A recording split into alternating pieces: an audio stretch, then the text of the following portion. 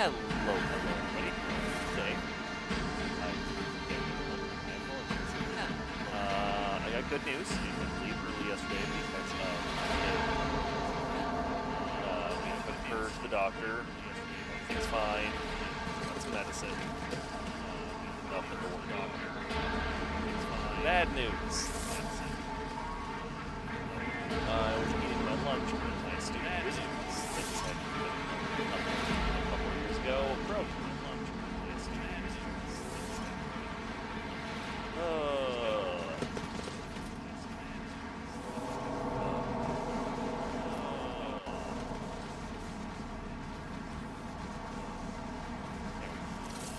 All right. Machine alter accepts blah blah blah. I was really worried that since I abruptly just closed the game, so I should accepts blah blah. I was really worried that since I abruptly just closed the game, so I should. I'm about to vent about something. Something that irritates me is that frequently, if anything important needs to be done, I'm the one that has to set everything up for our kid, while getting yelled at for not, despite being the one doing all of the work.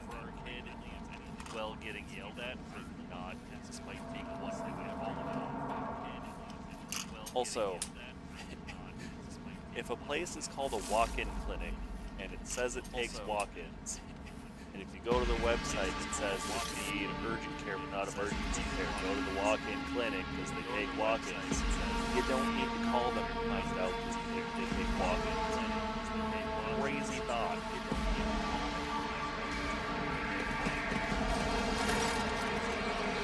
Muscular man wearing scarlet clothes and priesthood bar steps into your path. Wrinkles on his cheeks and forehead point to his prosperity and frequent outbursts of piercing. Right now, no sign of depression, like his prosperity. May the charge of the Omnissiah's mercy persist in the hands of the king beyond the night. May the charge of the Omnissiah's read through this fast. I'm not going to speed through, but read through a little bit faster. Because I posted this yesterday, I just had to speed through the doctor. May the motive force persist in their batteries. Make the appeal. The Emperor protects. The Omnissiah knows all, comprehends all. Hallowed electrodynamic Zenobia knows all. I am Dar Impulse, the servant of Lord Force and the freighter electroid of the sacred monster. I am Dar Impulse.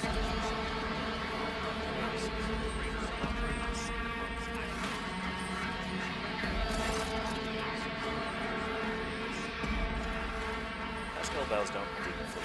Thrilled by Herrick signals comes from his lungs, which the freighter responds with a solemn gesture of blessing. Correct freighter electroid is a sign of high sanity. The electro priest returned. Correct freighter granted response is a great office. You have the honor of hosting the rogue freighter House von Blenzis and urge you to follow proper etiquette. Correct the honor of the bearer of the singer. House von Blenzis. Within these walls, worldly titles are nothing before the motive force. Your deeds, however, speak far louder than titles. Within these walls, worldly titles. For your path here is sprayed with bodies, deeds, however, speak far louder than titles. Within these walls, worldly titles. For your path here is sprayed with bodies, deeds, however, speak far louder than titles. Why are you calling me a pilgrim? Only those lay people who desire to experience the motive force are allowed to cross the monastery's threshold. All others are profaners and criminals. You do not belong to the fraternity of electro priests, but your intentions are good. You are not seeking the Omnissiah's wisdom, it was the motive force itself that brought you here to find me. It was you, was it not, that Lotus Abel came seeking an interpretation of his data trance? Yes, Tech Brother Abel arrived here to engage in a magnetic meditation that would help clarify his visions. Unfortunately, the heretic's machinations prevented us from completing the ritual. The esteemed Lotus volunteered. His help in defending the monastery. Contact with him was lost soon afterwards. And a visions Omnissiah's revelation was encrypted with great meticulousness, which indicates its great importance. Grasping it fully is beyond my ability. A single touch was more than enough for me to realize the enormity of the secret concealed within. Or more exactly, the secret design, which was how Tech Brother Abel referred to it. His mind had discerned that in the world around traces of some grand silence which to comprehend. He is dead. Sad news indeed. Abel was chosen by the Omnissiah to be a comprehender of great mysteries. Sad news. The Spirit's motive force come into being a new, found miraculous greatness. What happened here? The heretics descended in droves from the snow. We gave battle. The unholy foes buried the Omnissiah's warriors under the mass of their bodies. Thus extinguishing the defender's sparks of purity. It was said that I ordered my news from the brethren to the streets with the monsters and change their sparks. Then, upon taking refuge there, began to destroy the blasphemous intruders and serve vicious ones. Alas, as fiery as my brethren's vengeance was, I had no right to permit them to die in an honest vicious ones. As to take back our abode, still lay ahead of us. Must command the skill with which your seeing the chambers back our abode, still lay ahead of pride in Energy's voice. The choice of tactics is wise as well. No point in losing our lives in the massacre that cultists brought. The leader of the heretics fought her way into the ark, where the wells of miraculous was trying to desecrate the rate of operation with her unholy litanies so the relic may be corrupted and the world of Riker Marnolis may perish like a wand of fire. But my brethren, their magnetic meditation hampering her effort to get chanting access requests for prayers and needs. By suppressing the command and classification. They're doing a DDoS with prayer. They're doing a holy place house protection against sacrilegious practice. DDoS prayer. They're doing a holy place house protection against sacrilegious practice. DDoS prayer. You made the right choice. Thank you. It's not easy. We're gonna holy intruders stampede through our chambers in my temple. We all envied our brethren who had fallen before the sacrilege began. I wish to get to the holy reactor. I wish to get to the holy reactor.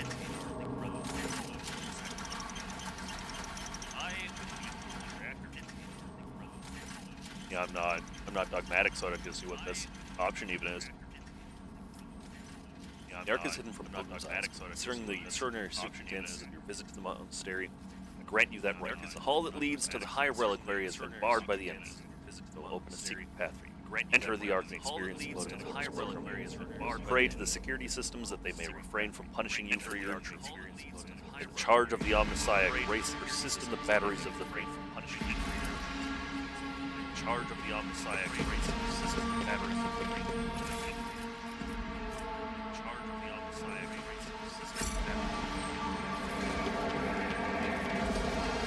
I feel like when I first played this, I used maybe like 3 of the lockpicking logic and techniques items the whole game. Maybe like 3 of the lockpicking items the whole game.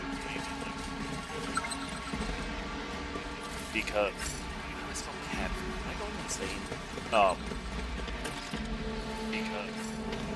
Because generally I just have kind of skill.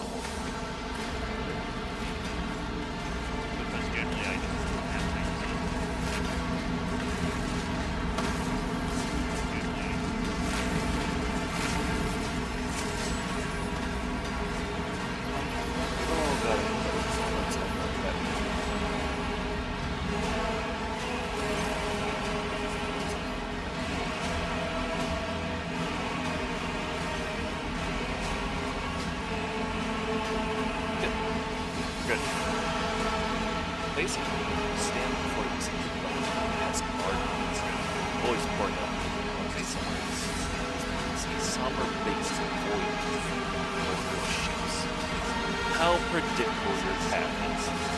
Stacked. All the possible deaths in this to perish here. Fiery against the mark of the final possible deaths in this to perish as no fighters. You have arrived just in time with the cog. The schismatical use your regalia like a mask to such a reality.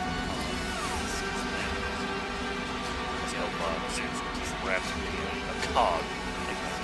By apostates try to insult us like the sacred symbol of our faith is irrational.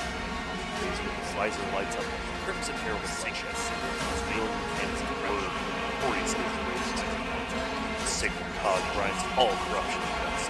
From the dust, I will be to bring order. The sacred cog grinds all. What a talented enemy! Can you do the governor's voice? I cannot. Slaves such as him navigate. I his voice breaks and shakes to his pitching down. Martins, young, fervent, and pained. Time has all but run out. I can hear the fist of the future knocking on the door of the present. Choose quickly what you want to be when you walk in. When it walks in, a blind slave to what is gone, a faithful servant to what is to come, or a corpse. It takes some time to rest with you. Future is called prophesizing.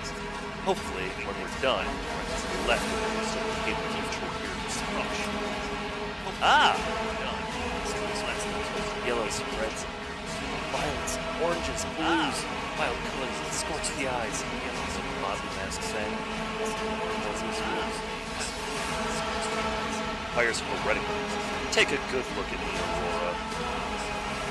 Destination has changed. Now I am your master's favorite. Will you dare go against his will? I chose his words, Lucia. He doesn't like that. Weird that the Emperor's Inquisitor doesn't like being heretic. Aurora hesitates, and a mad woman's hoarse laughter comes from behind the mask. You are no successor to Brother Twilight. Oh no. You are a mere imposter believing yourself to be the decider of fates. I deny you. I deny you. Imposter believing yourself to be the decider of fates. Aurora's entire body flinches as if she's been struck. Constance is scarlet spatter with the thrill of the dance. What is this? Punishment? But for what? I have not renounced the edge. This cannot be. Punishment. Execute them at once. Aurora attempts to recite an unholy litany in broken Gothic. Her own voice fails her as she's shaken by the compliment until she can barely breathe. They strip their hands off her hands, rending their flesh on the stakes and pierce them. Their bodies bones force radiance. All the unfortunates people scream in horror as they flee their swift death. All the unfortunates scream in horror.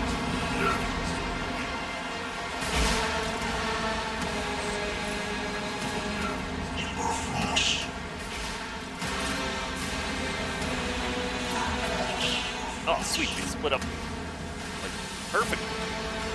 Except that I want Cassie's so far away, though. I guess Cassie's going to be perfect.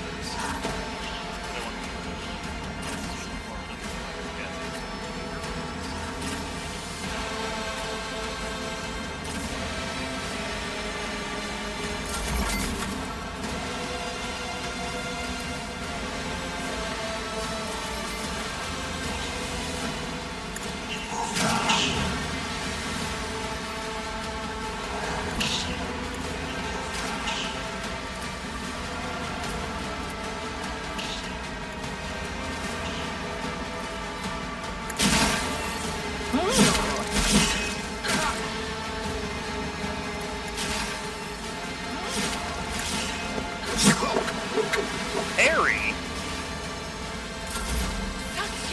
Well crafted. Harry? I am your doom. Well crafted. Harry?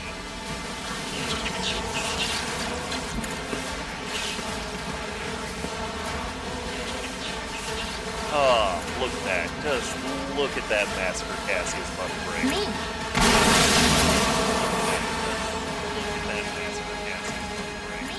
Just destroy them.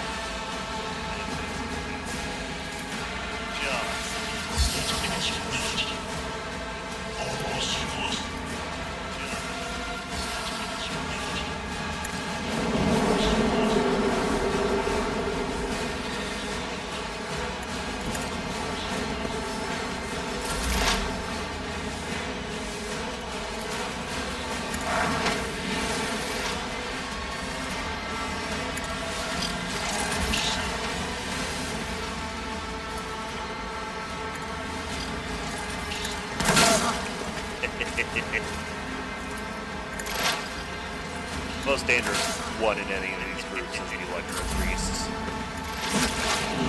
Most dangerous one in any of these groups is the Electro Priests.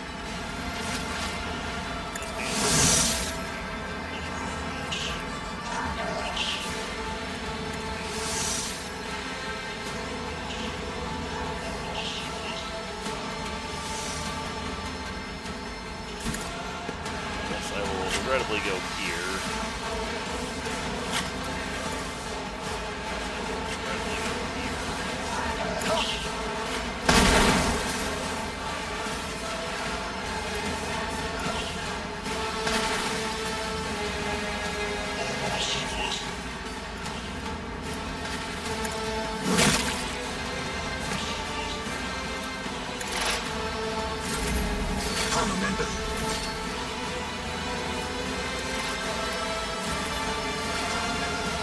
Naturally. I'll see if he has that charge. Night.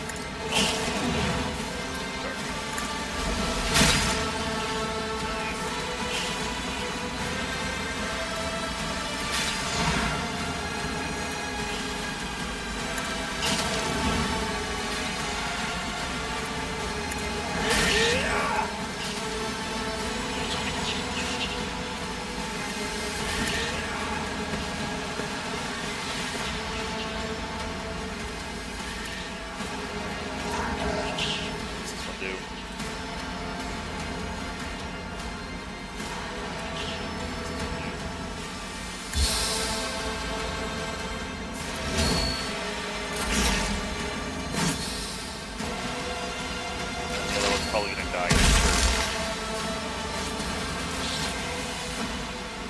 Probably gonna die. Here.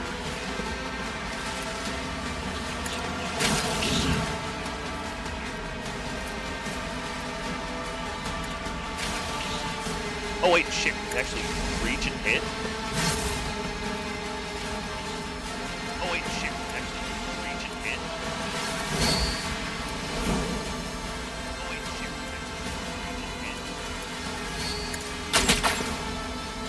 God, the toxic really just never hits. Hey, there's no one back there. I don't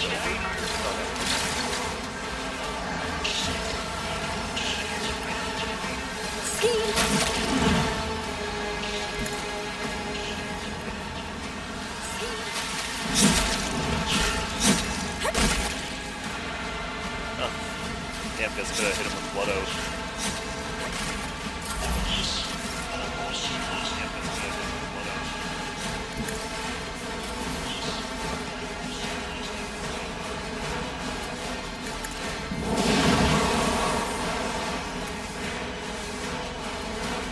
Yeah, they're just out of reach.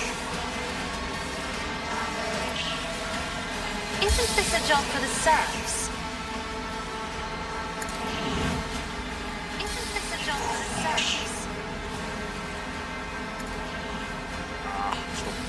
Someone to push him out of cover. Someone to push him out of cover.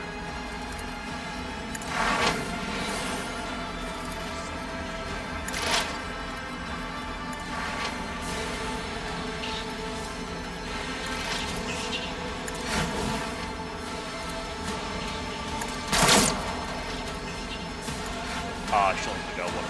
There was a chance she was going to kill both there. There was a chance.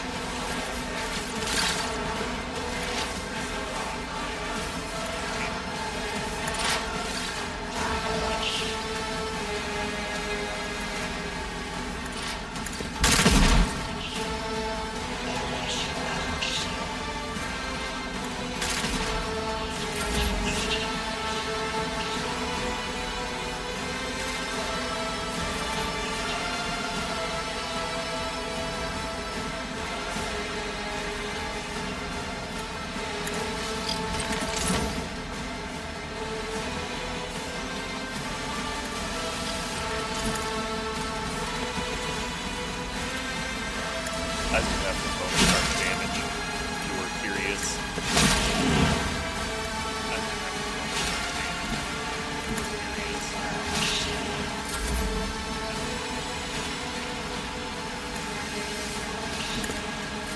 Come on, Abelard. Come on, Abelard. At your beck and call. Armamento. At fuel back in full.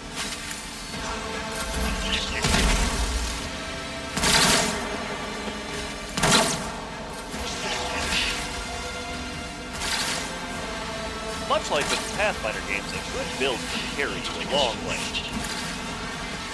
Much like the Pathfinder games, a good build can carry you a long way. A genius at work. A maelstrom of thunder! A maelstrom of thunder! I'm actually going to use that effect to cover.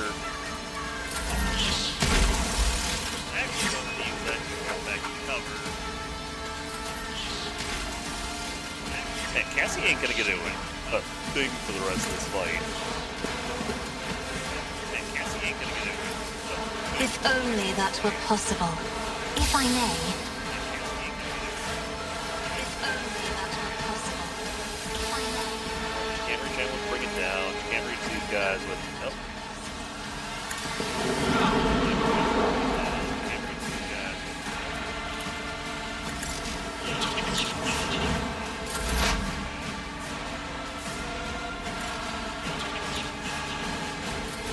Yeah, Madeira doesn't even have anything in sight to hit. They who discern the future on the battlefield. They who discern the future on the battlefield.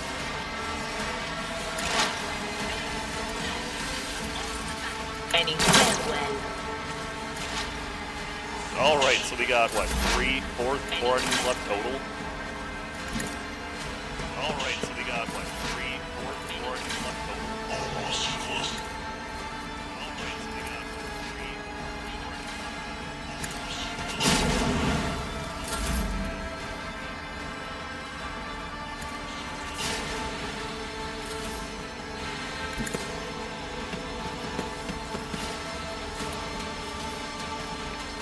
be in range to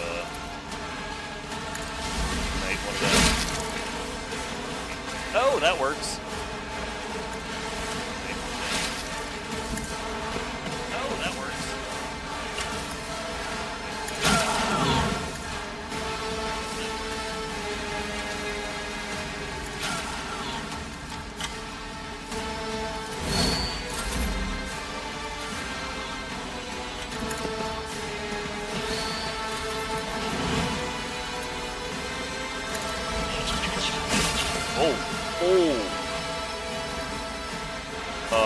Okay.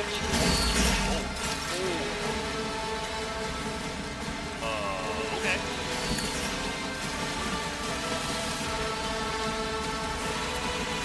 And regrettably can't do anything. Be careful not to cross my gaze. Regrettably can't do anything. Be careful not to cross my gaze.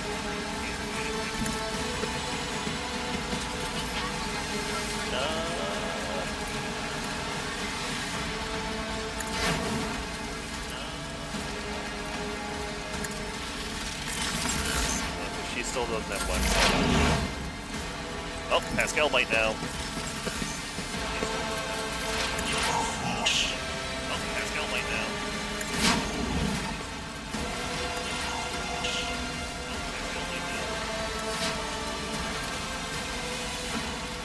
Whoa, that is a ridiculously low chance to hit. Whoa. Ridiculously low chance to hit. I need a foothold. I need a foothold.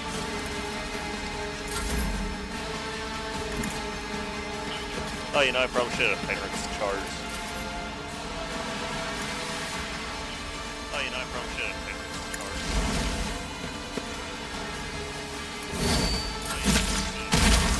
Will you leave your little hidey hole, dude?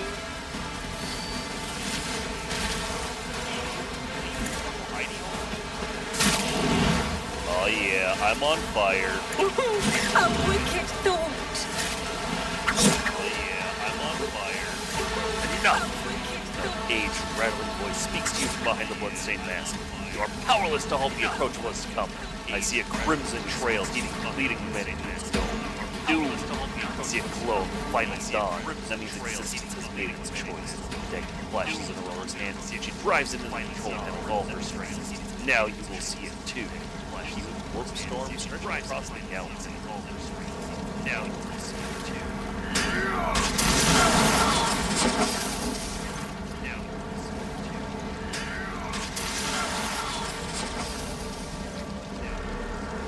Blinding Voltagarde bursts forth with broken control. Strikes at Aurora's uncanny mask. Blinding Voltagarde bursts forth. Its metal heats up. Smoke billows through the bars, then it howls. Voltus collapses. Its metal heats up. Smoke billows through the bars, then it howls. Voltus collapses. Smoke billows through the bars, then it howls. The light is gone. Is that it? The final dawn? Why was it so different from what our teacher promised? Is that it? The final Aurora shakes her head blindly. What our teacher voice is now the voice of an ordinary middle-aged Aurora, frightened and painfully. You will pay for this. You. Body was limp. Collapses. Pay for this. To the floor. Iron Mask hits the ground with a dull thud. Affirming vegetation and termination. Iron Mask hits the ground with a dull thud. The heretic took her secrets with her. Affirming vegetation and termination. Motley hues have rejected her, leaving a grayish-green thread loose. The heretic put around her own naming. Since a grayish-green thread, no one can escape fear. Fear itself.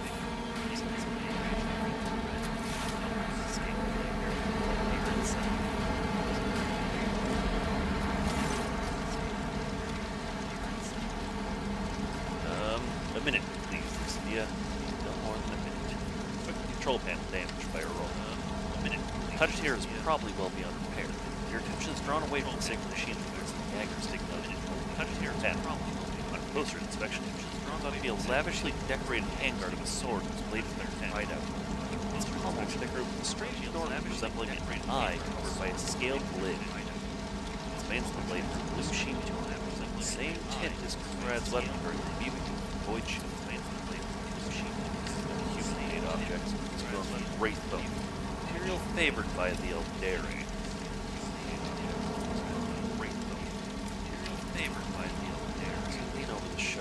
Suddenly hear a multitude of voices. They blend together.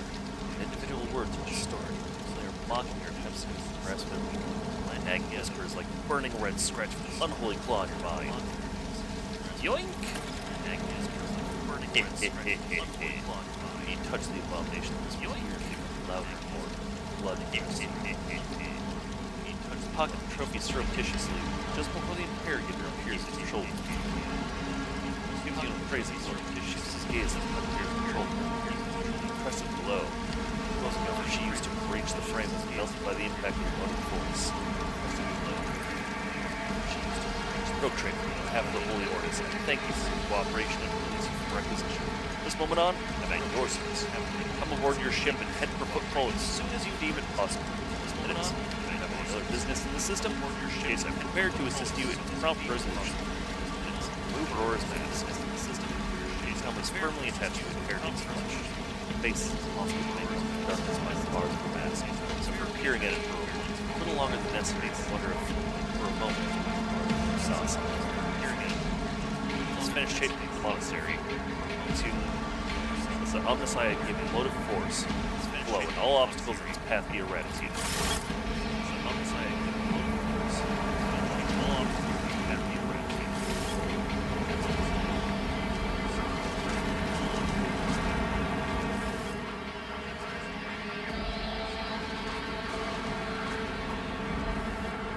Alright, give me 1 minute. Oh, I like 2 or 3. Alright, give me 1 minute. Oh, I like 2 or 3. Alright, give me 1 minute.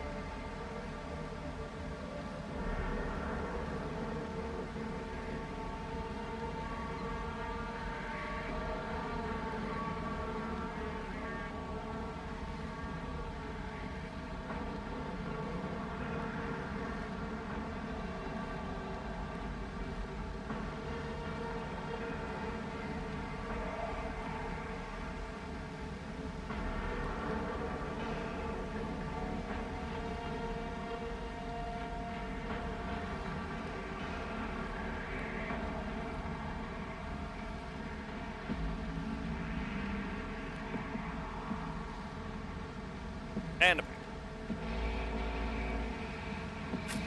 See, that wasn't so bad now, was it? And a picture.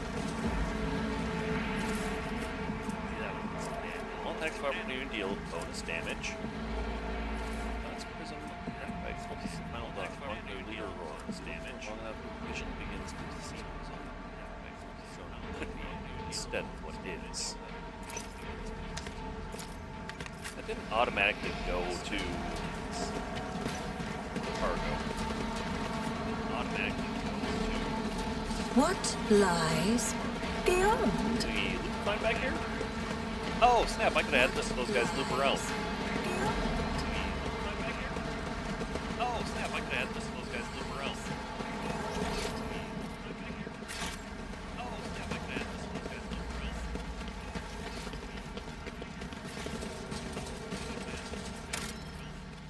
Oh my god, there's been looping audio this whole time. I'm so sorry.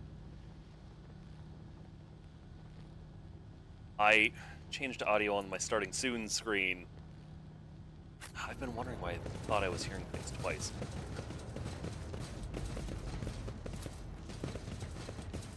I'm having a day. It's a day. How electrodynamics Xenobium greets its savior. In this tapestry of a world, I am I did the not loot rogue everything. thread.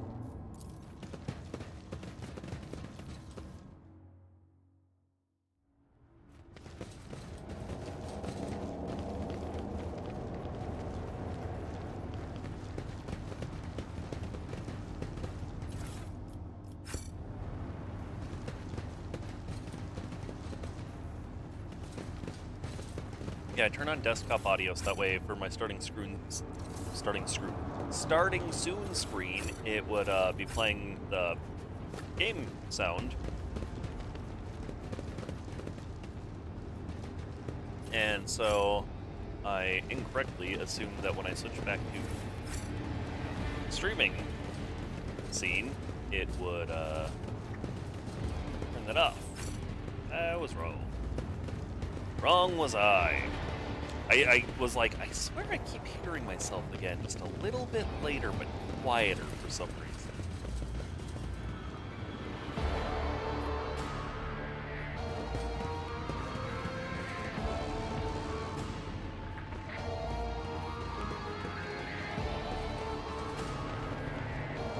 Right, that's the monastery done. This is the last thing I had to do for the prologue.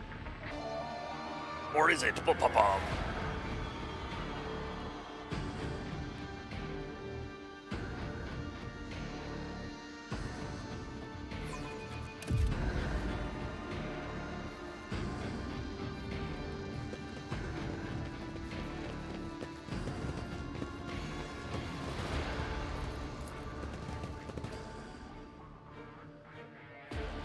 I definitely maxed up my rep with the pirates. At least what it can be here.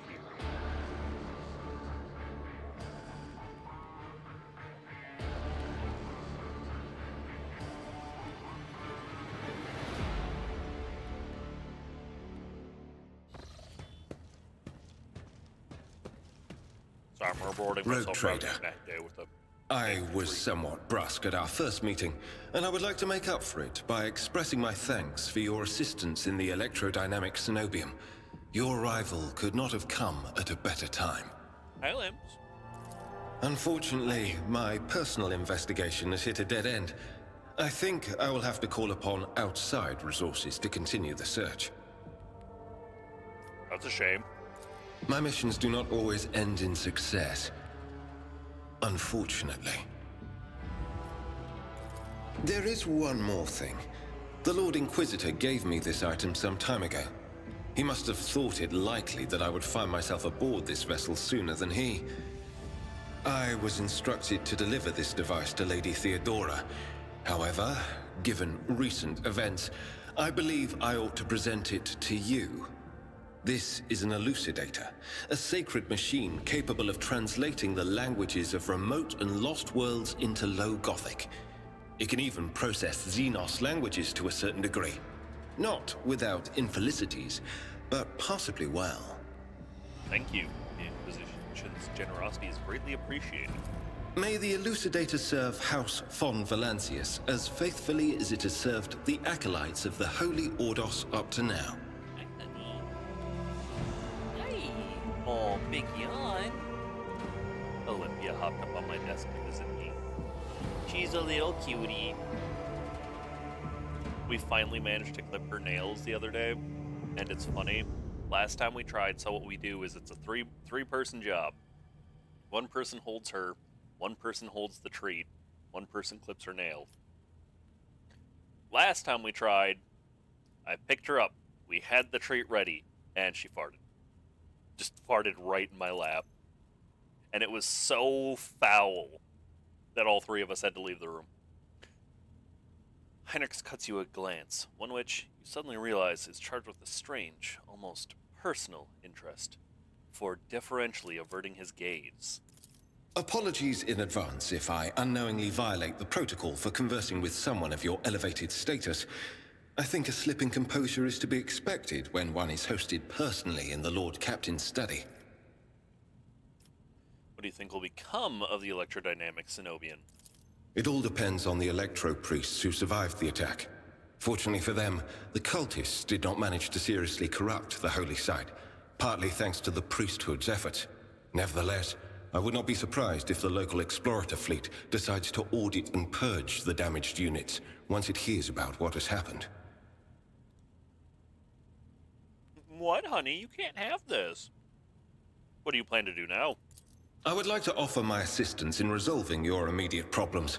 I am aware that the ship suffered considerable losses during the recent mutiny and was damaged by the cultists' actions, and you have lost many valuable officers as well. You are in a difficult situation. I am at your disposal. I must return to my duties. I don't want to insult him. I definitely don't want to give him the blade piece. Heinrichs is about to say something else, but he's interrupted by the sound of boxing. Someone is trying to contact you. Thank you for your time. Please consider me at your complete disposal while I am aboard your vessel. Congratulations on the victory, your ladyship. The entire vessel is impatiently awaiting news. Your expedition success. It was about you not simply saving the Tech Priest Monastery, but actually eliminating the source of the mutiny or spreading like wildfire. Vox transmissions from across the world speak of nothing else. Governor Medina is expecting you in his command center to discuss matters. You are ready to depart immediately. Just give the order.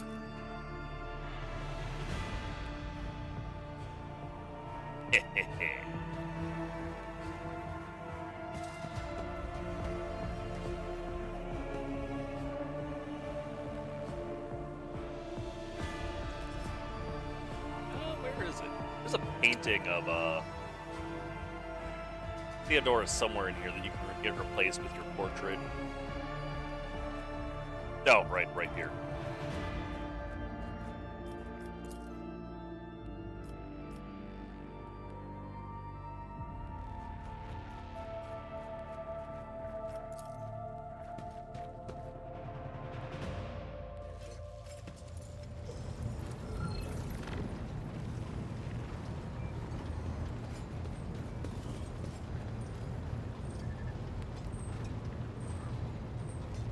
Costa Sourbeck.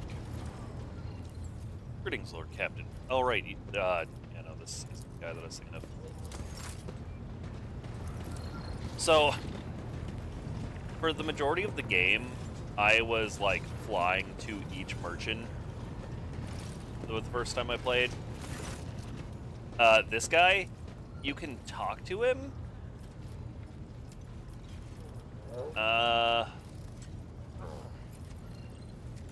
I'd like to order shipping. You can straight up just buy and sell from your ship.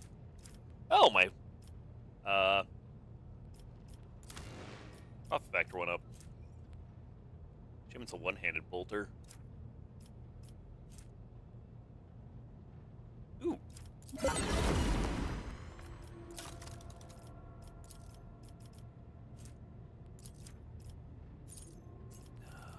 Yeah, no, I don't want to give him that much yet.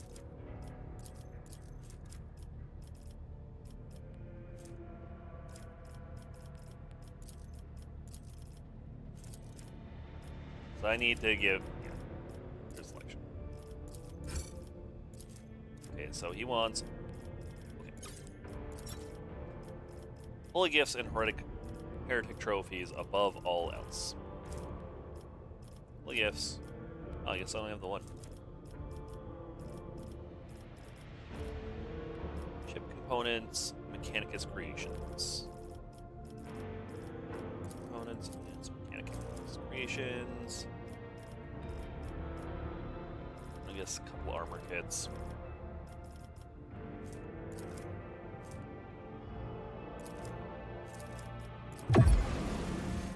I don't need to bump them up to 5 yet. Modified last gun and a metronome.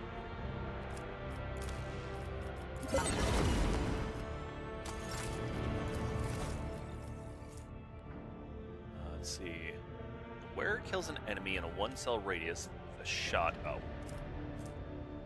Ooh, a great sword. And some medium armor.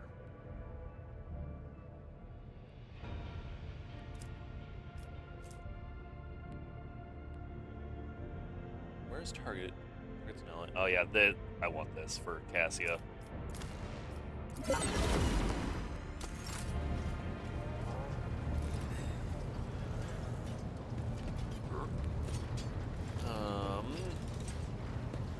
What for? Heck is Pascal.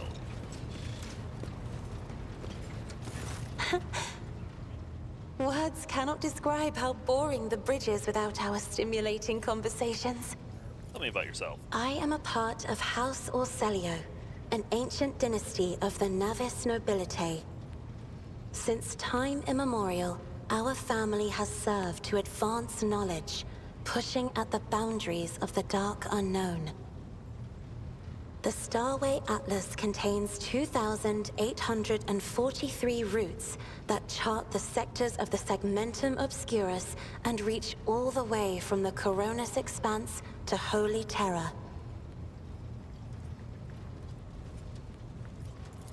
And uniting the Imperium's thousands of worlds. House Orselio is bound by commercial pacts to houses Galeatis, Ortina, Drotus, and... There is a dark blue knot tightening on your neck, Lord Captain. I can see my reply is not satisfying your thirst for knowledge. What is it you desire to hear exactly? Let me ask you a few personal questions. You have my permission, Lord Captain. Never lived anywhere else? Hardly. According to the chronicles of the House, I was born on one of the Orselio worlds.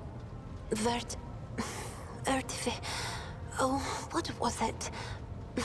Please forgive me, Lord Captain. My childhood memories are too vague. Sometimes I dream about the colorful birds that built their nests in the garden, or the servants dressed in purple livery, or the blue fog that rolled over the lowlands behind the palace. But everything is covered in a rosy haze. Perhaps it is my imagination, not my memory, that is painting these pictures. Third eye, you always conceal it? The Navigator's open eye is baneful to whoever the warp's ruinous shine falls upon, and therefore it is the symbol of our power. We are the guiding stars of humanity, found worthy of an uncommon gift, and one of the duties that we bear is to guard our eye, even from wayward glances that may bear evil. Besides, I am aware that lesser servants of the Imperium may find our appearance repulsive. The Navigator gene twists the features the rabble are used to seeing, and the magnificence of our role cannot be grasped by their feeble minds. You're beautiful, Cassia. Don't let anyone or anything convince you otherwise. You are much too kind to me, Lord Captain. Allow me, for my part, to note the beauty of your shoulders? Yes, your shoulders. Pray let us change the subject. What does it feel like to guide a vessel through the warp? It may be difficult to describe. You see, every navigator perceives the warp differently. My mentor, Great Regent Elronto, always described his travels through the Immaterium as a journey through a vast wood with countless paths. And I, assisting him in the first voyages, futilely tried to follow his example. But the wood would not reveal itself to me. But everything changed when I found my own key to this mystery. You see, I've always brightened up my rare moments of leisure time by painting. You may recall there was a workshop in my chambers. As soon as I imagined the warp as a blank canvas, an indescribable feeling came over me. I moved the brush, going deeper and deeper into my own painting. Visions were hidden within the vibrant colors of my palette, and something inside me knew which should be brought out and which should be left behind. I woke up several days later, after the voyage was safely complete. Notice that your love of painting is reflected in your speech as well. You associate so many images with hues and colors. The Emperor graced me with a gift. I can see inner life in addition to the mundane. You cannot know that a fruit has rotten from the inside until a blade slices it in two. I can see the rot from far away. It roils like swamp mud, oozing through the bright peel. Anger and boredom, sadness and joy. Everything that people shut away inside themselves is revealed to me like colors on the canvas of my world. Tell me about your life on the station. My stay on the station was wholly dedicated to preparing me for my future duty. Astromancy, astrography, numerology, the histories of my house and the Imperium, as well as other disciplines. For many years, dozens of instructors tirelessly prepared me for my destiny. And once a year, Great Regent Alronto would come to the station. He would entrust his beautiful vessel to my command, so that I could master the practical aspects of our art as well. Did you have friends? Someone you could turn to for simple conversation, not discussion of yet another lecture? The Regent gave me a bird from a sunlit planet once.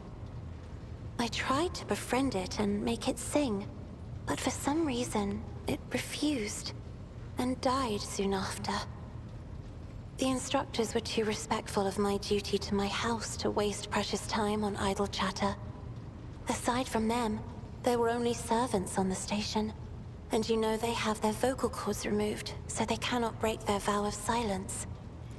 And since the subject has been breached, Lord Captain, why do you not follow this honored tradition? Your decks are so garish. Apologies, I meant noisy. The rabble don't just chatter. Sometimes they shout and even sing. Why do you allow such a lack of restraint? Rogue traders are highborn, are they not? You may find it difficult to believe, but the practice of depriving servants of their voice is not particularly widespread outside of House Orselio. Please forgive me, Lord Captain. I was sure it was a sacred tradition made sacrosanct by the ancient vows of obedience. I expect more surprises will be waiting for me outside the walls of Urak 5. You will hear no objection from me, Lord Captain. What does your special sight reveal? Sister Argenta shines like a guiding star, inspiring resolve in those around her, seemingly inexplicably. However, I see a dark and ugly fog billow behind her, contrasting sharply with her shining light. It burdens the Sister of Battle. It drags her down. Yet Argenta herself is hardly aware of it. Seneschal Viserion is among the few whose colors are a pleasure to look at.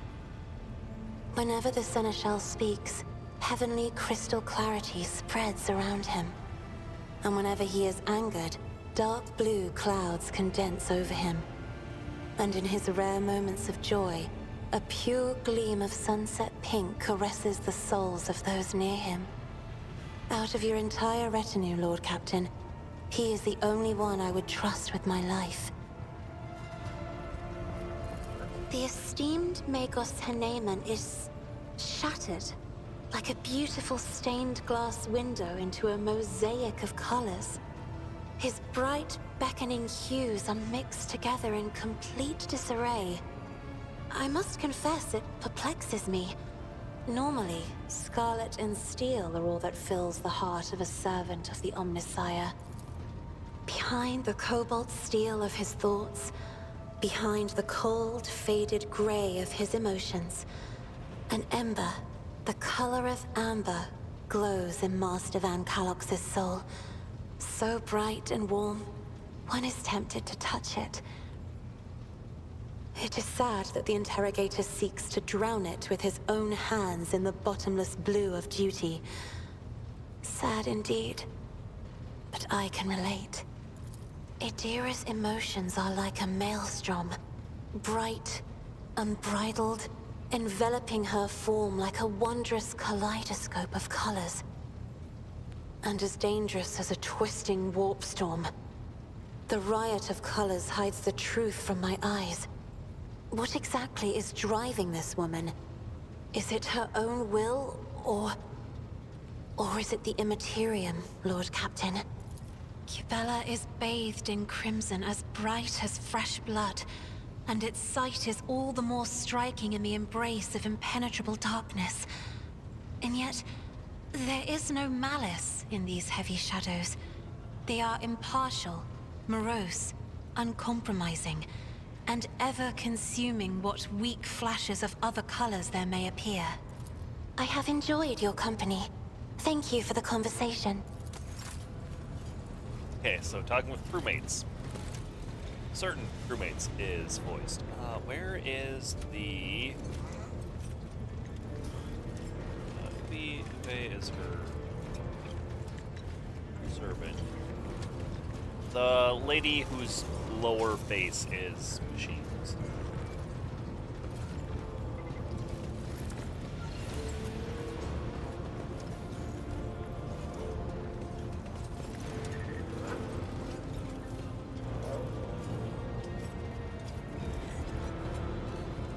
So now that I have Pascal, I want to deal with the... Oh, knows all, comprehends all.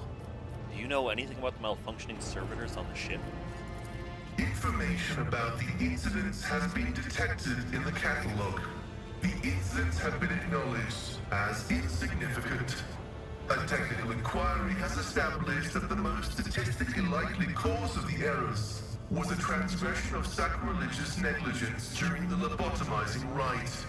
This disgraceful act of malfeasance has allowed shadows of the servitor's thoughts and recollections to survive in the depths of his mind, which ought to be dedicated to service alone.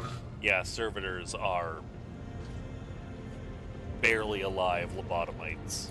As a ship's engine seer, I accept the results of the technical inquiry.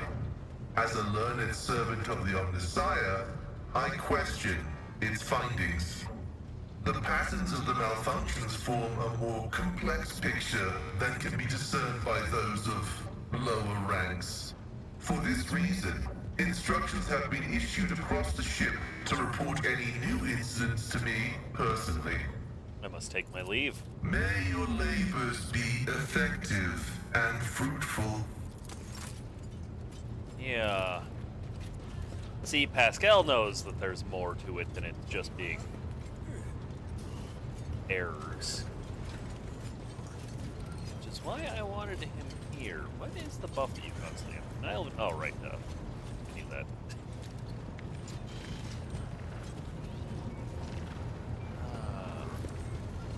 Costa? Yeah, no. Where is the doodle face lady? I don't want to switch to Heinrichs. Oh, Voxmaster. There we go.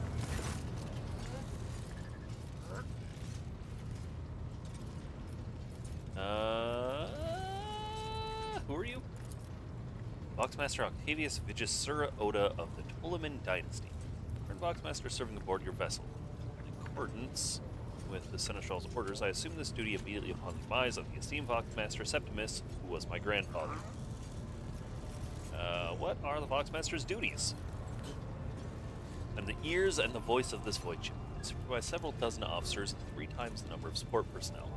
Receive, send, encrypt, and decode all incoming and outgoing messages through the ship's internal and external channels. We also ensure clean communication and optimal efficiency of the crew's voxcasters. If you ever want to know what worries and concerns your crew are harboring, what subjects are whispering about the local networks after their watches, their leaders are clamoring about over shortwave vox transmissions, just come and see me. Have they brought anything interesting lately? No. That'll be all for now.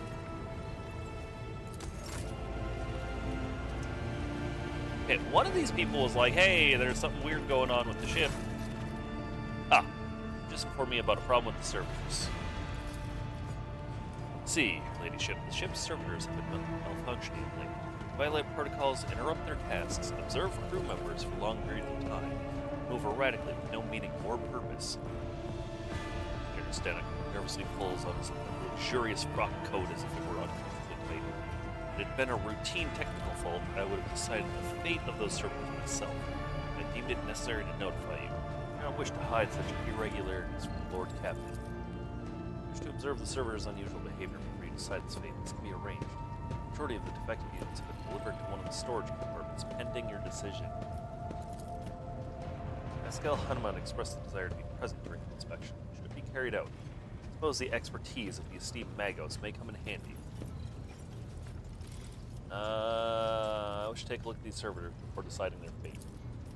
As you wish, your ladyship. Would you like the Engineer Prime to accompany you? Yes. As your ladyship commands. It's a book one. What if your ladyship arrives at the scene? She found the servitors in the same position that they stood before they entered Ralph Bay, all standing in a long, spiraling line facing the center of their straight formation. The moment her ladyship crossed the threshold of the Bay Gate, her bodies jerked into motion. All is one, as if obeying a command. The servitors turned to face Lord Captain. Detective Madison, tasked with overseeing the defective units, even reached for their weapons. The servitors were still just as abruptly staring at your ladyship. Vacant eyes. All present held their breath, disturbed by this sight, and waited for the Lord Captain to speak. Her ladyship, Lucinda von Valencius.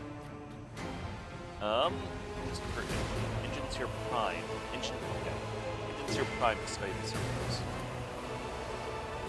Mr. Prime slowly made a motion to raise the server, hearing the faces of checking units. No haste in passing his actions. Mesmerizing diligence in every single unit in his path. By paired prayers were his companions in the investigation. The examination continued to confirm the Turkmen's initial hypothesis. The server's souls, or rather, the souls of the people they once were, awakened, not yet fully conscious of their past or present. These half-machines can nonetheless feel their primal emotions and sensations such as fear, pain. This undesirable consequence of shoddily performed body is most rarely observed. Yet, for some unknown reason, it occurred in every single one of these servers gathered in the bank. I walked towards them. Immediately the servers, each and every one, stepped toward Lord Captain perfectly. They mimicked her movements with frightening precision. The trigger halted in place, and after a moment, stopped, waved her hand. The servers just as synchronously repeated the gesture as well. Lord Captain turned quizzically to the diplomats. So did the servitors, as did the lot people. But whatever the Lord Captain did, inclined the head or wave of the hand, or stepped to the side. Defective units repeated it without a moment's delay or hesitation, like grotesque marionettes controlled by an unseen puppeteer. We observed this mime unfold in distress battle for nearly a minute. The servitors finally came to a stop. Sensing any threat, the trader approached with confidence. Lord Captain, examine.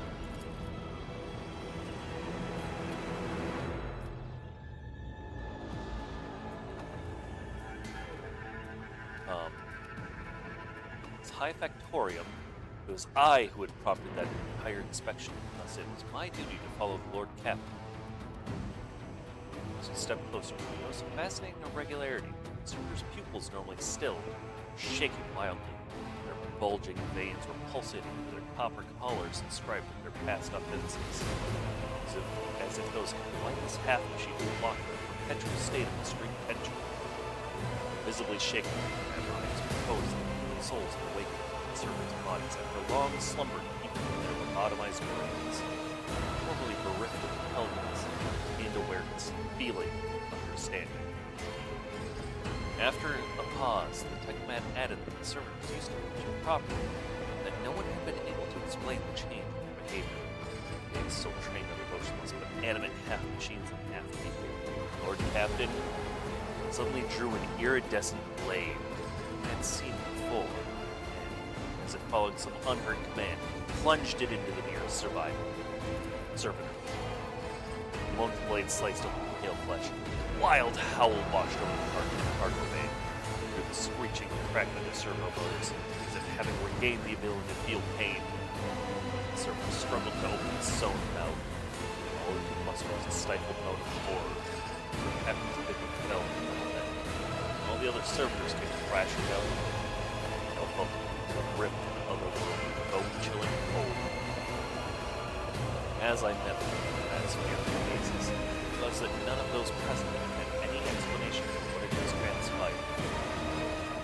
Sincere Prime proceeded to the center of the spiraling servant bodies, stood over them grimly, studying their lifeless faces, and spoke thus. This tech phenomenon warranted comprehensive study. Further investigation has been rendered impossible. Perhaps it was a trick of my imagination.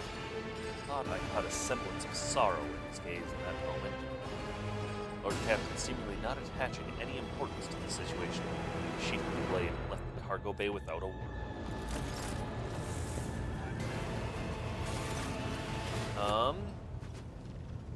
Have you heard the name Fiery Reckoning? From what I can tell, it's a void ship of some sort. There was a mention of it in one of the Theodor's documents I found. It's from a person's lips in concentration. I'm afraid it is not immediately familiar to me, Your Ladyship. Please allow me a moment. He starts tapping on the screen of his dated slate. I say, House von Valencius did indeed sign a contract with the owners of the vessel. Designation Firing Reckoning. Transactions, records of the ship picking up cargo from Kiava Gamma. Oh, this is odd. Data log ends there. Apparently the ship had some interactions with both workshops and your industrial world. Beg your pardon, Your Ladyship. To the extent of my assistance I can provide you in regard to a particular matter.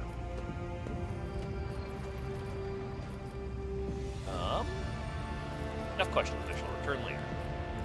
So, he is also the person that you can buy mercenaries from. So you can build your own party instead of using the ones the game gives you. Oop. But, like with most games, the party members the game gives you have something unique about them. Be it unique stats that are higher than what a mercenary will have, or in the case of this game, unique abilities. I don't think you can make another,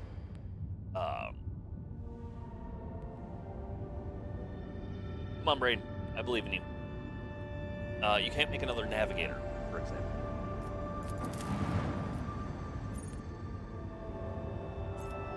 Actually, I'm going to land on the starboard momentarily.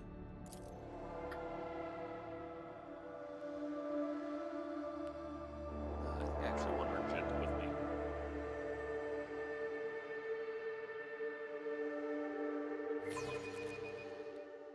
Argenta and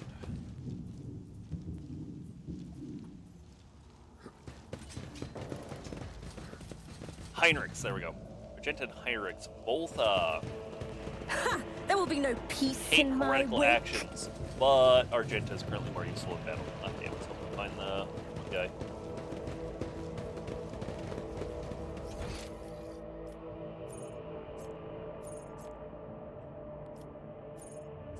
Oh. Yes, let's go ahead and pick the ship. Yeah, I'm gonna go back to my wood ship to change out my party. It's gonna just have Pilot Nimitz do it.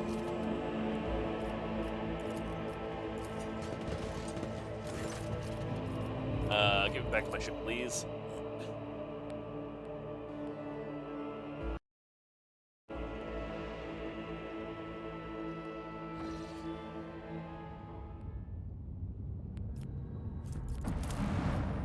Governor's not office. Get Heinrichs out of here and Argenta in.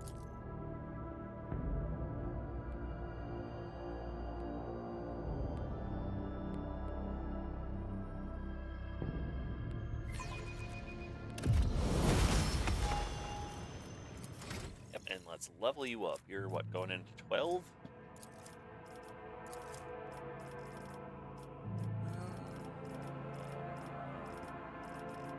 There we go, bolt weapon expert. All bolter weapons gain 10 armor pad.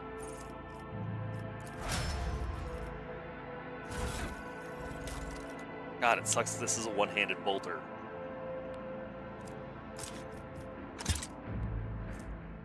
Yeah, actually, let's give her an axe and a one-handed bolter as her backup weapon that she'll never use. It is a little bit tempting to have him remove the shield for now, but with the fight coming up, I think I'm gonna keep the sword and shield on.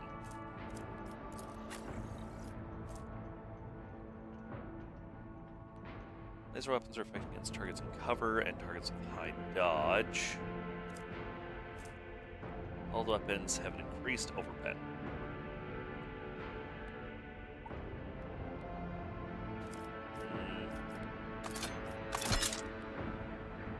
She looks ridiculous. Well, Pascal, I have Pascal wearing.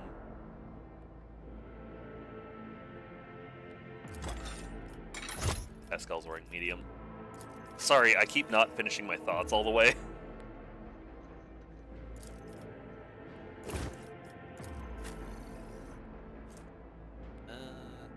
Yeah, I guess you can take black armor. Huh. You need some better gear.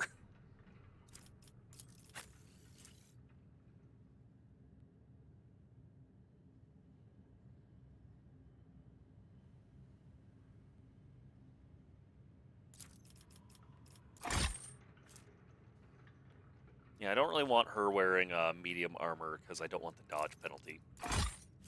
Better to take no damage than some damage.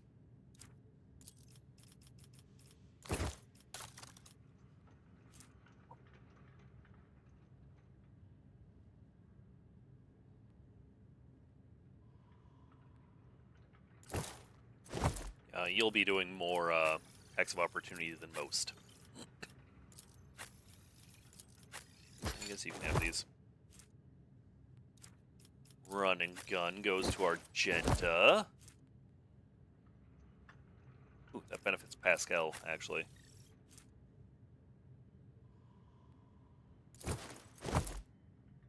Because Pascal's currently using a sniper rifle.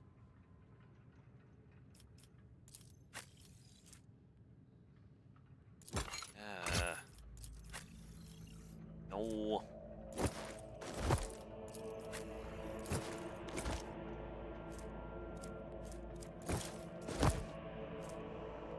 With an exploit, using a single Deadeye shot next enemy immediately. Yeah, that's not good enough for me to care.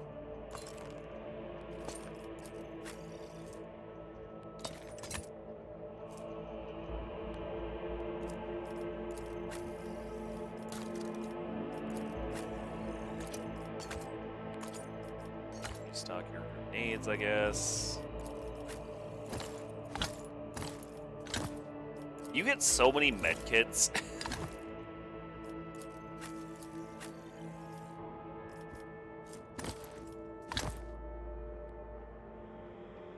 All right. Staff. Nope. Long last. Nope. Hold on to that for now.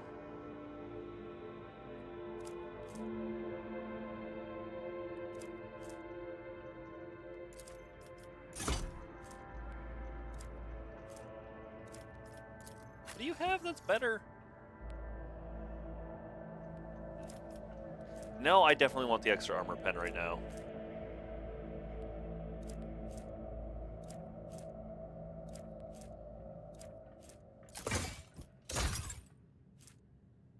That's right, I wanted this for the debuff for a little bit.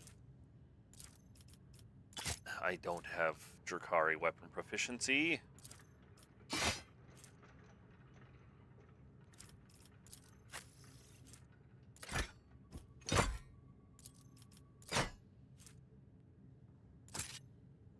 Guess she can also use that, but no one's going to. Modified last gun.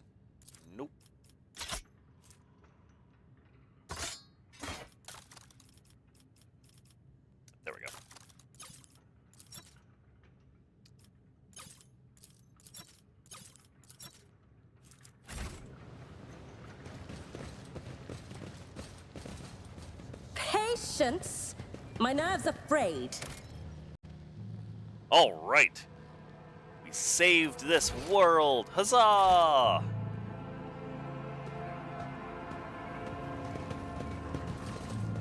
I forgot that this Solomorn guy was here.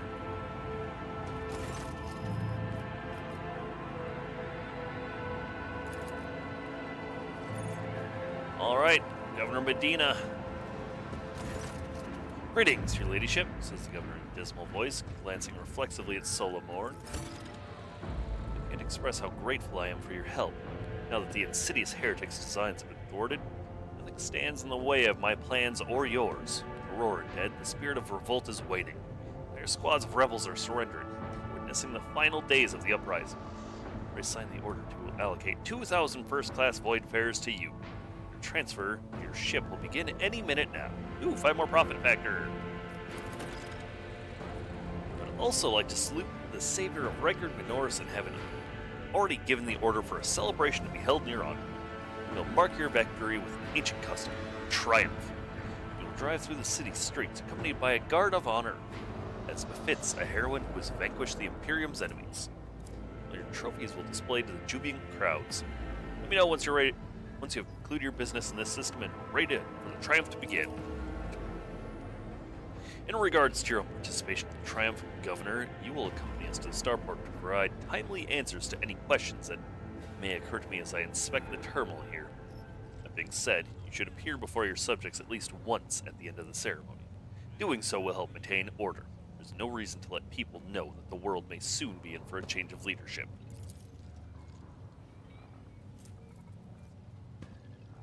Oh, for Grok's sake! What the... Lord Captain, I can't see a thing. Only darkness. Pitch black darkness. Governor chuckles nervously and fidgets with his collar. Are you being fictitious, ma'am? Martyr's blood. Tell me this is just a hysterical outburst on your companion's part. Another prophecy? I have no idea. Darkness just enveloped me. Bam! Like some kind of veil. I've not gone blind, no. It's the darkness that I see. It is the only thing I see. No idea what that means. The whole thing reeks, Lord Captain. I don't like the look of it in the slight... Oh! Dira stares at her hands as if she's never seen them before. It's gone. Medina breathlessly breathes a sigh of relief. We've no doubt been through a lot lately. Ma'am, small wonder your vision had a dim spell with all this shooting everywhere, let alone all these maimed and maddened insurgents. Be alright. Festivities will distract you. You'll feel right as rain again. Glad to hear it. It's quite enough mad ramblings and eye problems for one day. I have other business. The other business is going over here and... Ooh, heavy armor. Where uses stalwart defense, but its effect is not triggered by the start of their next turn. Ooh. Ooh.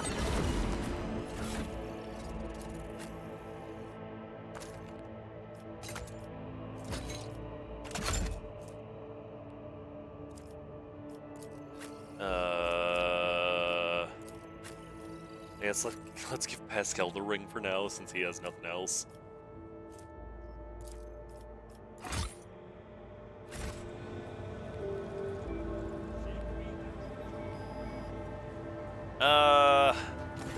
Alright, I'm ready for my triumph.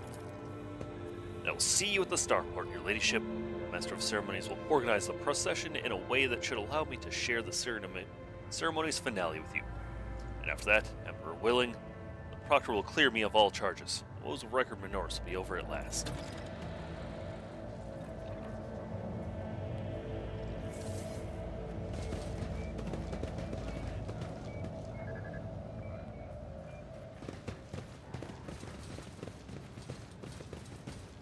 Yay, we get a parade!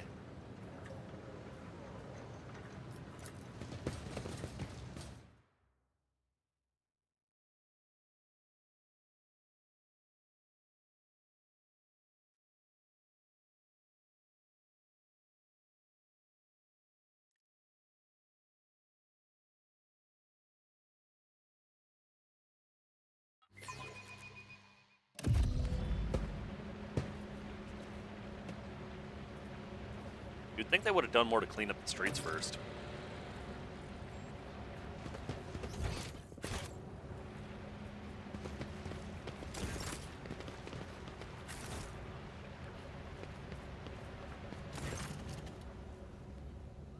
Your ladyship, peerless Lady Von Valencius, and the Master of Ceremonies of Reichard Minors, everything is in place for your triumph. Let me give you a brief summary of the upcoming events. Wish to start the triumph at once. Give the order! And now speak. You'll take the road, now familiar to you, here to the starport. You'll be accompanied by your comrades in arms and a guard of honor. The body of the heretics, known as the Prophet of Aurora, will be pulled in your wake as a battle trophy. Stop is planned in the middle of the road. There, grateful citizens will rush towards you, praising you for their salvation. Not to worry, this is a thoroughly choreographed interlude. The group of the grateful people will be comprised entirely of loyal citizens vetted by us. Members of the military, young people, attractive and physically fit. A few healthy children. All about optics.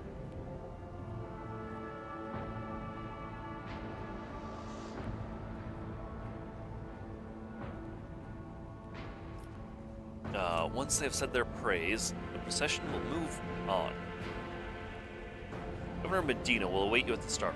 It's also where the pyre has been built for burning the body of the heretic known as Aurora. You'll be handed a flamer blessed by a representative of the Ecclesia. You can choose to personally perform the burning, but if you wish to underscore the amicable alliance between House Von Valencius and House Winterscale, it will be fitting to pass the honor of the burning to Governor Medina. However, the choice is yours. An excellent plan. I'm ready to start the triumph. Of course, your ladyship.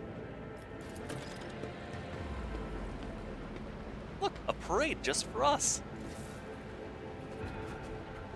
Or the prepared vehicle. Yeah, we get a tank. We're dragging a corpse behind us with it.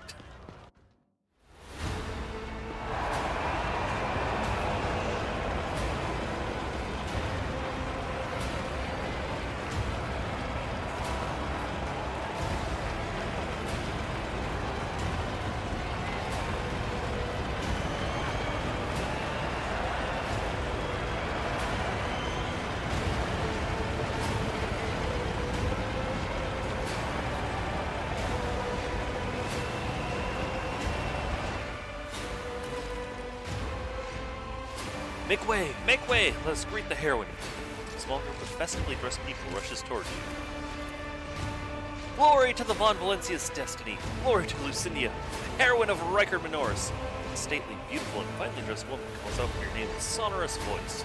It's until you take a closer look on her face that you recognize her as Captain Raquel, the pilot you met on Ricardi Filia. Oh! Grateful citizens wish to present gifts to their redeemer.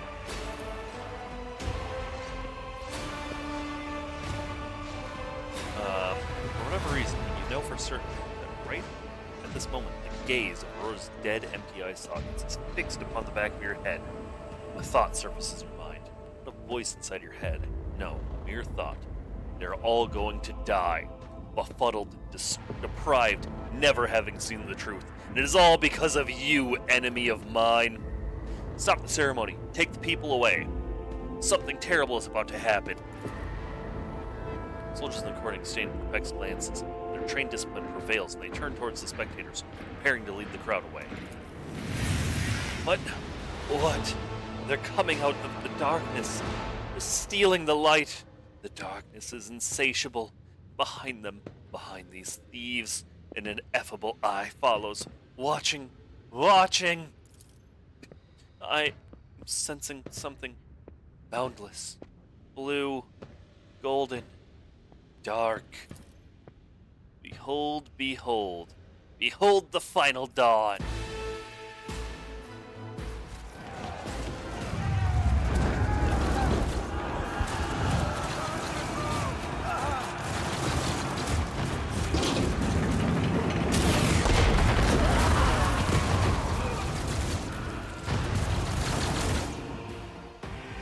I'm curious whether they still had the ordnance to destroy a tank like that.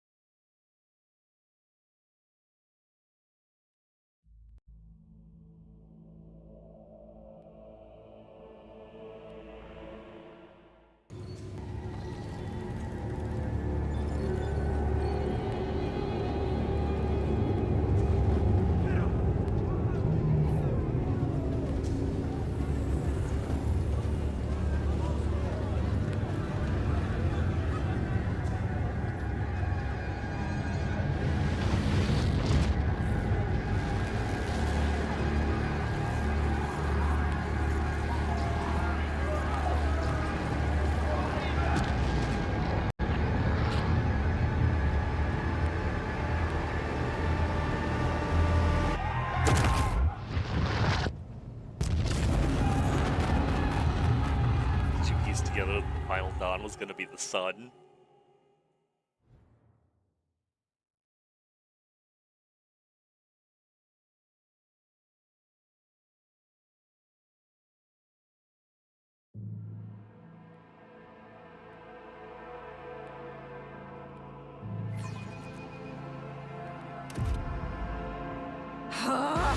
Another annoyance. All of you will bleed.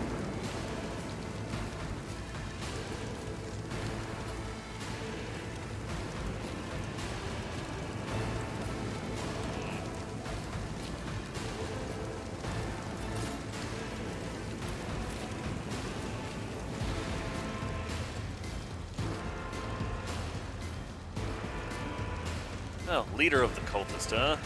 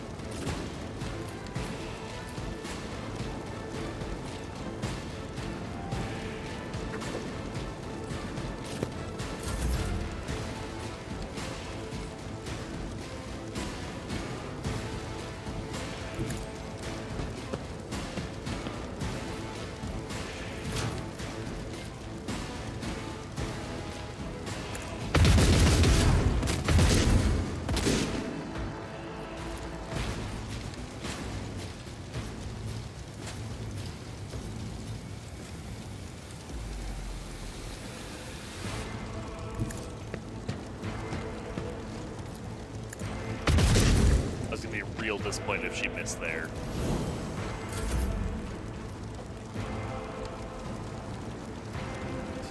Six. Yeah, I want Abelard hit that way. Carefully going around the warp cube.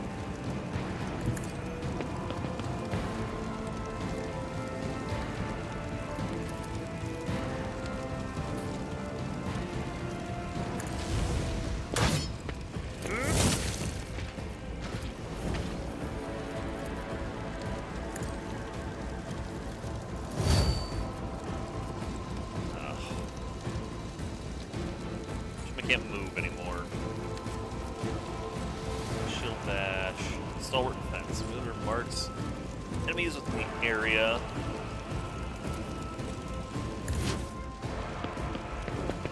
Oh, crap! I forgot that there was more guys that way.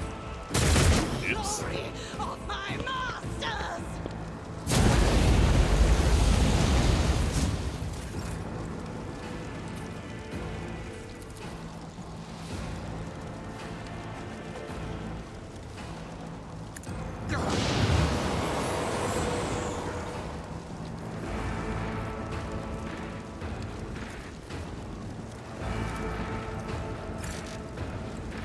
Target is too. Come on.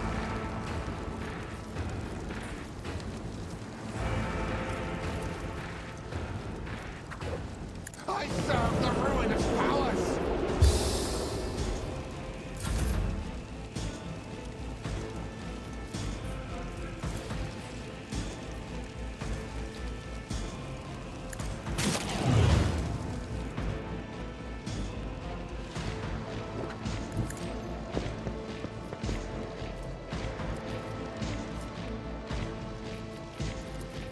Huh?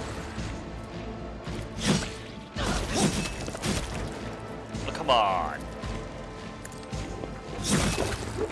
There we go. High momentum.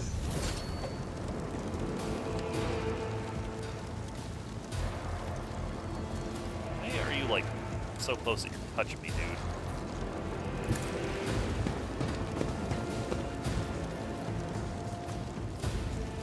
Can't she use any of her powers? Wait a minute. Psychosomatic trauma. Can I use... Oh, because of how the fight started. Right.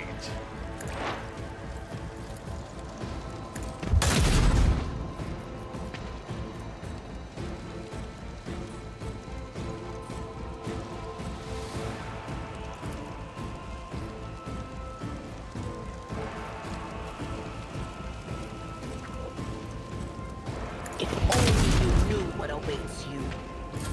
Stay vigilant.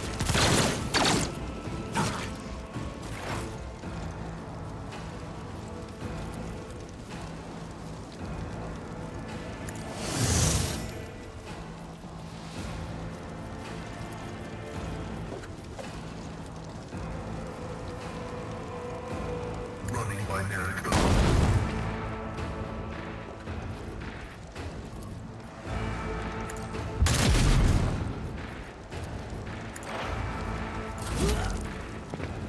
Weather the storm.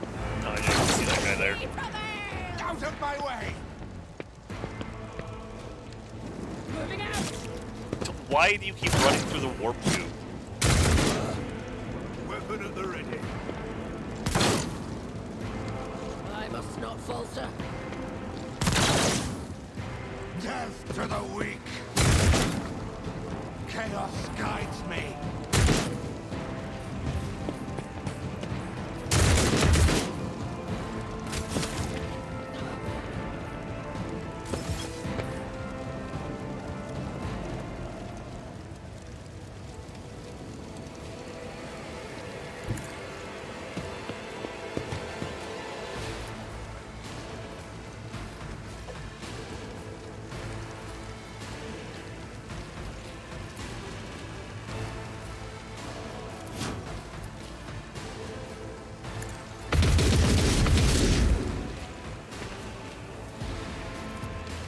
Go ahead and pop that Rebel and Slaughter, give her a nice big buff for the rest of the fight.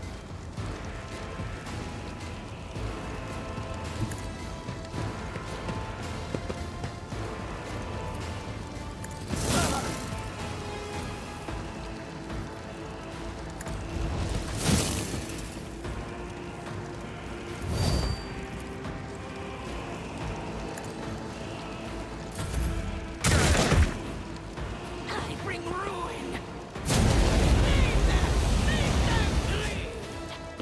Yeah, Flamers are annoying just because of the dodge, putting people out of cover.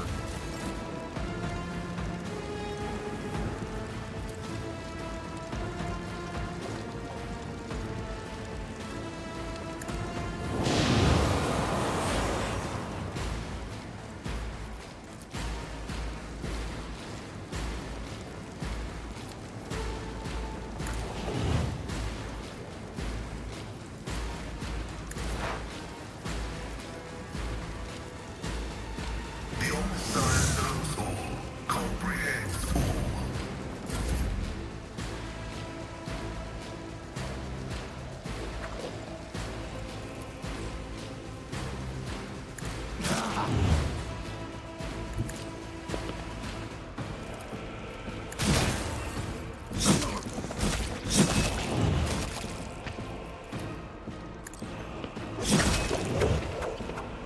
My god! This build rules!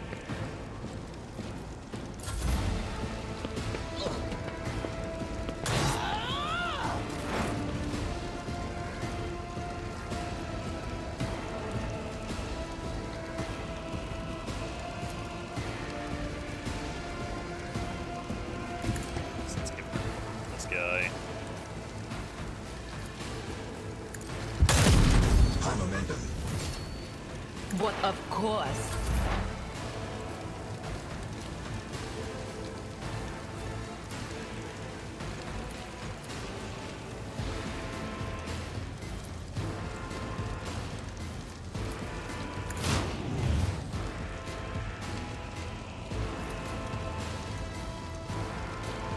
Why does that now do less?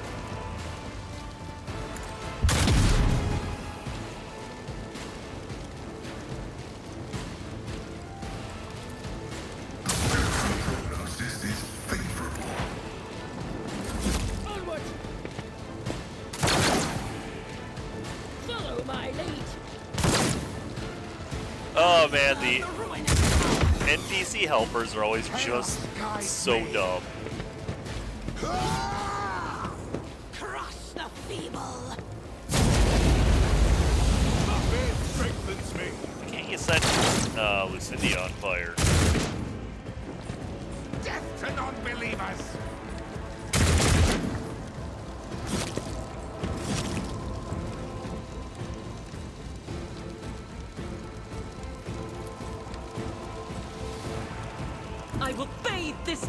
battlefield in righteous fury!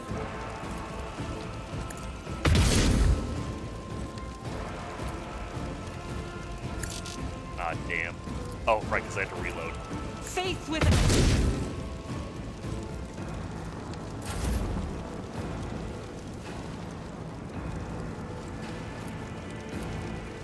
Indeed.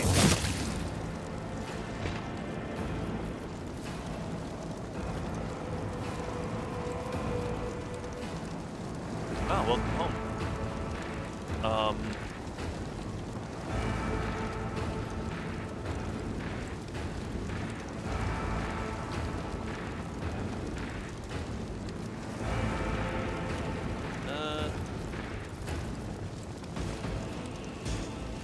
I will do my duty.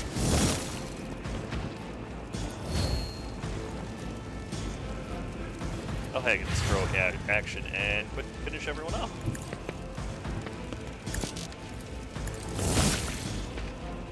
Because even if that guy lived, he was burning.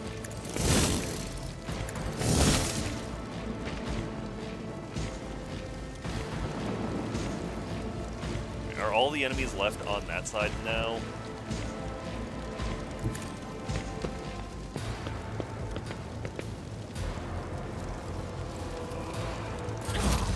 Oh, that's the guy left back here, dang it.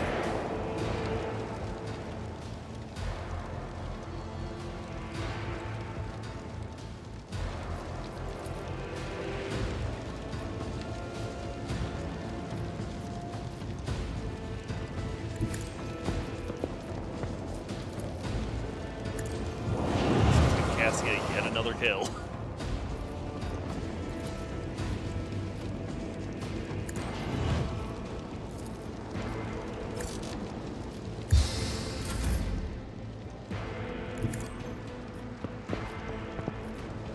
Hey, buddy, I see that you're still alive. Want to change that?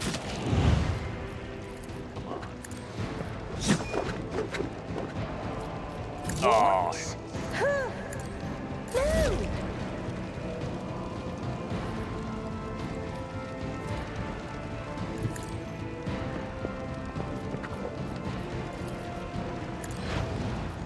Have a deer quick heal herself.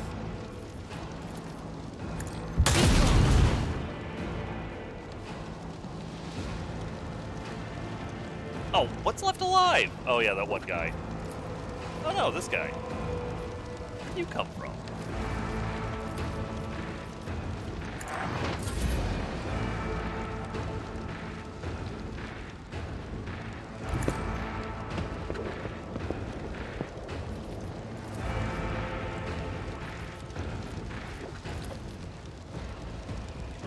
My vow is to serve.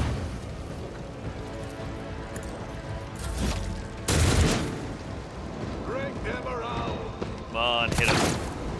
Oh my goodness, the AI killed something.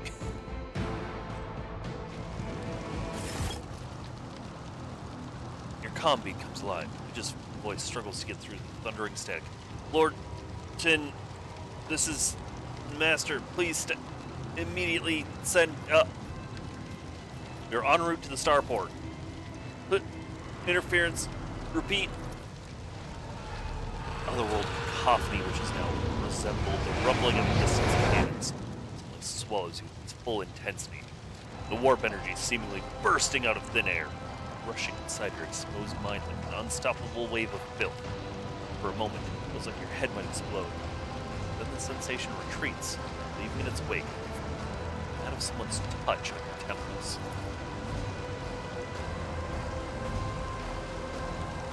Twist offs.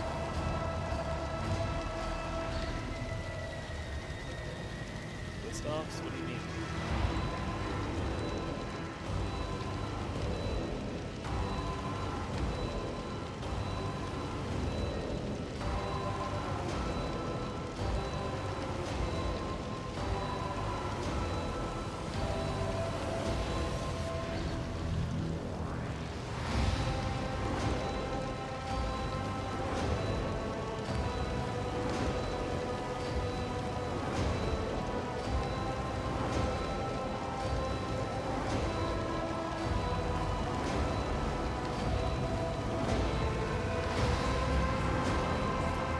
I shall fear no darkness, for light is within me, the light of my faith in thee.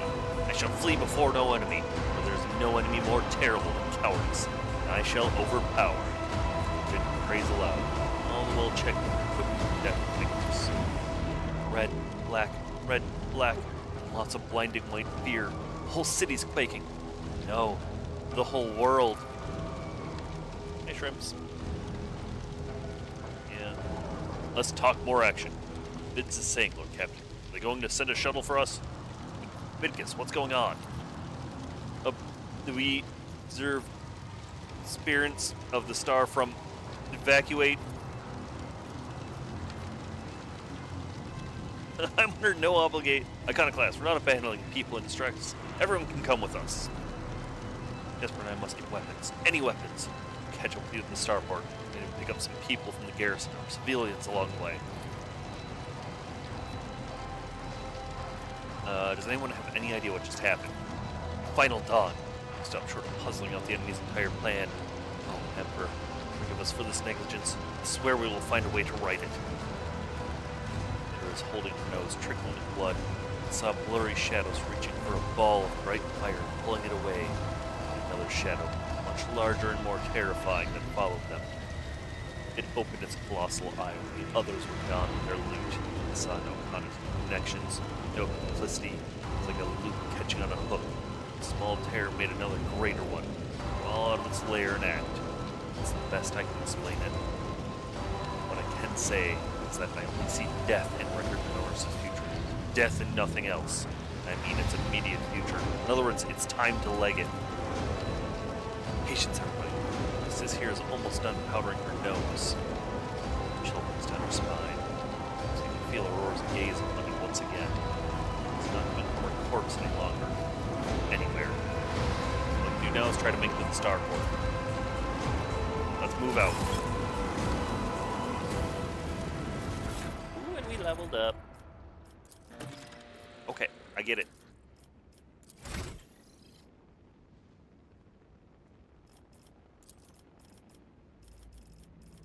Psyker Norris. And Krause.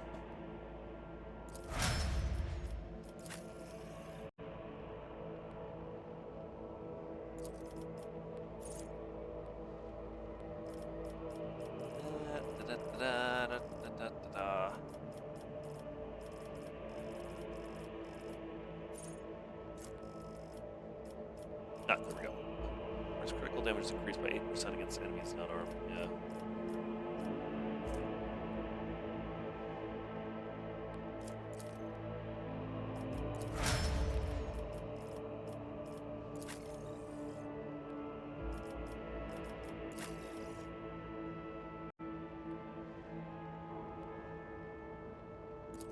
Yeah.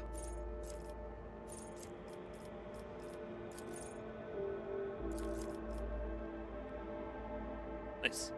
Whenever the operative attacks an enemy that is full of wounds, deals more damage, or makes a target affected by an exploit from a distance of 10 cells or further. Let's do fresh target.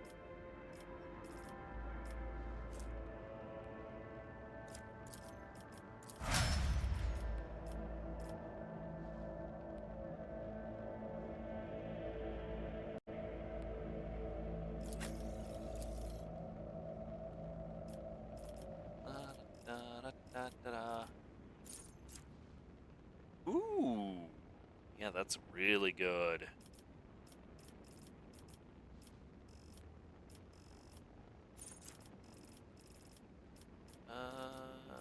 What's the difference between them?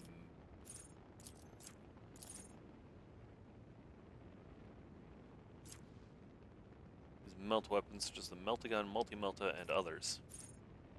Yeah, sure, why not?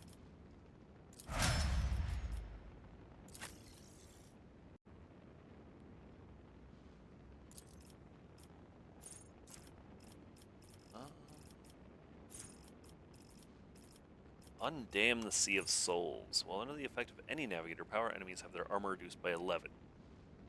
Production is increased by the devastating parameter of the navigator's staff, but does not stack.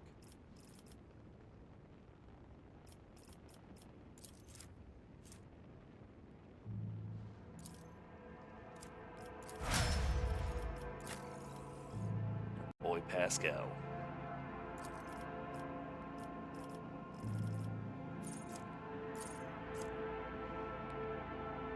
No.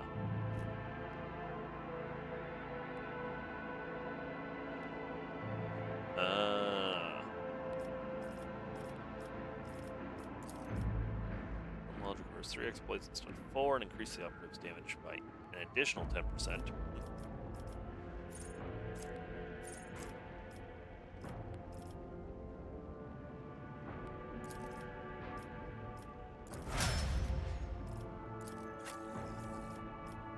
It's funny that Cassia has the most health because of one of her navigator perks.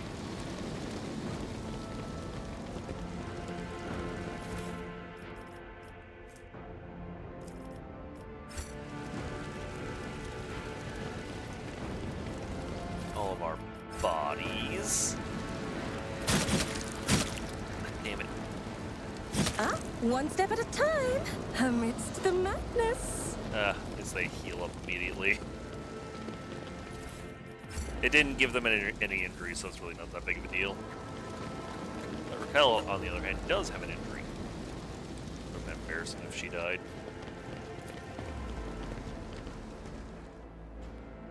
Yeah, well, I'm going Chaos. You can get up to 2 points in the other ones as well. Or 2 perks in the other ones as well. So you can do a little bit of Dogmatic, a little bit of Iconoclast. Ugh. Ugh.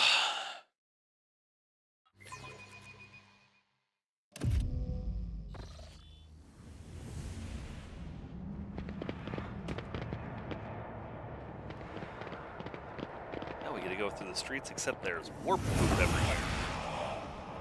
Did you think you had won, enemy mine? You vanquished Twilight. You cut down Aurora. She was only one of us. You hear me? In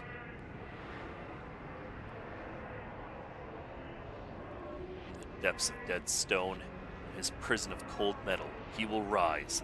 The hour is nigh.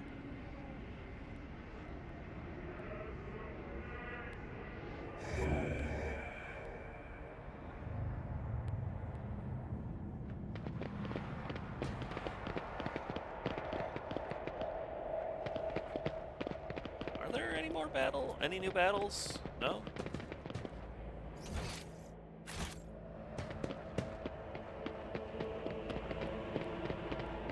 My little voices have quietened down. They're lying low, whispering somewhere in the distance, like a draft sighing through the smallest crack. I suppose I should see it as a bad sign, but it's so nice to hear myself think again. Knowing you, Mistress Trass, and being unwillingly acquainted with your voices, I would remain on my guard. No, it's the wrong way. That's dead end. Gotta hug the wall so I... Oh. Okay, yeah, there is more.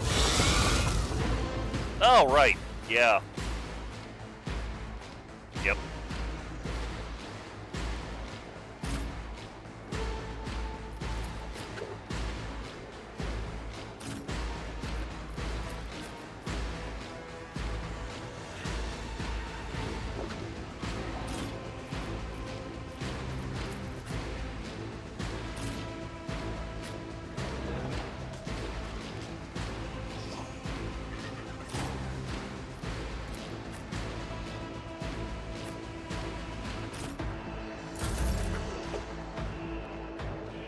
I was kind of hoping that she wasn't going to be first.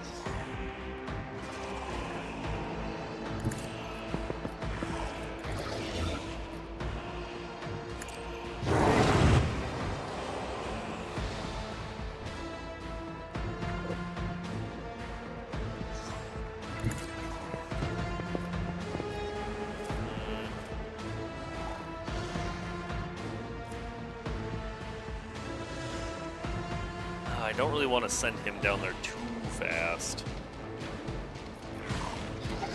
Bring it down. Oh, come on, just out of reach. Are you kidding me? Isn't this a job for the serfs?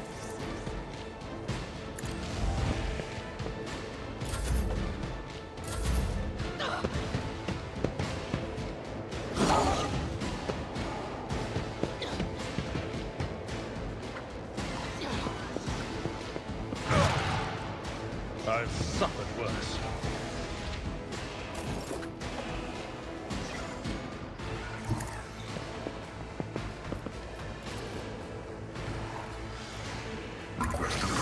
Everyone.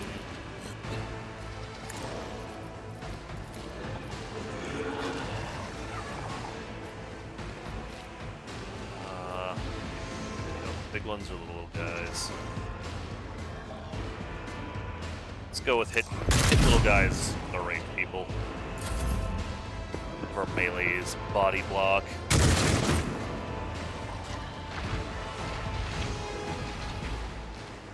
I serve the ruinous Because power. Lucindia's gonna end up fighting this one up here and then coming down to help out these guys.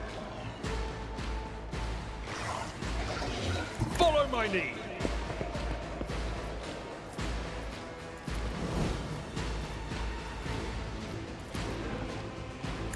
Target well struck. Ah. It's doer. Stalwart defense.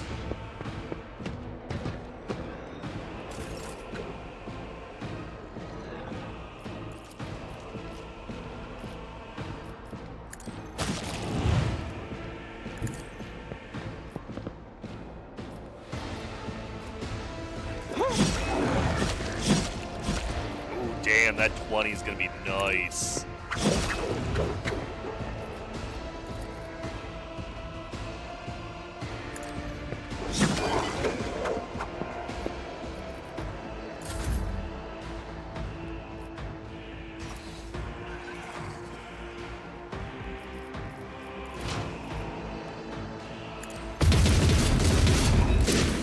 All right, there's one chaos spawn done.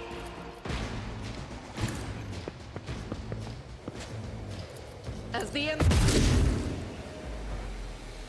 Yeah, then there's one guy back here, so let's have everyone else start making their way down here.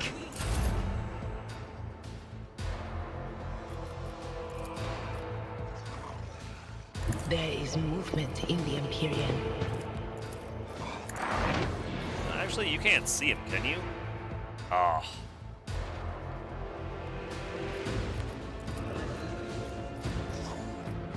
Ooh, she can hit that chaos piece though.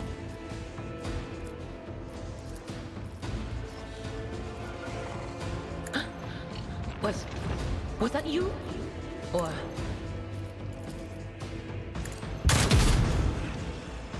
95% chance miss. Are you kidding me?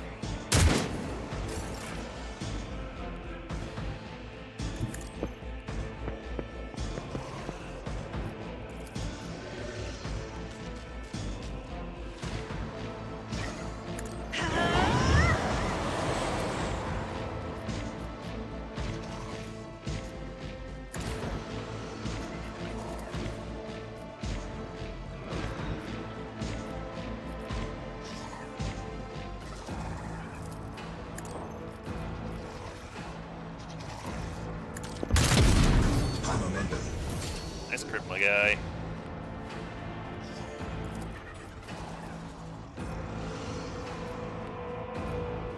I am the sons of destruction.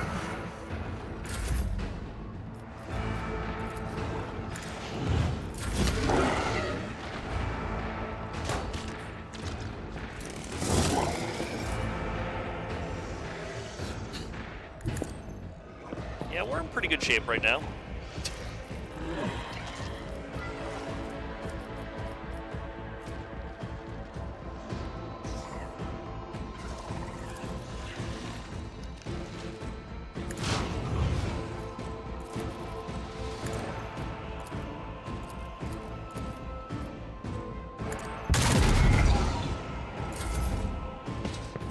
No, don't go further away.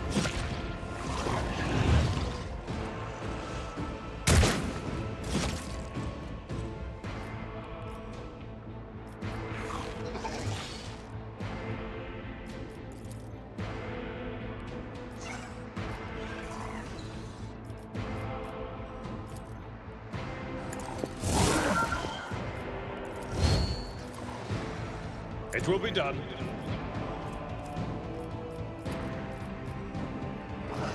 forward defense again.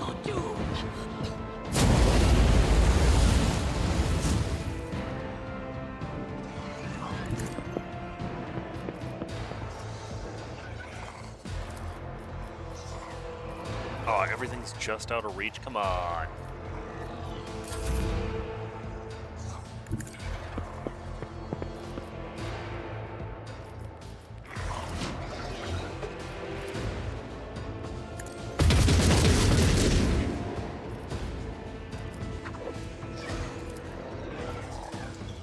Shit, revel in slaughter first.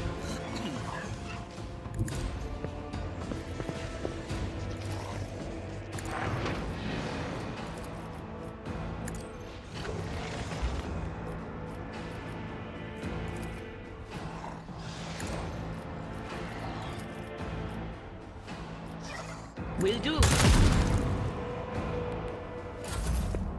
Death to the weak.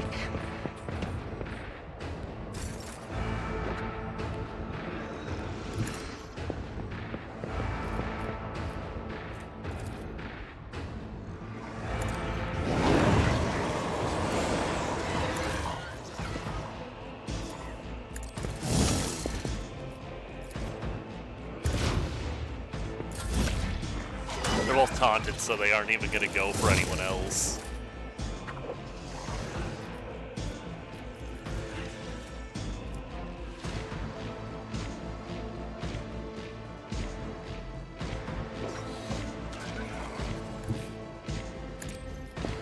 Yeah, sorry, Abelard, I'm going to be hitting you a little bit.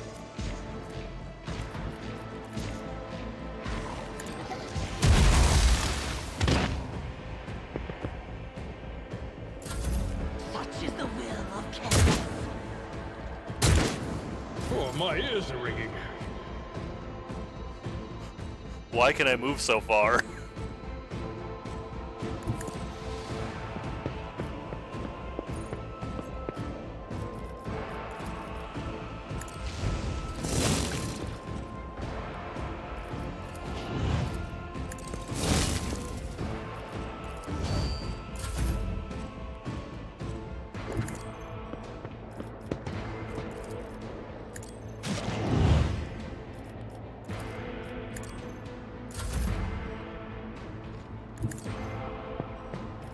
Come on, Argenta, you can do it.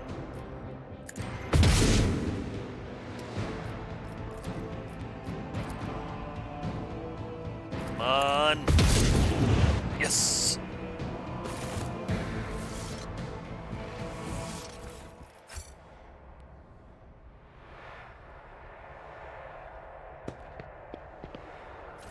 This is why we bumped it up to daring.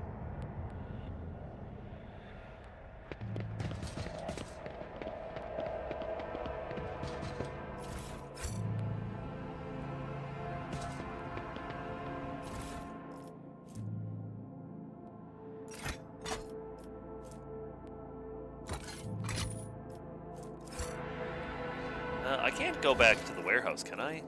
No, they're blocked off.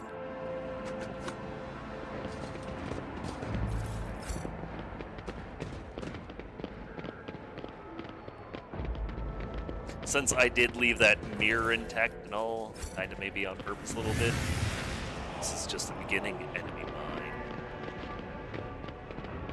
He comes, he comes, he comes, he comes! That's a lot of come.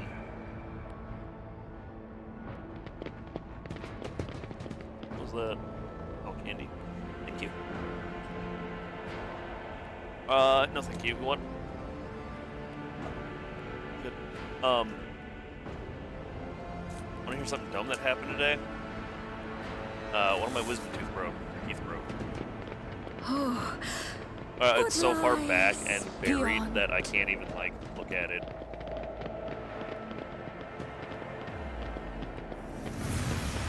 They're coming, one following in the other's footsteps, the aurora of the morning and the aurora of the evening.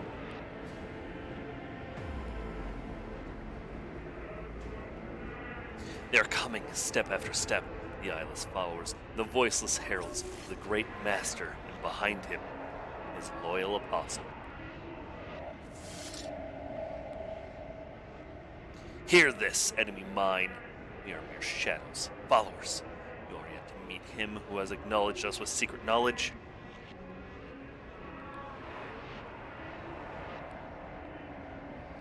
That is, of course, if you survive this day. The day of the coming of the final dawn.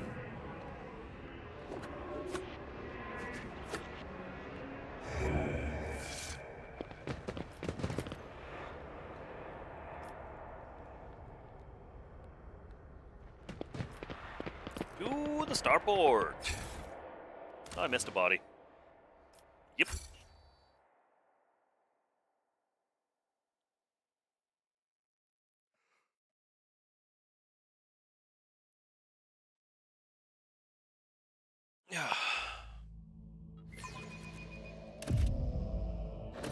The anarchy at the starport will distress the hallowed machine spirits of the Voidcraft, rendering them deaf to all litanies of placation.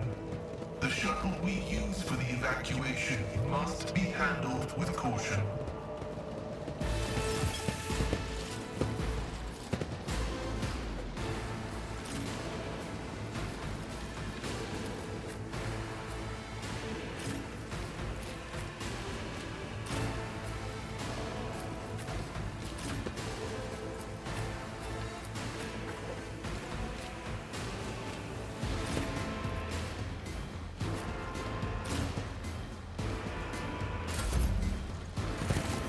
Nope. I don't remember him turning into a Screamer of Tzeentch before. I could be misremembering, but I don't remember him turning into a demon.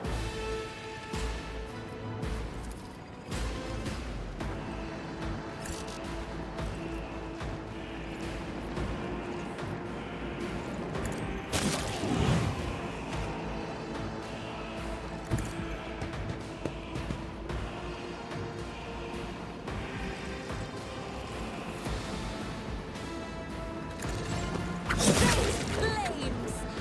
Another one.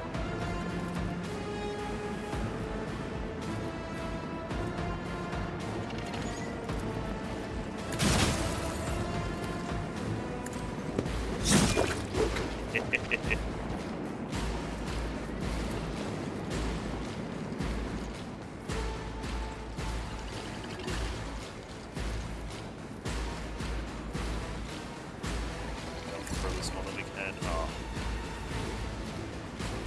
Oh man.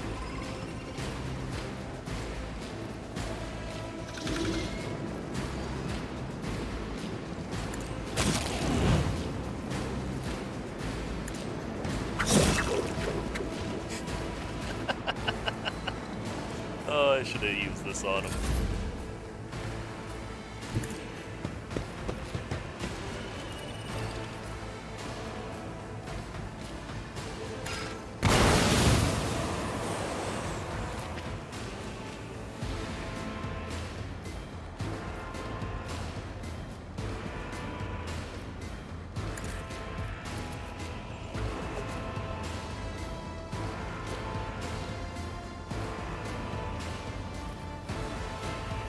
Victory is imminent.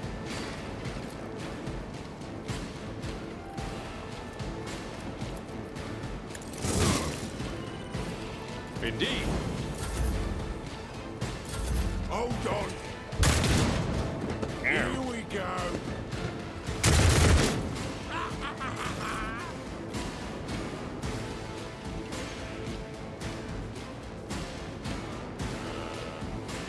You hear.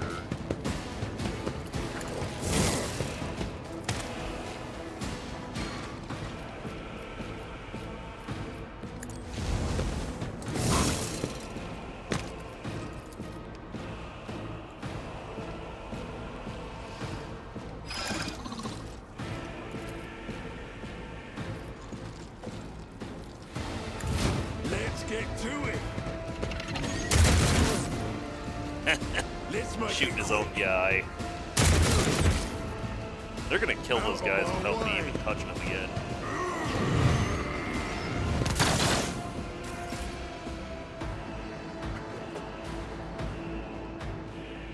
Guided by faith.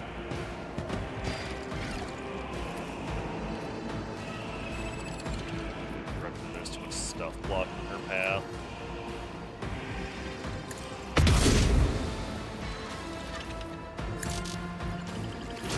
There's no one running up.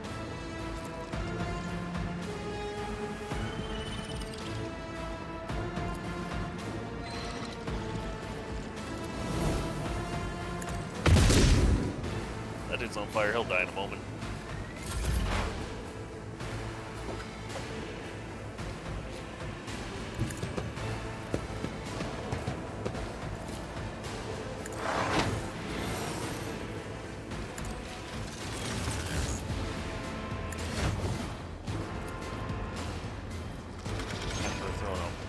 Buffs immediately. Anything else? Damn, she had a chance to kill two with that.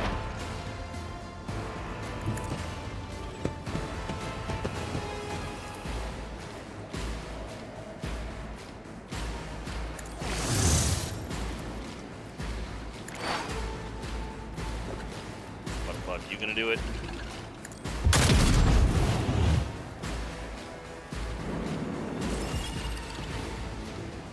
More enemies spawn.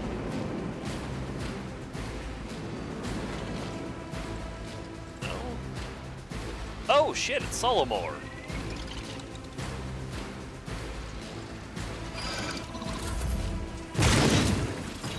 I see. So it like wasn't a streamer I've seen here before.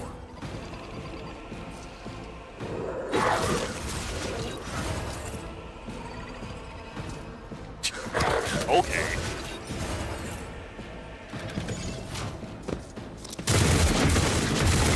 Hey, you're shooting my guys, asshole. Let's get to it. I want his gun.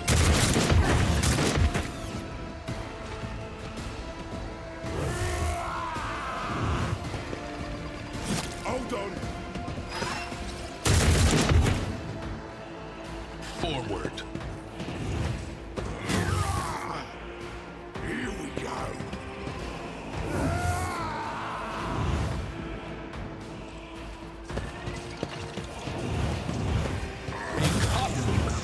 Damn. Okay.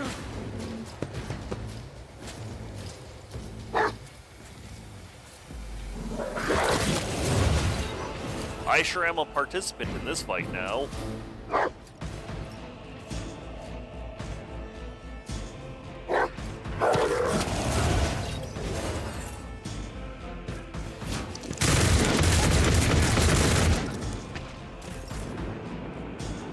Like, is that just to show the power of the Mastiffs? Damn.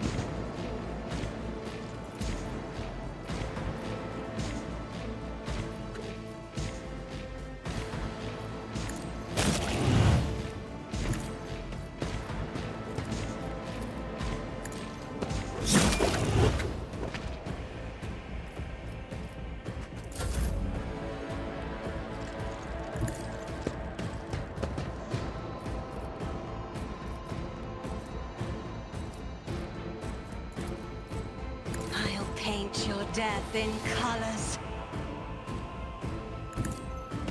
Really hoping Abelard would be able to make it to that guy.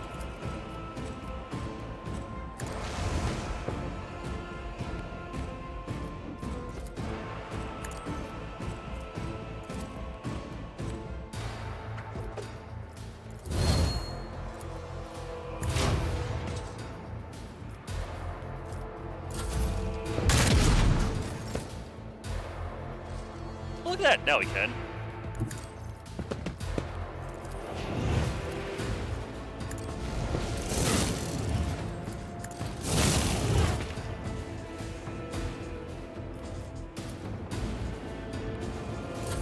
Let's get to it.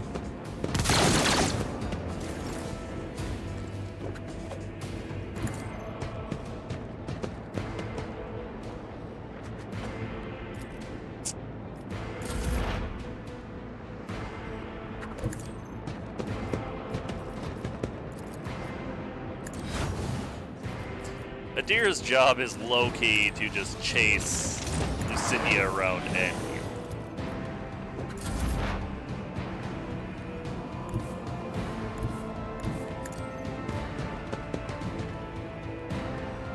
oh snap, one of them is still alive.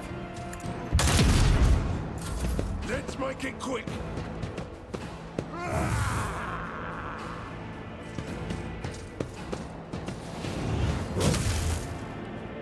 One step ahead.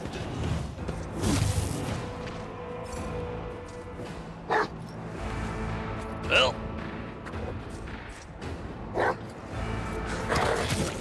Like I said, I sure was a participant in this fight. Oh, and another level up. Hell yeah. Zalmor's chest plate is punctured in multiple places and his face stained with blood, but his gaze remains clear and firm. Still alive, rogue trader? Good.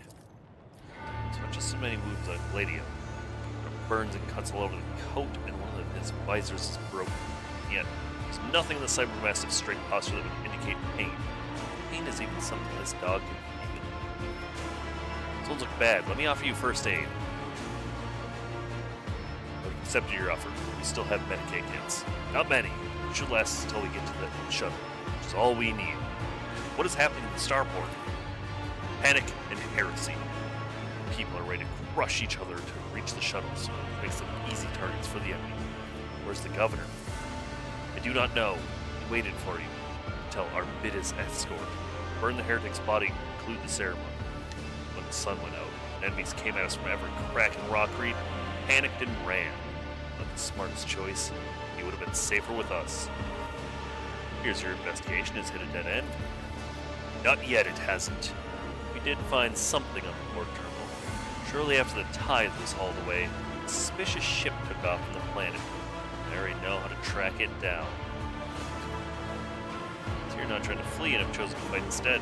I commend your resolve. Actually, our plan is to retreat. The rebels are one thing. There's nothing we can do against the warp forcing its way in. That's a fact. Zalmor spits out a mouthful of blood. The battle is forced on us. We had to keep the heretics away from the terminal until the machine spirits finished transferring the data to our shuttle. Speaking of shuttles, the ship we hired has turned tail and left orbit. Let's turn to you with a request. Take my squad aboard. We will disembark on the first worlder station with access to a void ship. We cannot die here, but whoever stole the tide is enjoying their freedom. Very well. You and your people may come with me. Need time to dress our wounds. Cover your retreat. Make sure that there's no attack from the rear. Get to the shuttle first. We'll be right behind you. Of course.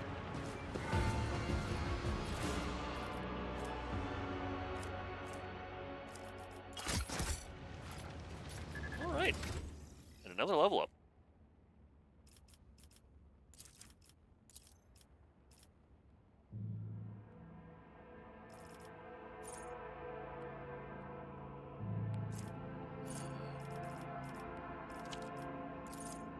Can use both a desperate measure and a heroic act in the same combat, but not in the same round. Whenever the blade dancer uses a desperate measure, I don't ever really use desperate measures.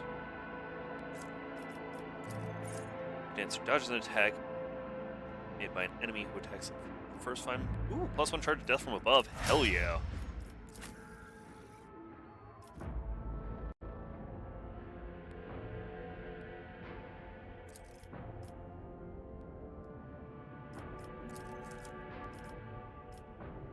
Strength.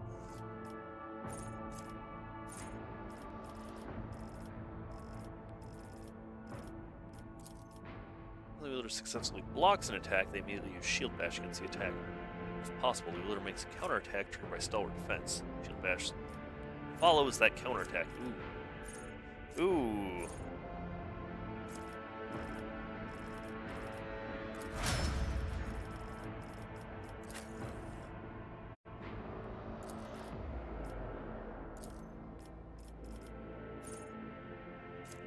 Of life or deterioration.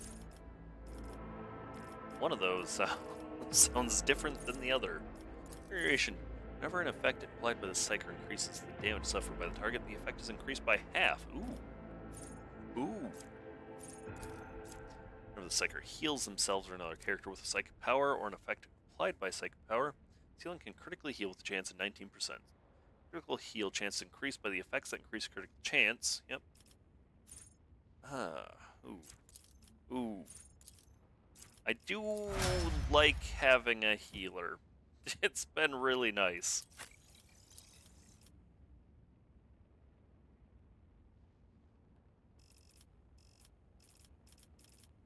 Oh, you know, I bet that we could have baited them to kill that minigun guy.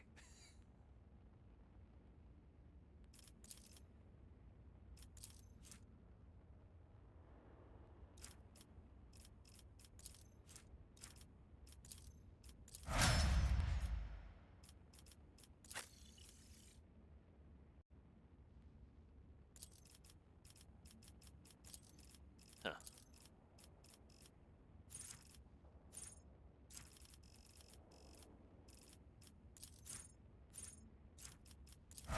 I understand why, but it still feels odd.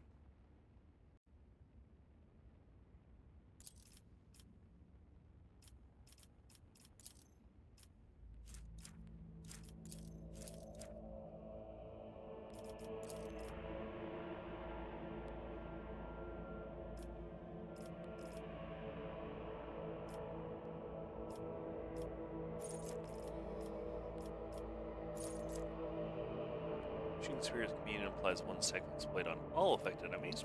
Not bad, not bad. Pascal uses plasma or melt weapon. His damage with those weapons is increased by 10% stacks. Ooh.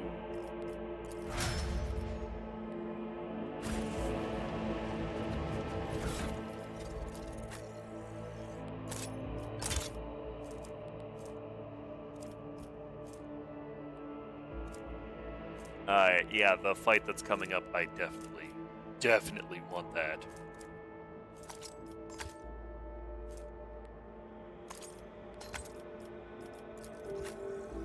You were given Grenadier, surprisingly.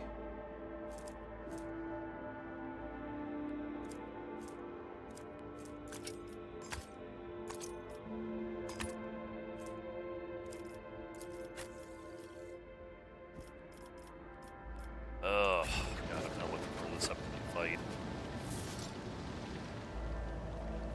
The next fight is, I believe when I was reading comments about it before I got, or when I got this game through Humble Choice originally, or even when I was just looking for it, the fight's a filter. If you can't beat this fight, you're going to have the worst time. It is a genuinely hard fight. Or it can be a hard fight, I should say. Because up until now, everything's been pretty easy, minus, you know, me taking a bunch of unnecessary wounds at the start.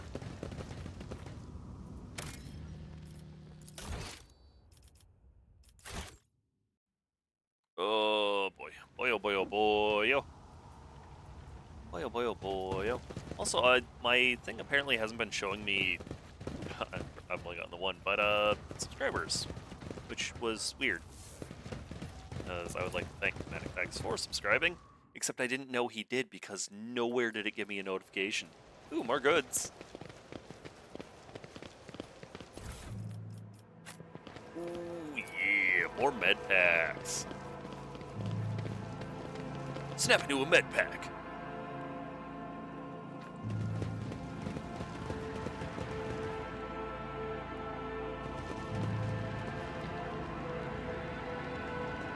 Alright, we ready? We ready, chat?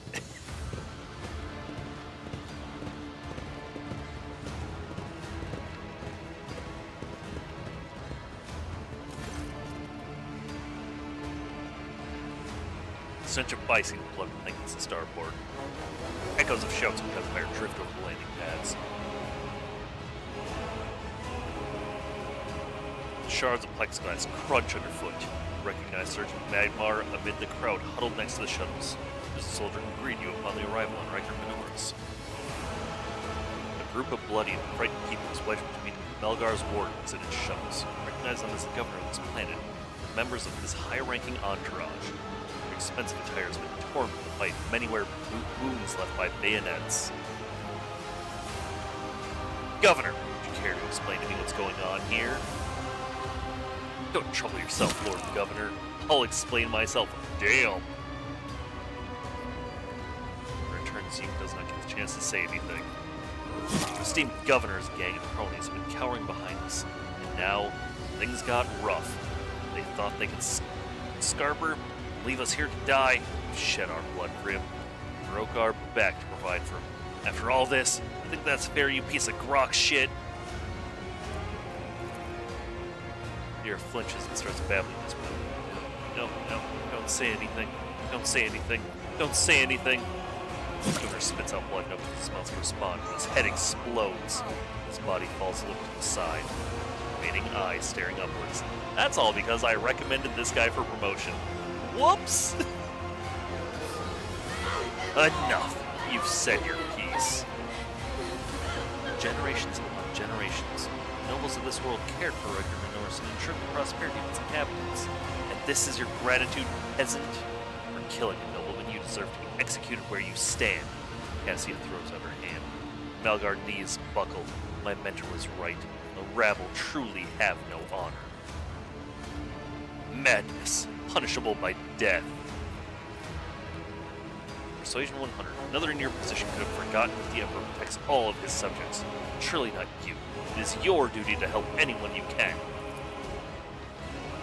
I don't know why you stick up to these parasites. They never would have helped someone like me. They don't deserve to die either. You're right about that. Not all of them, at least. No thud comes from deep within the starport. Heavy footsteps shake the rockreed, raising a pleasant tremor in your bones.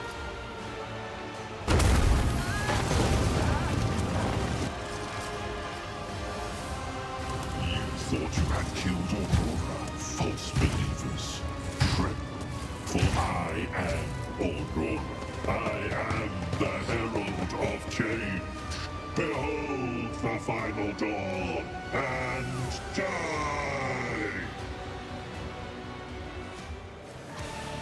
Well, in lore, we would be dead right here, right now.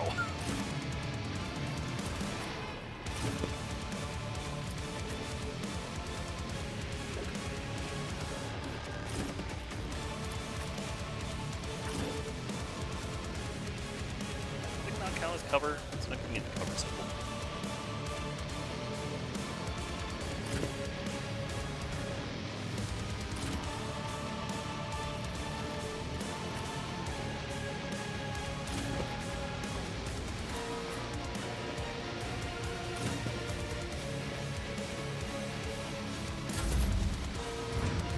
Oh no. Oh no.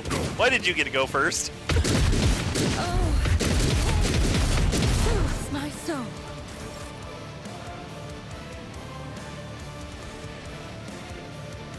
Rejoice in battle! Alright, we're off to a great start.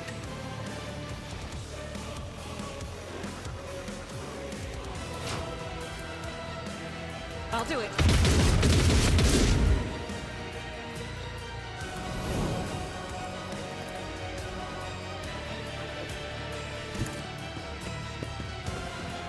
Let's get to it.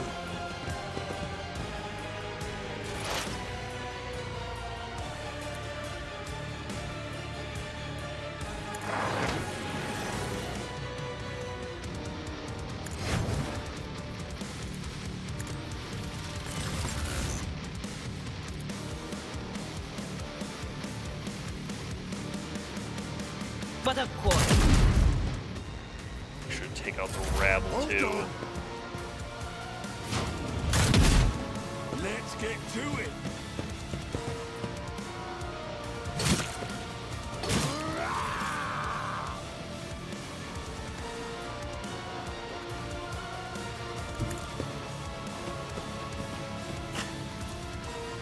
I'm not accustomed to being born. The fury of House Orcelio. That is foolishness.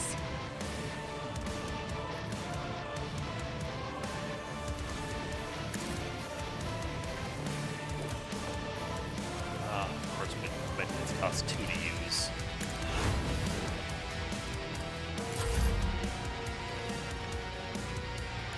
Get her back behind cover.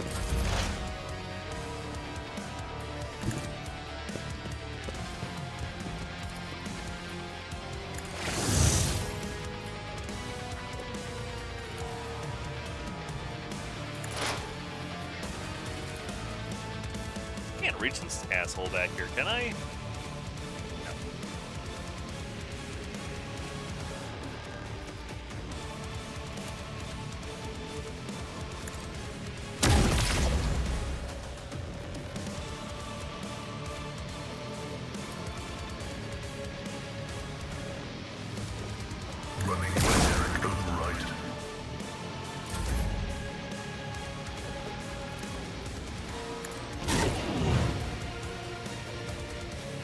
first parallels of the warp.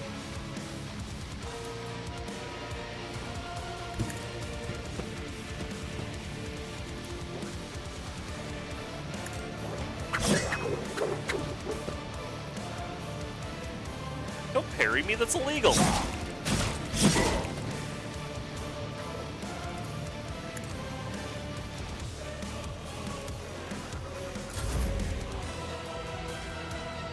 Yeah, Ablard, big guy, I need you to keep this man distracted forever.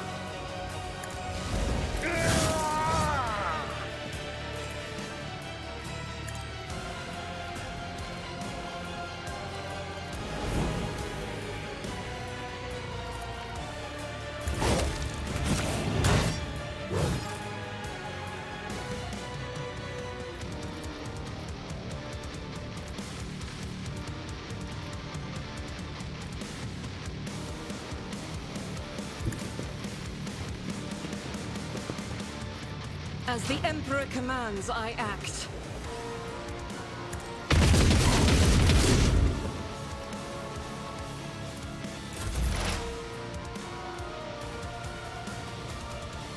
Hit you with it. Fuck you. You. Heal you.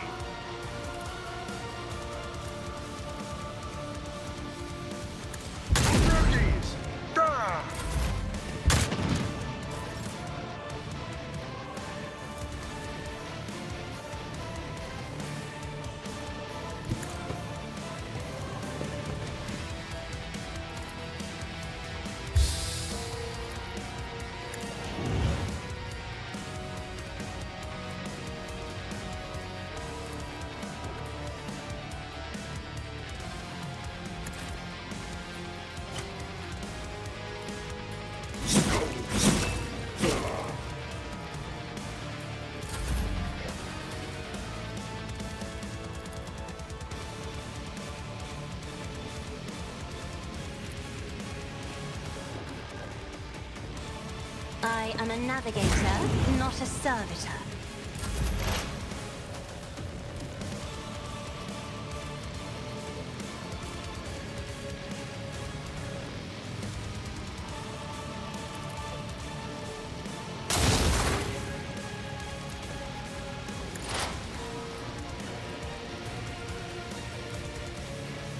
The Omnissiah knows all, comprehends all.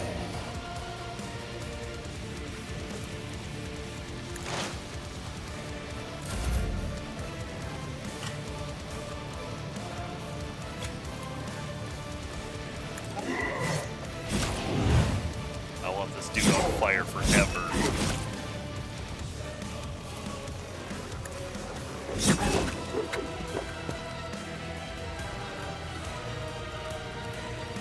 I've already used Orchestrate Flames on you, yeah? Yep.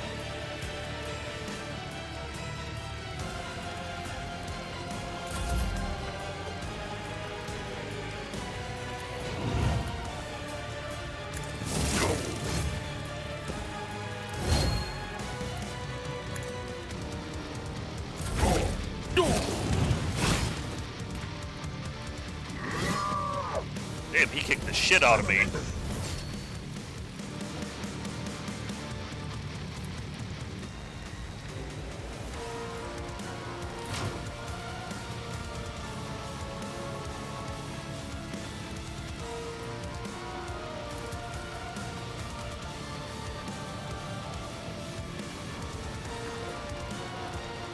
Still, Strickland's ability to make a number of extra attacks equal to their rate of fire.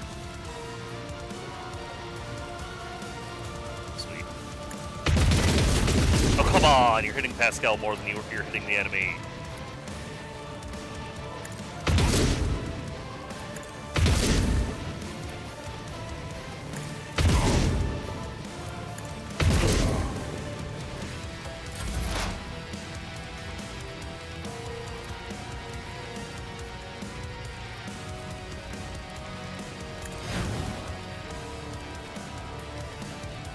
Okay, yep, you got forewarning.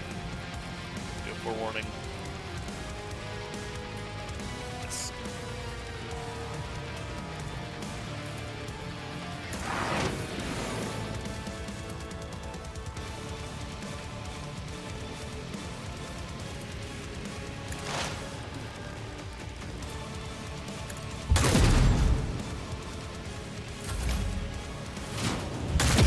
guy up here just being a minor annoyance?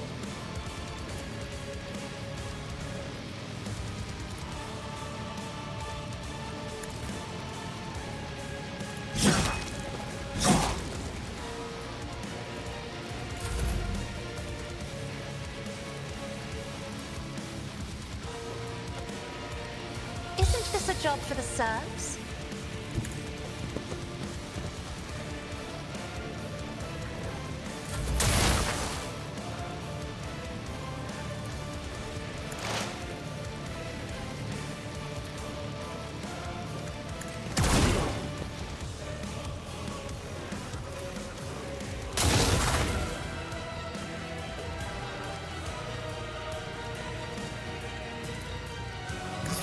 Yeah, lore-wise, this guy should be absolutely tearing us to pieces, like, literally.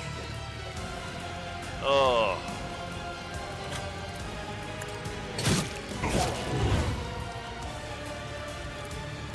This is gonna seem stupid, but we're jumping into the fire.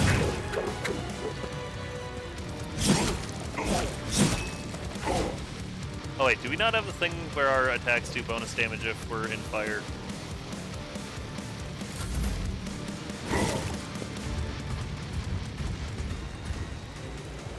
What? Uh-oh.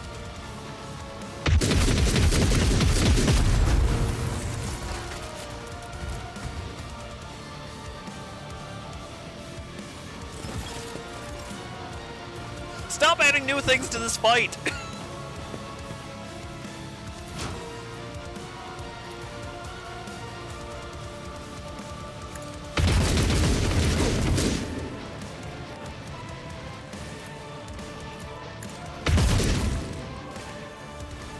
I do not remember Aurora running over, destroying the shuttle, and then splitsing up here.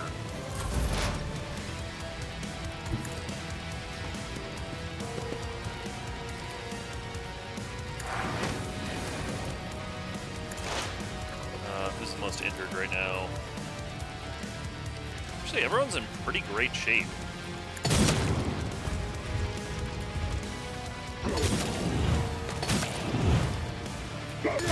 Thank you. Protect your daughter. Masters and honor its endeavor.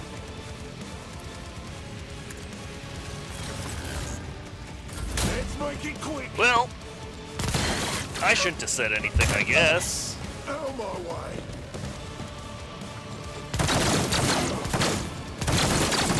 Let's get to it.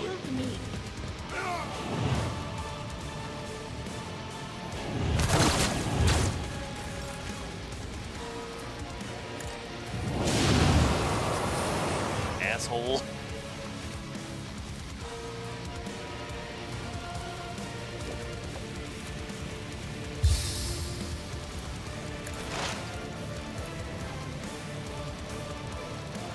Sadly, I can't revive Argenta in the fight.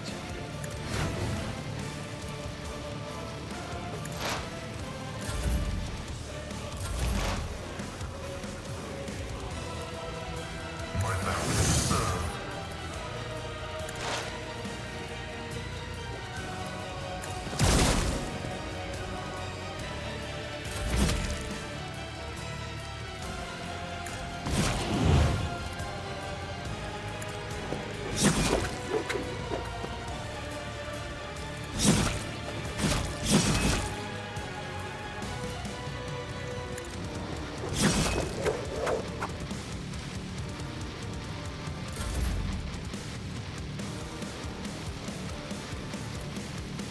It will be done.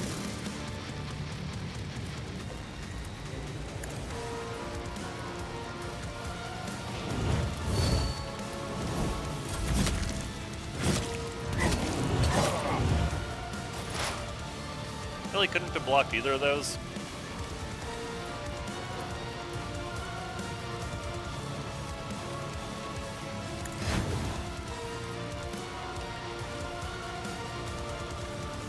Hey, you assholes up here ever had your brains exploded? I think you should try it.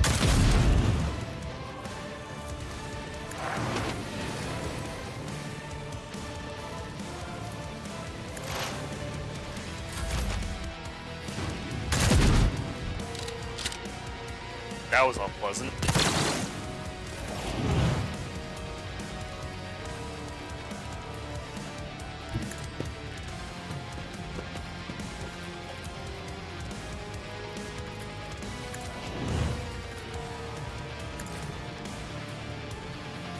Just 15 left, huh? Pain is but an illusion. Oh.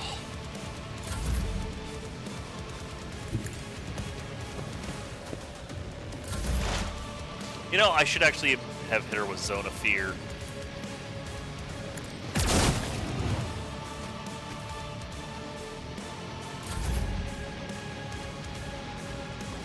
Alright, who's left alive and wants to die?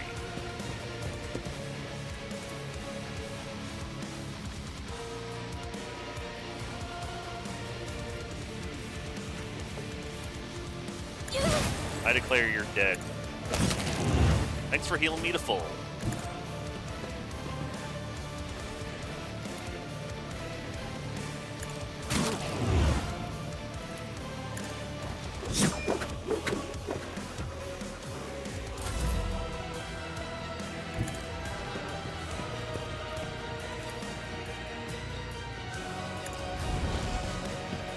Yeah, that Chaos Marine messed us up right away. Cover me! So bad. Reach this.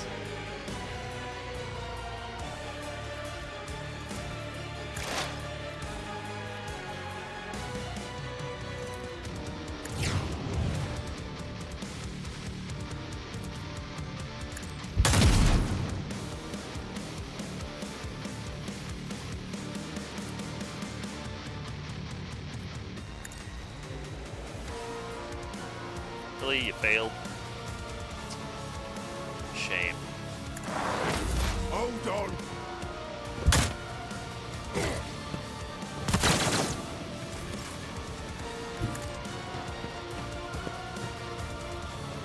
Sadly, I don't really have much damage choices right now outside of Lidless Stare with her. Oh crap, she needs to reload. Have your brain explode.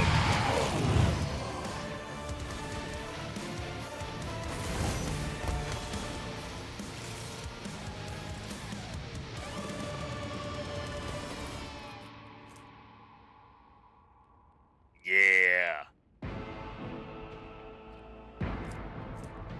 Life-draining sword. Ooh.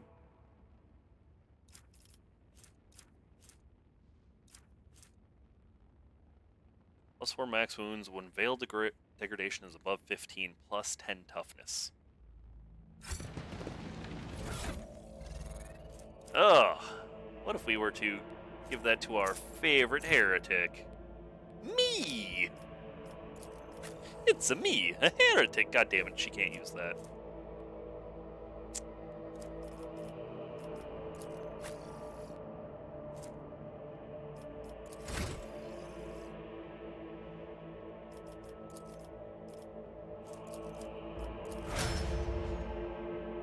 All of these levels are going to be nice and quick because it's just their ult. Nope.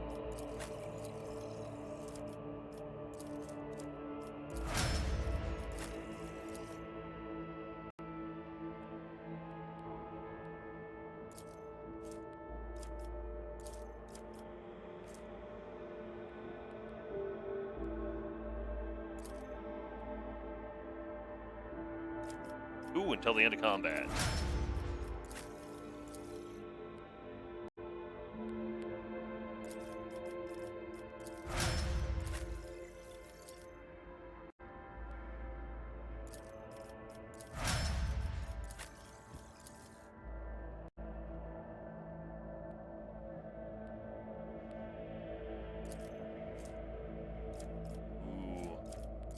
All of her attacks being harder to dodge is good. Oh, Pascal apparently. Oh, he's currently speaking.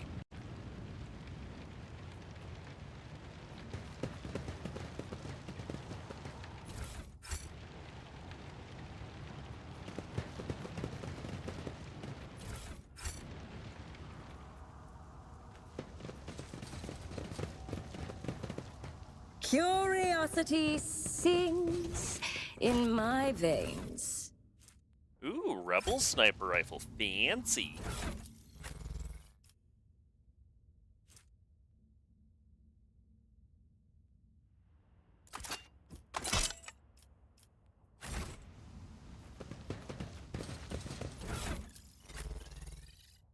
So for now, I think I want to go back to the arc rifle.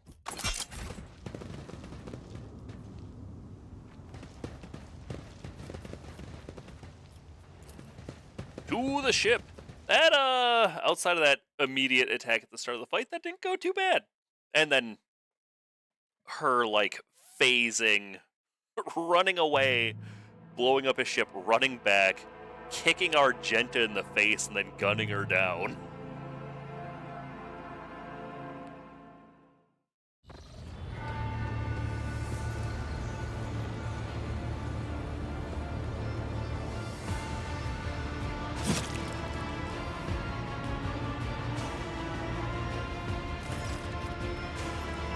Thank be to the Emperor, you are alive.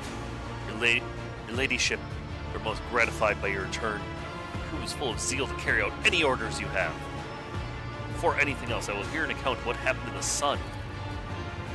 Captain, I saw a number of ships approach the sun. Black creations of inhuman make, amalgams of sharp angles and edges, surrounded the star, and then... my apologies. I struggled to find the words that could describe that terrible sight. Xenos made the sun vanish into the void. Drukhari! We did not have enough troubles on our hands already. Xenos, enemies of humanity.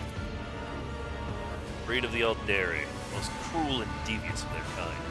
The design of their ships matches the description provided by the Voxmaster. Like all Xenos, the Drukhari are a blight on the face of the galaxy. But their technological superiority is indisputable. They have bored, fear-warp sorcery. That's why they rely on creations of their twisted intellect. Many of those creations are capable of things that may seem akin to sorcery to the unenlightened eye. The theft of the sun is one example of what they are capable of. But the Xenos in league with Aurora's cultist? We can rule out that possibility. Drukhari would never ally themselves with the arch-enemy's worshippers. But name one thing humanity and the Xenos have in common. They just share the loathing for warp corruption. The situation calls for immediate action. Cyndia, continue this conversation later if you so wish. Right now, I believe you should assume command. What's happening on the planet now? Our Augur operators are reporting numerous uprisings, other manifestations of arch-enemy's powers at various locations on the operators. There's practically no resistance being offered by the governor's forces. Millions of people are covering the blasphemous Final Dawn cult in mass, assembling in prayer circles. Do we have any hope of retaking the planet? I fear that Riker Minoris is lost. The situation is deteriorating by the minute. Let's leave this system as soon as possible. However, there are still people on the planet who have not succumbed to heresy, or are worthy of rescue. Besides, the small number of our own shuttles, we also have the shuttle salvage from the starport. We must save as many as we can. This has all happened for a reason. Saint Argenta, whose name I carry with reverence and trepidation, is famed for saving the people of a dying world through the power of prayer. God Emperor himself sent a star from the heavens that lifted the saint and her followers up to the sky, away from corruption and death. We must do as she did, direct all efforts to saving those people who at this moment look to the heavens in hope of salvation. The lives of peasants are of little value. Our prime objective is to the Holy Relic, the miraculous fusion reactor, the Electro Priest who guard and tend it. Every moment we spend in proximity to a dying world, we are putting ourselves at risk. Your life, Lord Captain, is far more valuable than all of Riker Minoris. The Von Valencius dynasty cannot be allowed to perish, and so, lamentable though it is, we must rule out the idea of any evacuation. Ernest's eyes like two deep, their pools are ristfully fixed on you. The world is doomed, its inhabitants long of it. The disappearance of the star was one final nudge towards death. The finale of the cult of the Final Dawn's plans. Once witnessed a similar event. The world had surrendered to the servants of the arch-enemy and permitted corruption to enter 2D. At this moment, millions of people are bowing down before those who promised them salvation. They're willingly giving over their souls to chaos. Sacrifice great enough to bring forth a demon world. The only hope of stopping this process is to retreat to a safe distance from the planet and conduct targeted bombing of the Electropriest Monastery. And blow up the reactor. A thermonuclear reaction will follow. The world's oxygen will evaporate, killing off the entire biosphere. In doing this, we will save millions of souls from a fate far worse than death. We will save Reichard Minorus from becoming an outpost of the archenemy. Only death can rescue these people. The Undying One has reached out his hand to this world. It's time for him to reap his harvest. He does not reject. It's designed lest millions of names never reach him. Instead, perish in the depths of the Empyrean. Death is mercy. Dominant Lucidia. Dominant Lucidia. Whatever fate you choose for this world, I urge you to make haste, Lord Captain. The planet is burning in raging flashes of crimson and purple. I can see it even in orbit. As do I see the storm is already upon us. Every moment that we waste grows ever more difficult and perilous to steer the ship through the warp's turbulent currents. I'm with the lady on this. Enough talking. We need to get out of here while we still can. Something lurking in the depths of your consciousness bristles. The passive thought of saving people. The spike of horror you feel takes your breath away. As if you are planning to steal the prey of a mighty predator. The plan is already wrapped in a thread stretching out from the warp. It deserves to have a master.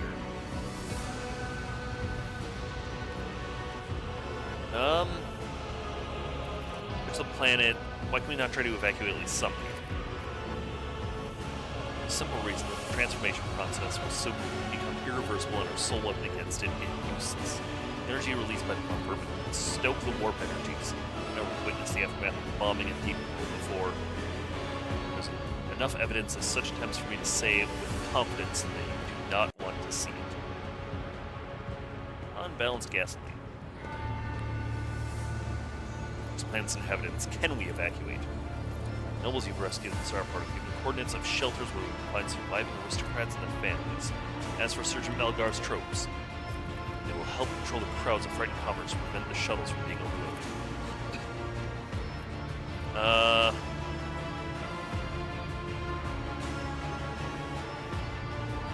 Miraculous fusion reactor must be saved. Damn, I picked the wrong choices. Don't forget yourself in here. One more objection from you and I shall forget all about the need of delivering a footfall alive. Detect a flicker of something beneath Henrik's sanguine mask. Whatever it may be, it does not seep into the interrogator's dispassionate voice. In that case, I consider it necessary to point out the mark of the Archmage can infiltrate the ship with the priest escorting the reactor. Keep that in mind for the future. Have the pilots extract all of the commoners. Consider it done. They'll bring us to the limit of our capabilities. No more shuttles to use for evacuation. Screw the nobility! The bridge is enough. Nomad's prayers mixed together with a senseless cacophony. The servitors do work hastily to remove a hardened crust of sacred unguents from the warp engine's components. In the middle of all the tumult stands Pascal with a data slate clutched in his hand, seemingly disconnected from the flurry of activity around him. Magos, why don't you assume control of the Technomans? Surely their contribution will speed things up. It would only be a hindrance. I'm searching for a way to rectify the error. Pascal's muttering without taking his eyes off the data slate. A certain anxiousness in the way he moves his mechandrites.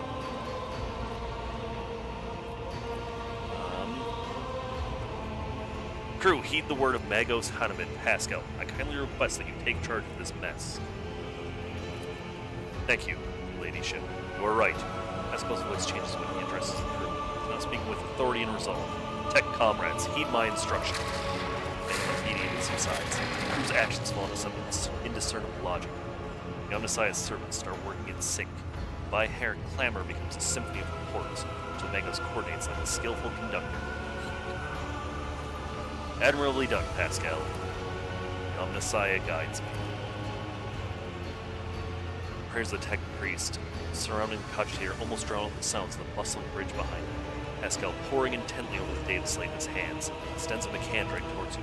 Please, take your place at the cogitator, Lord Captain. Step up to the cogitator. Is it cogitator or cogitator? I don't know. huge machine in front of us with dozens of vid screens and hundreds of lumens. Blinking lights and endless rush of symbols and digits on the green background make your eyes water. The vague sense of alarm simmers in the depths of your mind. Typical reaction of a layperson confronted with the magnitude of the Omnissiah's creation. Among the numerous controls, you see the mouth of a cyber gargoyle, the same as the one at the gate to the warning chamber. Servants of the machine god, heed my command. Acolytes, prepare the incense instrumentation. The litany of the machine spirit propagation. Senior technomancer, recite the prayer to generate a current data pool. Operations will be marked with Campanological Protocol Omnissiah Rejoice. Must inform you. Do that for the purposes of safety. Complete reassembly of the warp sextant and updating of its data smith blessings are required. This is not done. Launch the volume of aggregate calculation errors can result in the destruction of the data crypts. But as we do not have 100 hours at our disposal, we must omit this procedure. Esco looks down at the data slate in his hands. Minor deviation from the rate of operation for the sake of appeasing the spirit.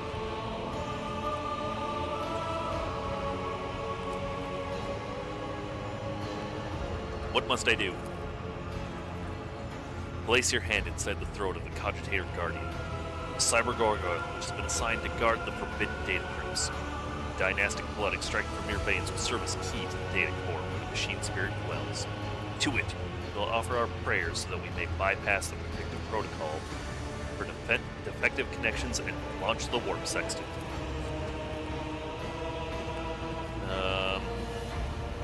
Laws of the Omnissiah know no exceptions. So, this ritual will remain at your side to placate the wrathful machine spirit in whose abode you will be intruding. Follow my liturgies, Lord Captain, and may we receive his blessing. Place my hand in the cyber gargoyle's mouth. It will just clamp down to your hand, breaking your delicate corporeal sheath, releasing warm red liquid into its belly. At the same moment, the image on the vid screen before you changes. Connecting. Success reg. Nom OS operate.resp act. Reach out and touch the keys on the instrument panel. Input pack comp. OS stab true. Log. Strength. Check. Initiative. 565. 245. Damn. Lord Captain, please, you will anger the machine spirit before we have removed the description. What does it mean? Sound your voice, Cogitator servants whose bronze-bound skull is built into the Cogitator housing schudders. The screeching skull rotates towards you and then stops in that position. Benevolent code, a voice receptor. The skull emits a sequence of Bin-Herrick signals and is silent for several seconds. I hypothesize that the defect is located in the analyzer block. Registered reacting to the signal. No process response. Temporary override is permissible. Magos intently studies on the vid screen. The shell was created on a forge world unknown, initiating standard invocation of the machine spirit. Skull leans over the adjacent instrument panel and sets his hands on the controls. At the same time, a wide stream of machine code begins pouring forth from his files. What do I do now? Lord Captain, I now ask you to address the machine spirit. Speak the following command. By my authority, I revoke the inviolability protocol on the warp engine. Voice receptor will receive the vocal entry. Without your sanction, the machine spirit will not accept the data of the warp segments. I say that. One of the Cogitator fit screens turn red. Eskel sees this and raises his hand, signaling to the rest of the tech priest that draws a connector from his sleeve next to the machine. Servants of the Omnissiah, make now the offering of cleansed data crypts to the machine spirit so that it may be filled with their true and calibrated data. May the Omnissiah have mercy on our souls. In the meek solemnity, the acolytes offer up the cleansed data crypts to the warp engine, one after another, repeating prayers of exaltation. After anointing the contracts with sacred unguents, Eskel inserts them in the Cogitator slots. Her head begins to spin from the holy censor's foul-smelling clouds of smoke, and the loss of the blood that the cyber gargoyle continues to drink from you. The world swims before your eyes. Let the mechanism awaken anew. Eskel enters a sequence of commands and raises his hand. Watching the vid screen, suddenly stops dead. No! His fingers fly over the command rooms, entering command after command, as the Candrites clinking their pincers, pulling one lever after another. The vid screen fills with strange symbols, completely incomprehensible to you, clearly conveying something to the Magos. Say nothing and do not interfere. For a few seconds, one of the data crypts mounted in the cottage air begins to emit sparks. A few moments later, another data crypt does the same. The next bursts into flame and gives off foul-smelling smoke. Around you, the ominous Sia's servants break off from their prayers. Something bursts into frantic pleading. Massive errors in the warp section's calculations, destroying the data repositories. The offering did not appease the ship's spirit. The warp engine cannot be filled with motive force. You're trapped. A moment later, Magos continues uncertain. Perhaps an alternate horizon program. An emergency launch of the auxiliary coils. Henry bends over the cottage air with something his proposed movements reveals his desperation. The other vid screens are filled with more and more strings of symbols. The monitor in front of you blinks and static image changes. Pascal is too engrossed in his ritual to notice. Read the information on the screen. Input, pack comp. Nom OS stab true, nom OS stab false. Stat check init. Perturb registry, disturb registry. Nom OS operate repository query. Machine spirit, can you hear me? The Cottage servant creaks quietly in his joints. The sound is drowned out by the Ben-Herrick hymns and tapping the command runes. OS ping. Rescue. Yes, Machine Spirit, rescue us. Captain, excessive motion in your command will render it unintelligible to... Pascal's next vocalization goes unsynthesized as he sees the vid screens begin to stabilize one after another. The strings are frenetically galloping across the green background are replaced with stable images or regularly updating status reports. One monitor remains inexplicably red. Chris Fox cracks in shock. His report is as clinical as ever. Registering. Warp sector activated. Registering. Data stream stabilizing. Registering. 0 data errors found. Reporting. Warp engine is ready for translation. After a pause, Pascal adds, also reporting evidence indicating a Category 3 miracle fulfilling the criterion. Thou shalt witness the mechanism that coils of glorification of its function and in defiance of deactivation. Lord Captain, Ravor here. Crew are almost finished carrying out the orders given earlier. Just received confirmation from the engineering calls. I don't know what you did. Warp engine's up and raring to go. Ready to begin transition to warp, ladyship. Lord Captain speaking. I give the order to commence translation to the warp. Waiting for you to ascend the captain's throne, Lord Captain. May the Emperor protect us.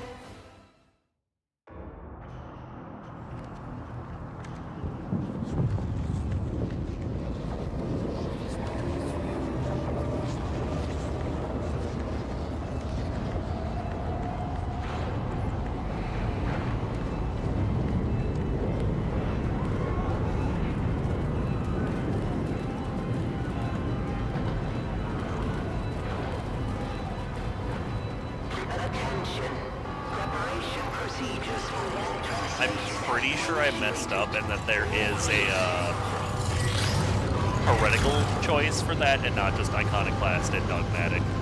The dogmatic option is nuking the planet.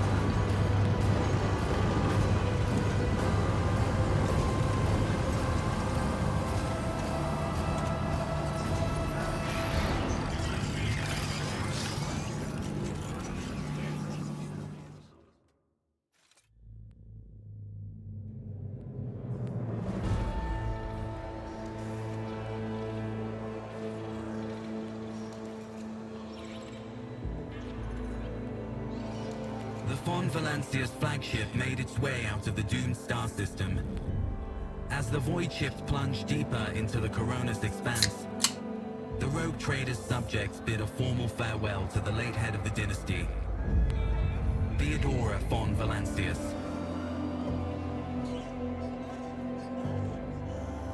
Having paid their last respects, the crew gathered their strength and braced themselves for whatever was to come next.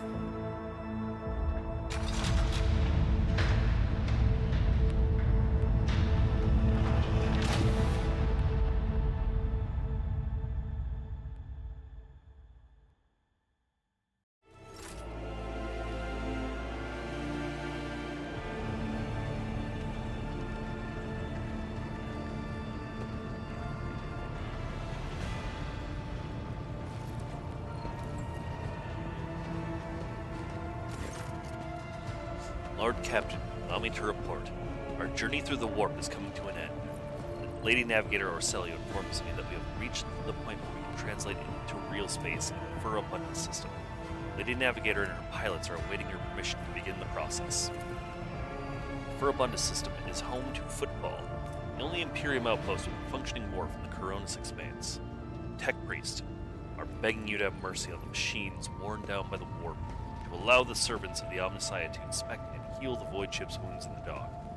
Prayers and rituals will take some time, which our astropathic choir will use to establish a connection with the prime worlds of your proctorate, Dragonis, Janus, and Kiava Gamma. Master Zachary Weiss has recovered an invitation previously adrift in the Immaterium. The Liege of Footfall has humbly requested an audience with the rogue trader of the Von Valencius dynasty. According to Master Zachary, the message was tinted with shades of pleading.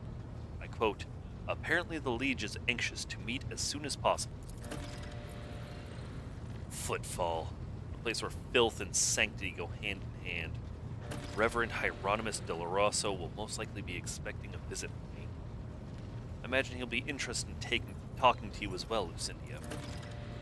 I'll be leaving your void ship when we arrive on Footfall, Lucindia.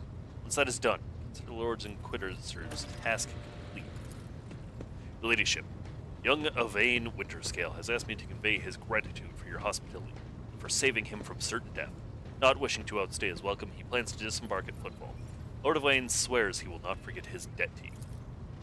I hereby inform the rogue trader that during a comprehensive system inspection rite, this unit has discovered data clusters within the captain's cogitator that are concealed from prying eyes by means of a personal cipher, the sacrament of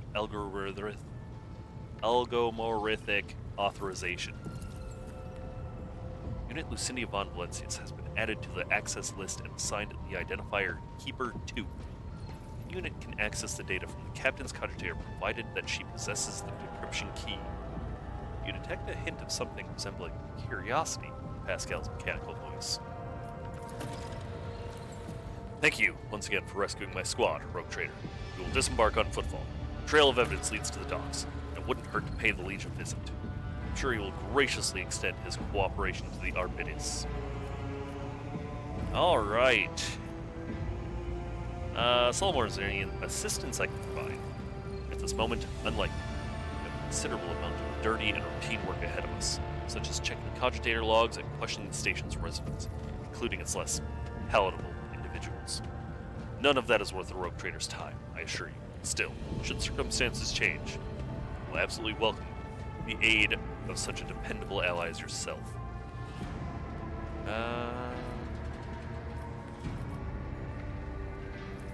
The Lady Navigator, I give her leave to make the transition from warp to real space. I don't want to read all those questions. It's just gonna be the basics of Footfall. Vidgus begins issuing instructions. The massive ship appears to change with her every word. The bridge is set in motion as hundreds of people start to prepare for the shift to real space. Measured chanting fills the corridors to safeguard the vessel and its crew. One more thing, Lord Captain. No one at the station knows about Lady Theodora's demise, and you inheriting the title. Liege Takara will be informed. It's required so we can use the dock. Besides, he's expecting a personal audience with the rogue trader. It will not be with an unknown person of unclear standing. However, there's still the matter of announcing your arrival. Either arrive on the station with the proper pomp and ceremony, or choose to visit incognito. I have decided. Tell the Liege I will arrive officially as the rogue trader. It will be done, Lord Captain. With your gracious permission, I will return to my duties.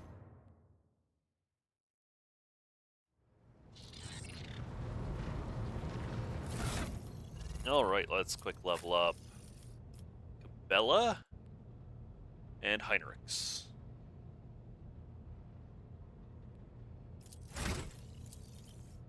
So 13.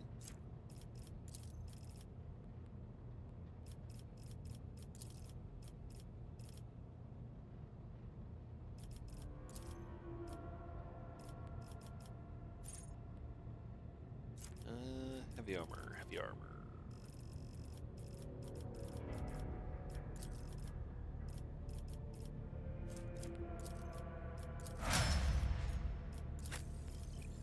I do this like I have any plans of using him without just killing him at the first opportunity.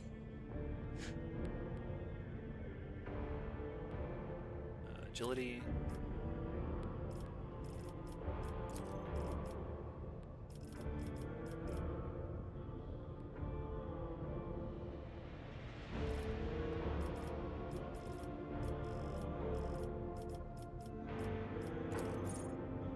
Can attack with the second weapon, their current weapon set in addition to the one attack per round. This next suffers a.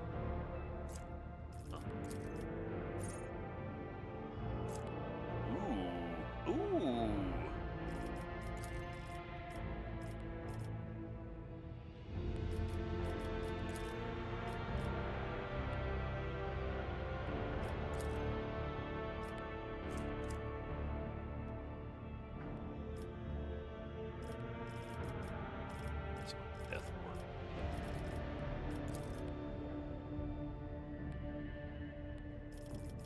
Yeah, probably escape artist.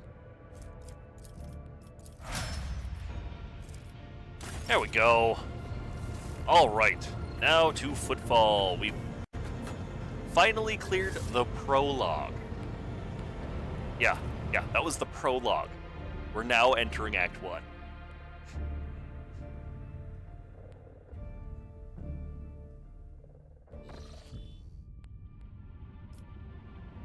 Or Captain. Whoever's voice over the box sounds weary rather than annoyed. We get reports of several ships moving towards us. Judging by the fact they're not responding to our hails and the telemetry shows a trail of micro batteries, not here for a chinwag. I issue orders to prepare battle at your command. On my order, all stations, get ready for the worst part of the game.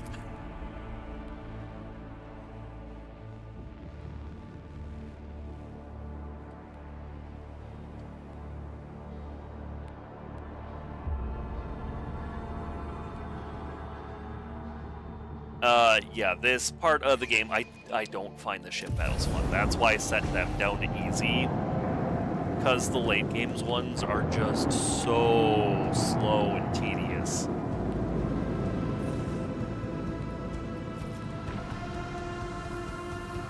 Which gun can I hit you with?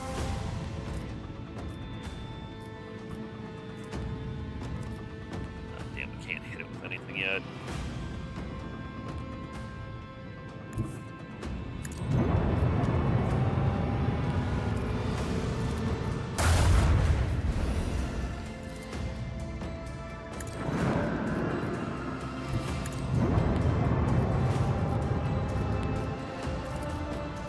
I was worried that it was going to be out of reach.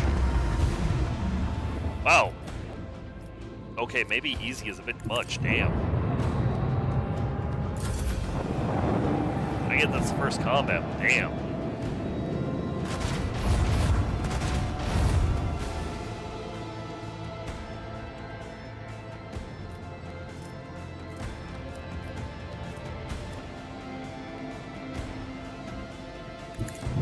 So you have to stop in the dark green area, by the way.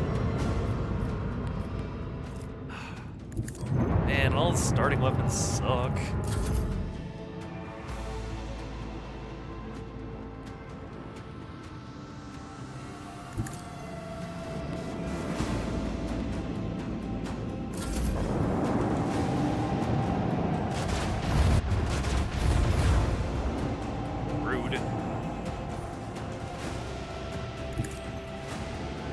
That's the amount of turns we have before our torpedoes hit. Torpedoes do a ton of damage.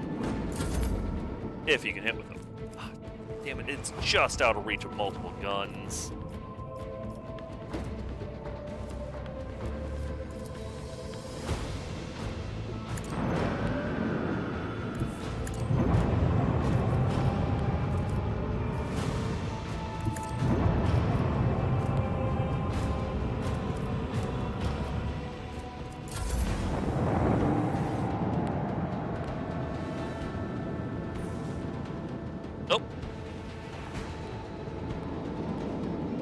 And you're dead, probably.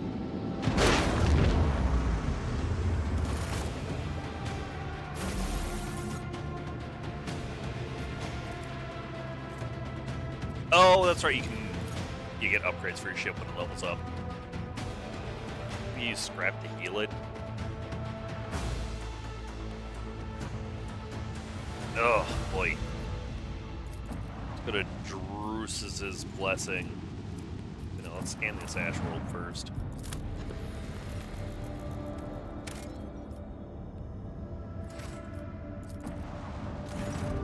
Lord Captain, the station's airlocks have been sealed from the inside.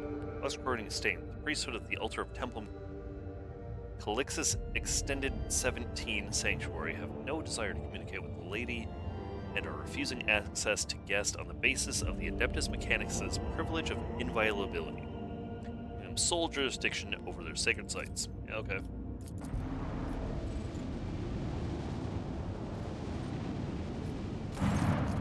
Lord Cap, the flagship Drusari's blessing. Small escort dead ahead. They're requesting a direct Vox channel. Patching you through.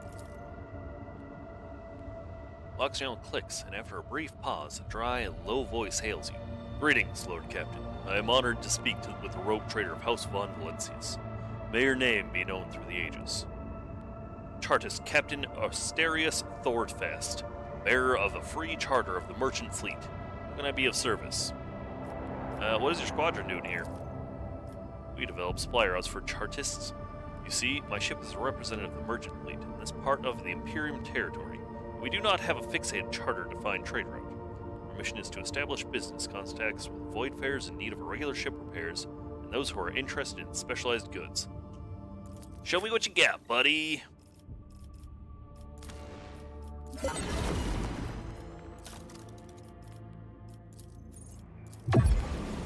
Ah.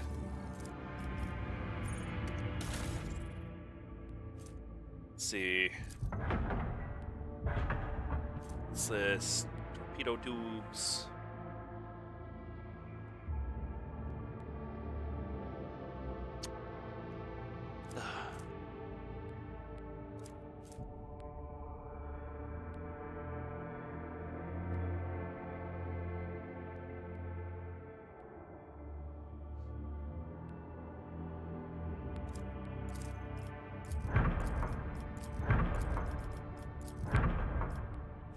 Oh, upgrade hull.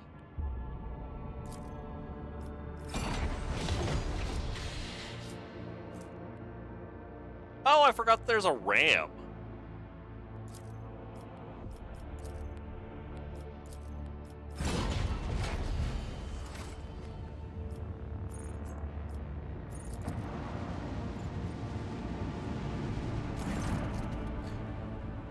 Your ladyship, something sinister is unfolding among the survivors from Rikard Minors. There have already been several cases of evacuated refugees being found either dead or dying. All of them have been blinded using various means. But there is reason to believe that there were agents of the cult among the people who came aboard. I knew the Anthema would not fully release its hold on those doleful souls just yet, and let us march and drive away. Improper report on the refugees. How are they quartered? How are they supervised? The serfs and the planetary wardens were assigned two auxiliary decks. The commoners are riled up, frightened by the calamities, so to keep their seamlessness in check, we assign those of sound mind to work and pump sedative gas through the ventilation in the compartments holding the rest. Venerate Praetor Electroid Dar Impulse VI and his retinue took refuge in the engineering base. More accurately, they barricaded themselves in. The live servants of the Omnicide are fearful beyond measure that ignorant lay people might damage or offend their miraculous fusion reactor. So they cloistered themselves in their own personal fortress. Alright, tell me more about the killings. 11 bodies have been found thus far. The first victim had their eyes burned out with a gas torch. The second had acid splashed in their face. The third found wandering around, on their last legs with metal pins sticking out of their eye sockets. They died before we could interrogate them. The rest were killed and disfigured in similar ways. Blinding. No trace of the killer's identity was found. Begin the interrogations. Will be done, your ladyship. If I may interject, there is no need. Interrogations have already been conducted. The enforcers on alert as soon as the first body was discovered.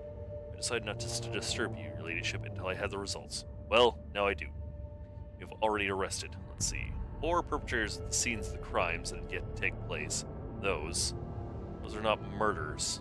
They're suicides. Explain yourself, Senator Hall. The people we apprehended were about to blind themselves and end their own lives. I'm confident that all who perished did the same. Questioned, and also the same thing. They're haunted by the sight of dying Rickard Minors. Even in their sleep, they still see the same horrific picture. The sad wretches would do anything to make the nightmare stop. They saw their son turn into a demon, and now they're killing themselves.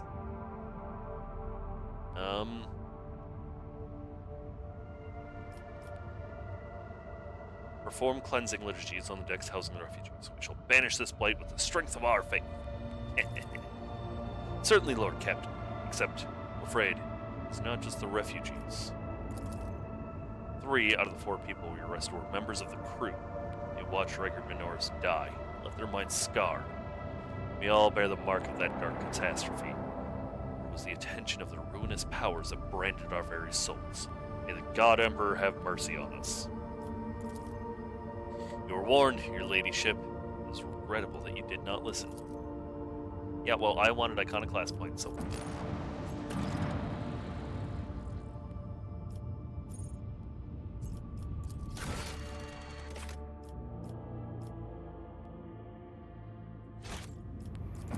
Can I land? Void Dock, Alpha Row. Yep. Sorry, Cabela, you fill a niche that's already filled. You fill my niche, but like, maybe better. But Argenta is more useful than you right now, because Argenta goes pew pew pew pew pew.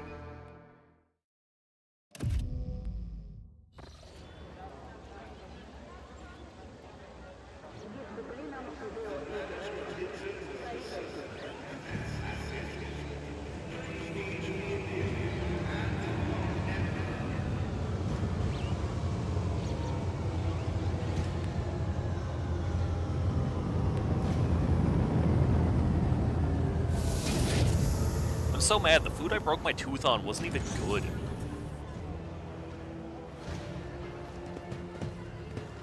Like, why did it have to be food that sucked? The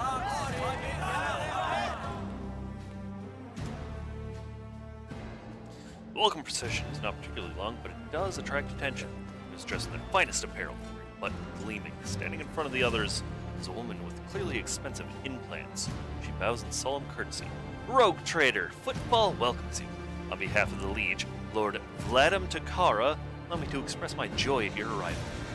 The Liege awaits you at his residence. Should you have other business conducted on the station, I'll be honored to serve as your guide. Cassia's lip curls tight slightly. This is so familiar. Behind the amber-colored scattering of words of welcome, far less appealing views lurk, murky and diluted. The look of someone who is accustomed to lying and hiding their intentions. She jerks her head, shakes and hisses her teeth. Someone's coming. They're coming for us. Watch out, Lord Captain. Ron sighs and casually places his weapon on his hand. Who's coming? Judging by the voices, there's a lot of them. Angry, they've got teeth. They aren't that sharp. Their strength is their numbers. Pray, what are you talking about? What do you mean by such cryptic pronun? She doesn't get to say the rest. How's this for a warm welcome?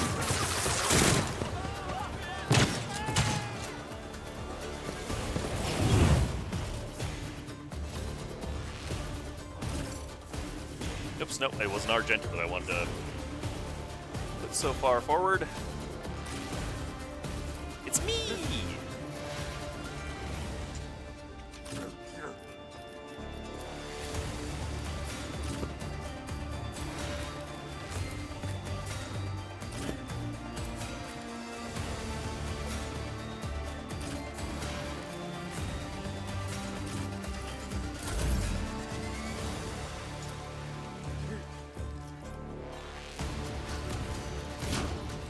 Oh wait, that's right, I couldn't pick up a new one.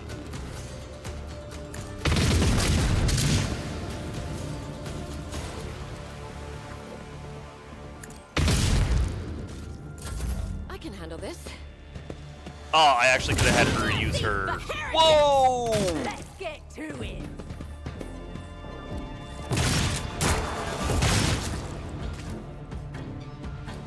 Way to kill your own dude, dipshit.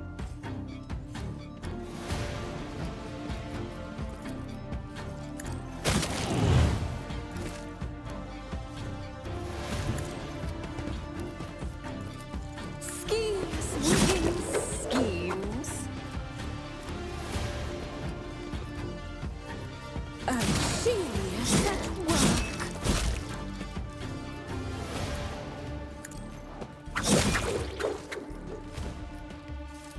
Oh.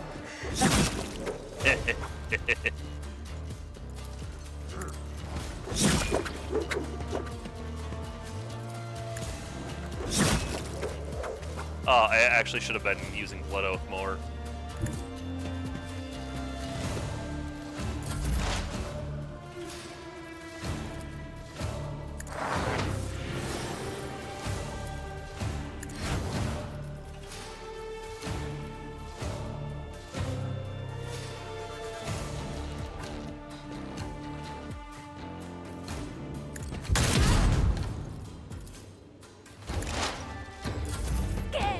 Oh, I didn't see these guys. On here, maggot. Time to slaughter someone. Cassia. Poor girl. You asshole. Let's get to it. Oh, looks like we're going right back to the ship quick to heal up poor sweet Cassia.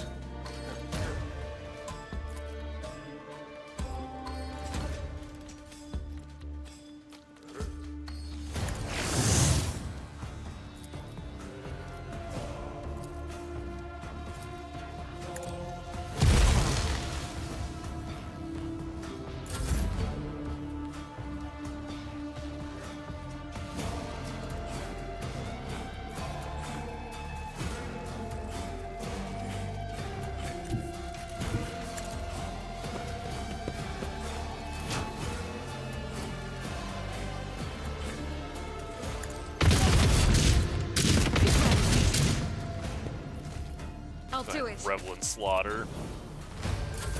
Don't touch me. Way to kill your friend, dumbass.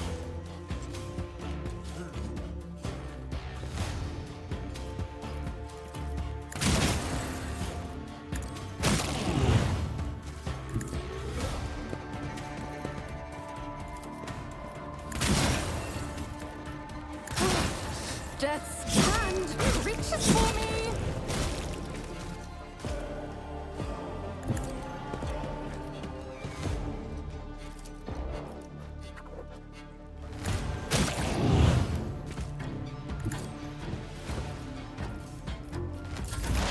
High momentum.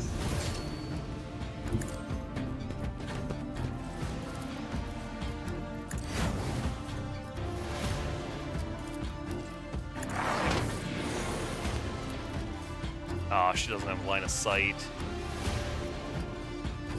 Did you really miss a 90% chance? Let's make it quick.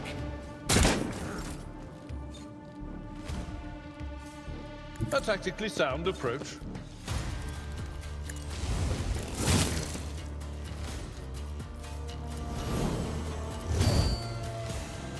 I will do my duty.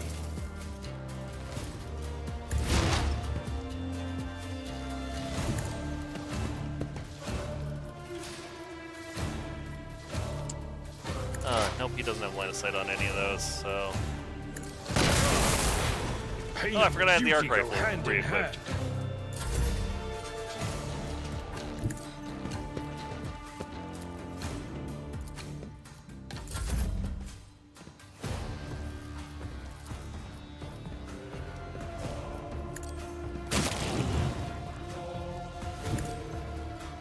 Hey, buddy.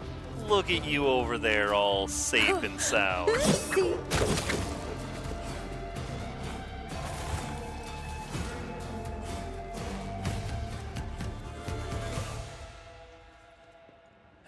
Emperor, protect me! They killed. Every time I warn them, and they go, "Dear Emperor, our Lord and Savior, how could this have happened? Who could have thought?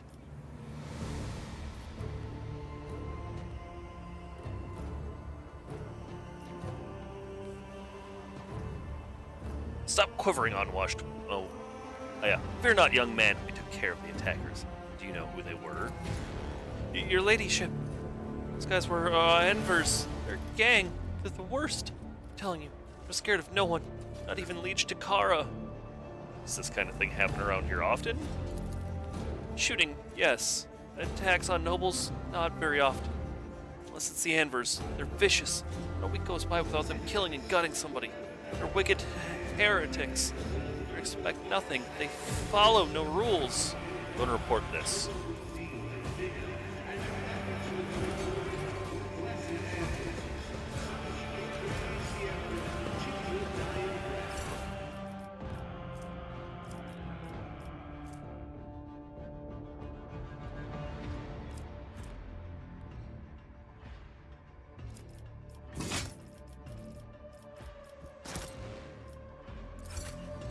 And right back to the ship to heal poor Cassia.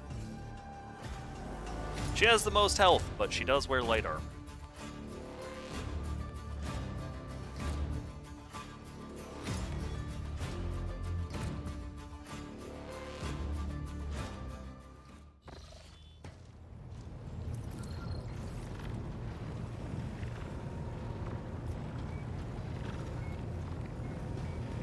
Ah, right, I was, where is he?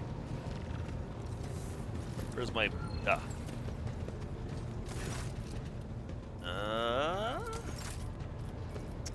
damn, I was kind of hoping that I'd have access to more of them. The rest of them are, in that area. A little disappointed that I can't give that to Argenta. I can't imagine making my rogue trader a, like, heavy armored gunner, though. It just doesn't sound like what I want.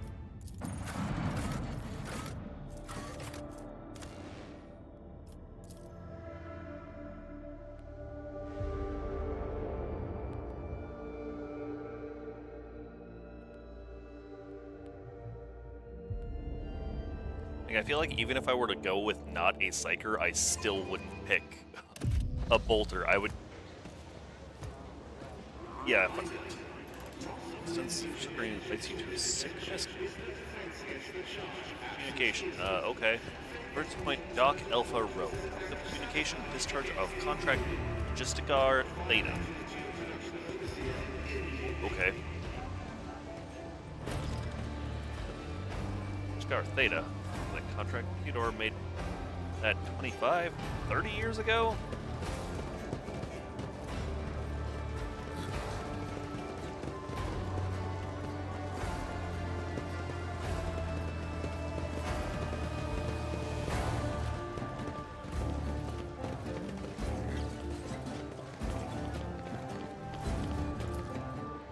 Last one's from Genis.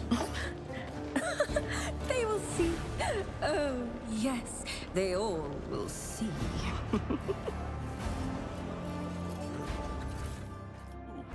Strange memo. The Holy Book by the Altar. The Void Dam Customs guy. He's always on duty. Does he get any time off? Does he ever leave for a piss? Is he a servitor or something? Guess what? Hangar by the window. Remember to bow to the Emperor through the window.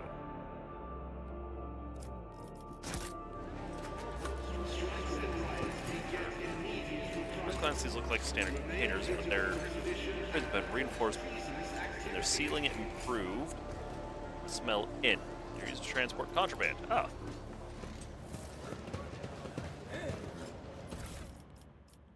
Ooh, what's this?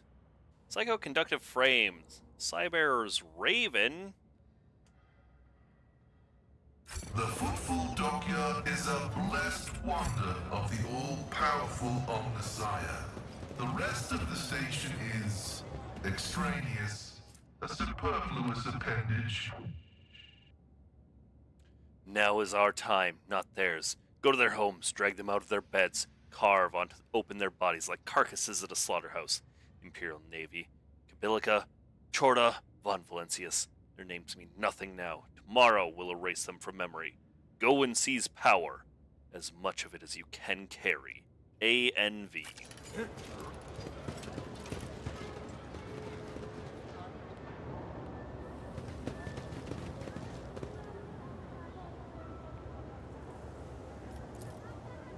Walter, the central spot has been given to Drusus, a Saint and Emperor Calc successor. Sector who is widely revered in the Coronis Expanse. Ow, my eyeball. Ah, my ball!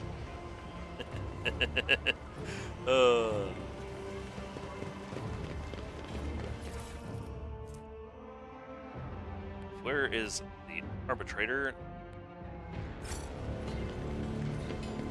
Well, coercion. Container is marked foodstuffs, but is empty, and by the looks of it, it has not moved in a while.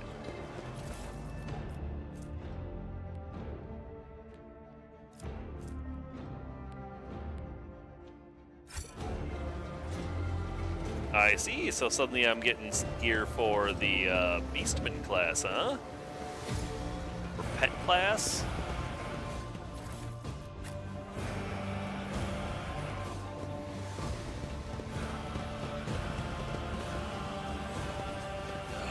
One, three, four, five. I don't know if there's any sort of hint for this. Wait a second.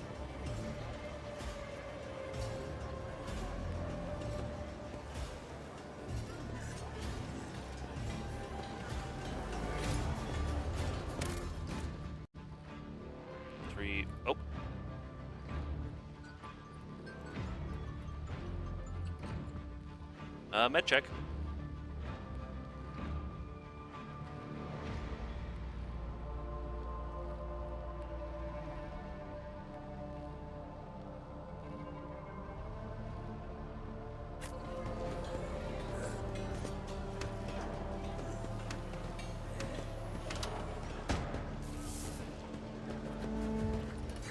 There will be no peace in my wake.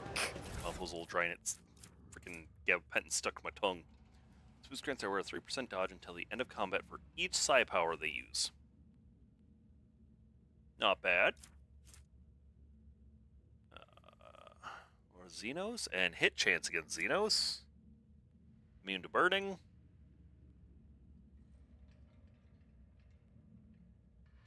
Immune to burning and immunity for nearby allies. That's good.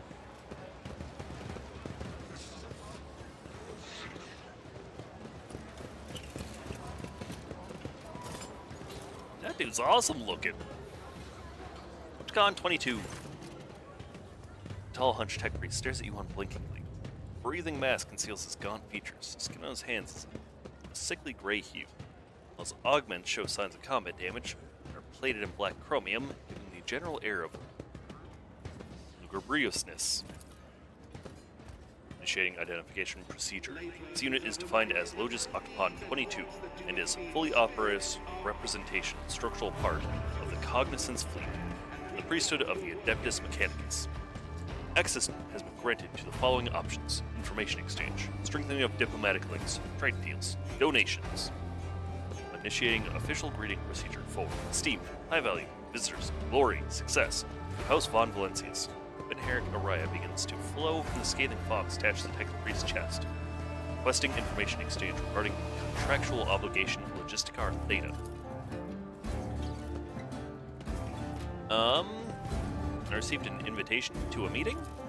Confirmed, I wish to discharge. Reciprocally validate mutual contractual obligation designated Logisticar Theta.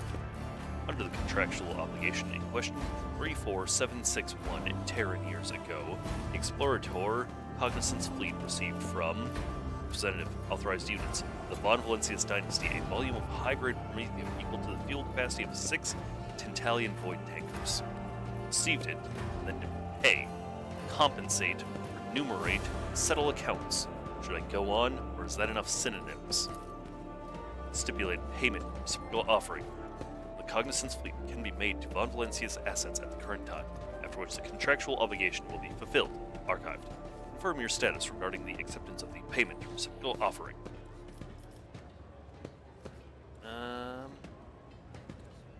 confirm I am willing to accept the payment. Request is accepted. Sacred machines will be loaded into the hold of the vessel. Oh, sweet. Contractual obligation Logistica Theta is concluded. Cognizance Fleet thanks House von Valencius for its cooperation. I seek the friendship. Priest of the Adeptus Mechanicus is interested. Considers expeditious cooperation with rogue traders. For the terms of the Treaty of Mars, it is willing to provide services to the von Valencius dynasty. Priority of service tasks can be raised if diplomatic links are strengthened. Cognizant Fleet will be glad. Alternative unavailable. To accept. Any samples of sacred technology, profane xenotech, miscellaneous items, reminder storage, study, and/or disposal of the aforementioned objects, with the exception of 3 miscellaneous items, preferential right of the Adeptus Mechanicus. What do you want information about planets? Trade. Ooh.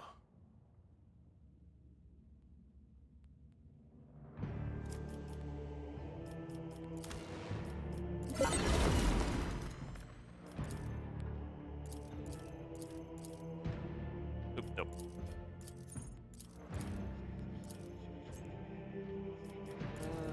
Let's see, I need 1,000.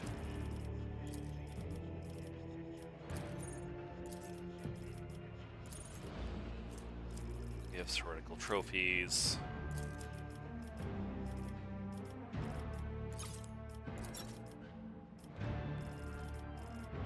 Do I have any ship components? Nope. Mechanicus creations, pretty sure I already gave you them. Armor kits.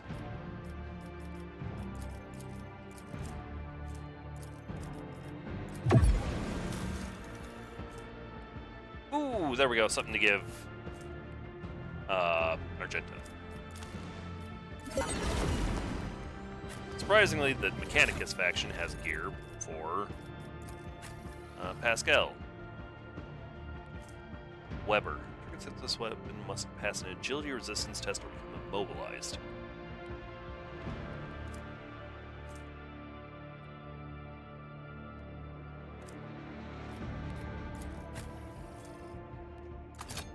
Finally, an upgrade, even though I will be replacing her here.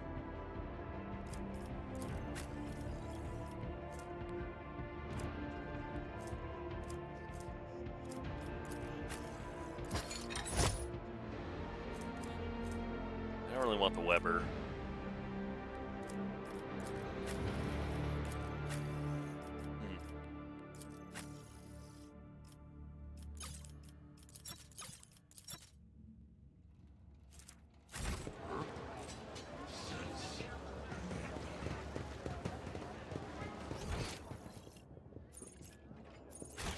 Loot. We need no rulers or leaders. We are not an organization. We are a force of nature.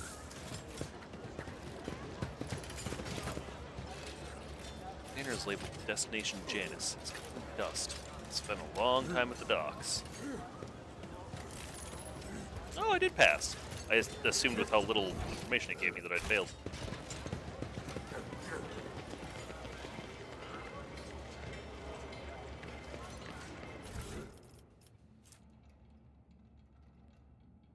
Oh, yep, we already read that one. Do the rest of Footfall! Up to the atrium. Why can't I go straight to the Shadow Quarters? It's in the Shadow Quarters. Oh, right, the Pore Zone.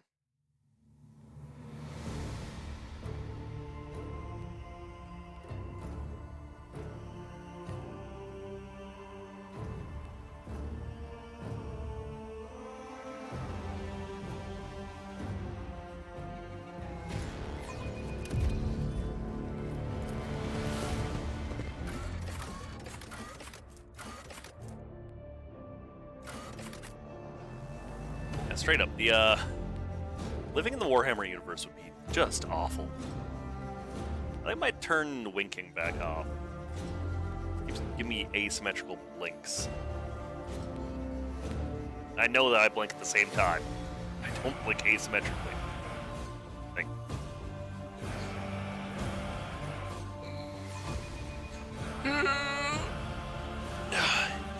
You know, actually, I wonder if it's because of the poor lighting in my apartment, actually, or why it does it so poorly. In addition to my apartment getting next to no natural light, our lamps don't really do a whole ton for where I am, so I'm usually just illuminated by Every my... time I come here, I nearly go deaf. The sounds of the past assault my ears. Trumpets of glory interrupted by the rustling of rags and the clinking of coins above everything else. Yeah, this place is turning me nearly deaf as well. And that's without sorcerous voices in my head.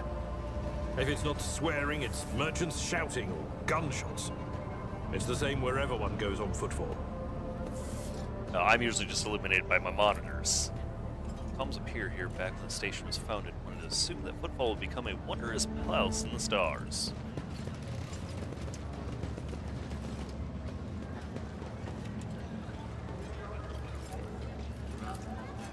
Pascal, use this computer, please.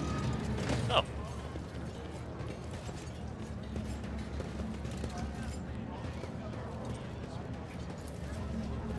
Where are we going? What's up here? Goods.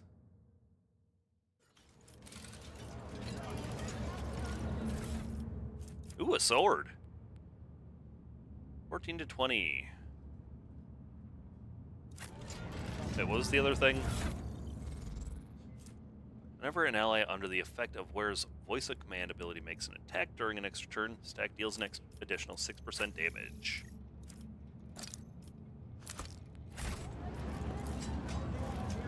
Numerous wounds and injuries indicate this was a particularly brutal murder. Letters A and V are carved into the victim's shoulder blade.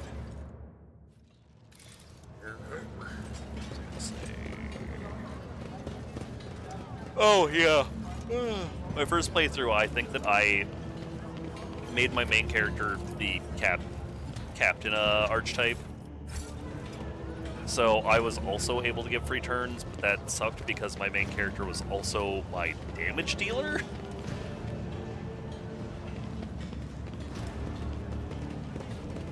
So the same thing that Cassia is. Terrible.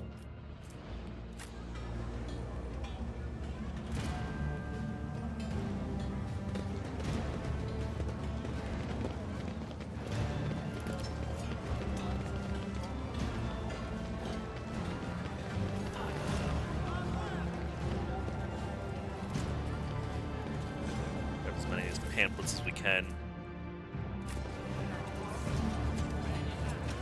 There are really that few variations.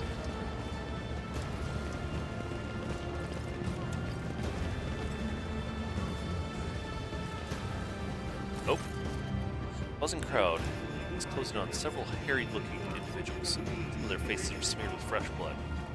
Angry cries and twisted faces leave no doubt a massacre is about to take place. Just cut their throats already. You're thinking they're letting a shipdock and footfall? They're all stricken. No cutting.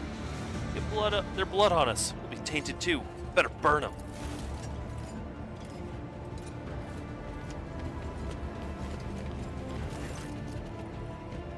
Be quiet, you scoundrel. A priest clad in simple black raiments cuts to the crowd like a void ship crossing the sky.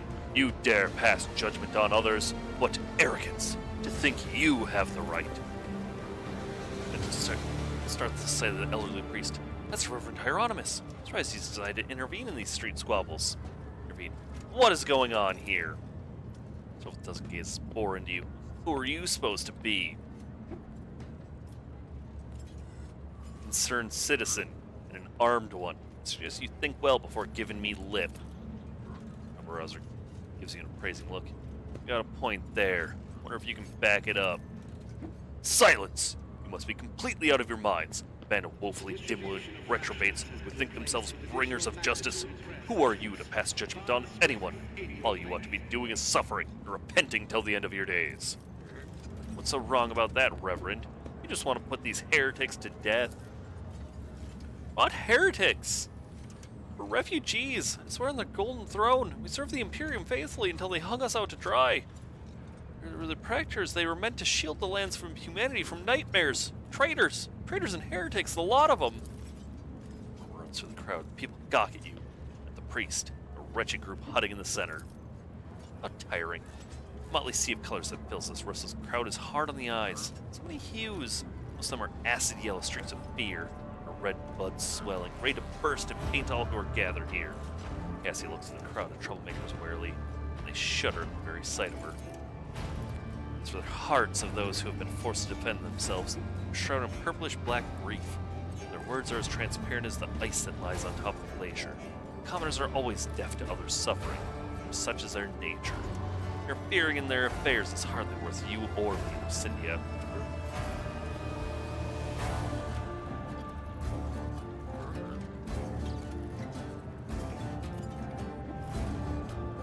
Those are serious accusations you're spouting. I hope you have proof to back them up. What more proof do I need? Ivana Gamma used to be a prosperous world, my family transporting goods from there for generations. And then they came. They butchered, tortured, sacrificed entire blocks to the darkness. We were on their ship, up in orbit. All those messages started coming in. Half the wardens down there joined them right away. They even reached us in our ship with some blight that made half our crew take their own lives. We barely escaped. We made it here. Why? Why did this happen to us? I wonder what this is about. Is our planet really under attack? Some devious opportunists send these slanders here to undermine the might of Von Valencia's dynasty. Who could it be, I wonder? There is one guy, I bet you heard of him. His name is Kunrad Voitvir von Valencius. He ran from us not too long ago, after having his ass handed to him. He must be itching to get even. Get even by besmirching the dynasty to which he belongs, and supremacy over which he laid claim. He is scum, but he is no idiot. No, I think this is something else. There are many who wish to weaken House von Valencius. Either that, or it's much simpler. These people aren't lying, and their planet was captured by heretics, and the rest of them they made up themselves. You can sense darkness in their past. May not be an expert on Kunrads and their schemes. When it comes to things like this, I know what I'm talking about. All onlookers are to return to their homes immediately. Refugees can go to Dock Alpha Row. Speak with you later. Comply, or face the consequences. None of the people dare defy you. Back away carefully, trying not to look at you. Refugees use the interruption to make off in the direction of the Dock Alpha Row.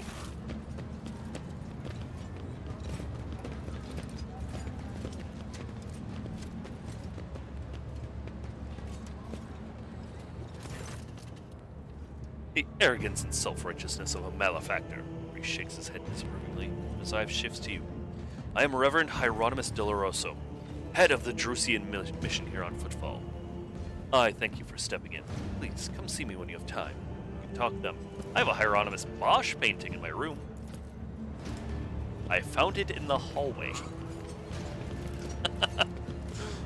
Like, I was doing laundry one night, and I look over and there's just a Bosch painting sitting there in the middle of the night, just resting against the wall. So it came to my house with me.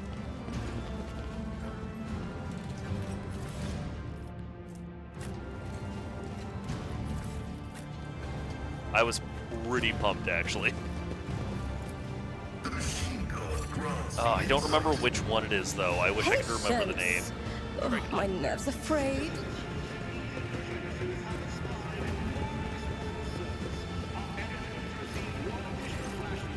The sight of this cogitator would be enough to break any technic's heart. The machine is leaning forward slightly to one side, right, covered in scrawled drawings, frivolous writing scratched here and there on the casing.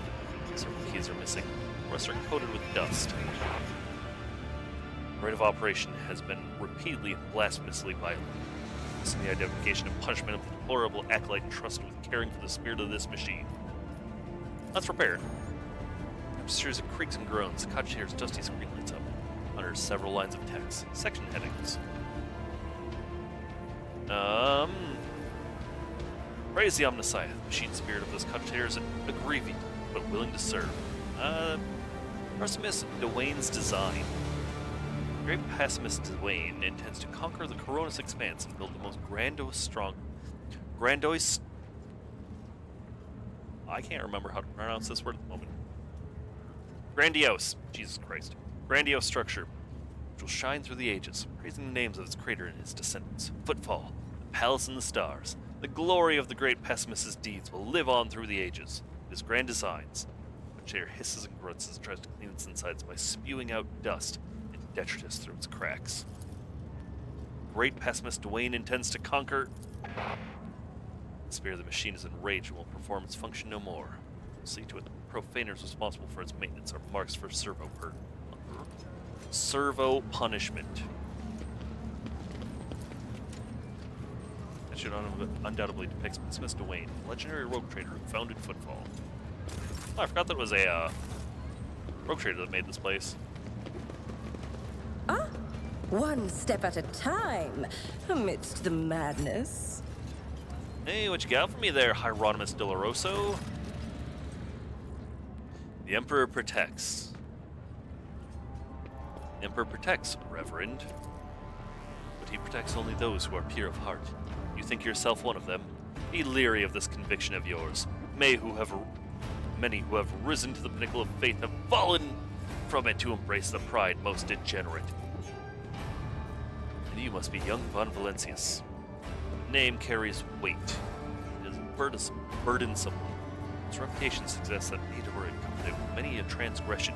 I wonder, do you seek to shed them, or do you carry them onward, picking them along the way like ripe, savoring their sweet poison?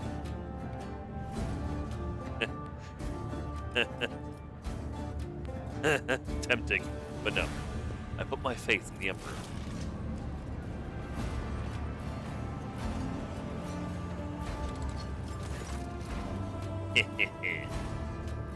He gives you a scrutinizing look, then his tone softens. Well, be twice as diligent. This sector will seize any chance to test your fate. Greetings, sister. I congratulate you on your return. Was your pilgrimage fruitful? It was, Reverend. Be known to you that Theodora von Valencia's ship was attacked by servants of the archenemy, who appall the heart of any righteous soul, she says, nearly hissing with fury. Not all of them met a fitting end. Some fled, and more than that, their blasphemous words clearly point to this attack being part of a larger design.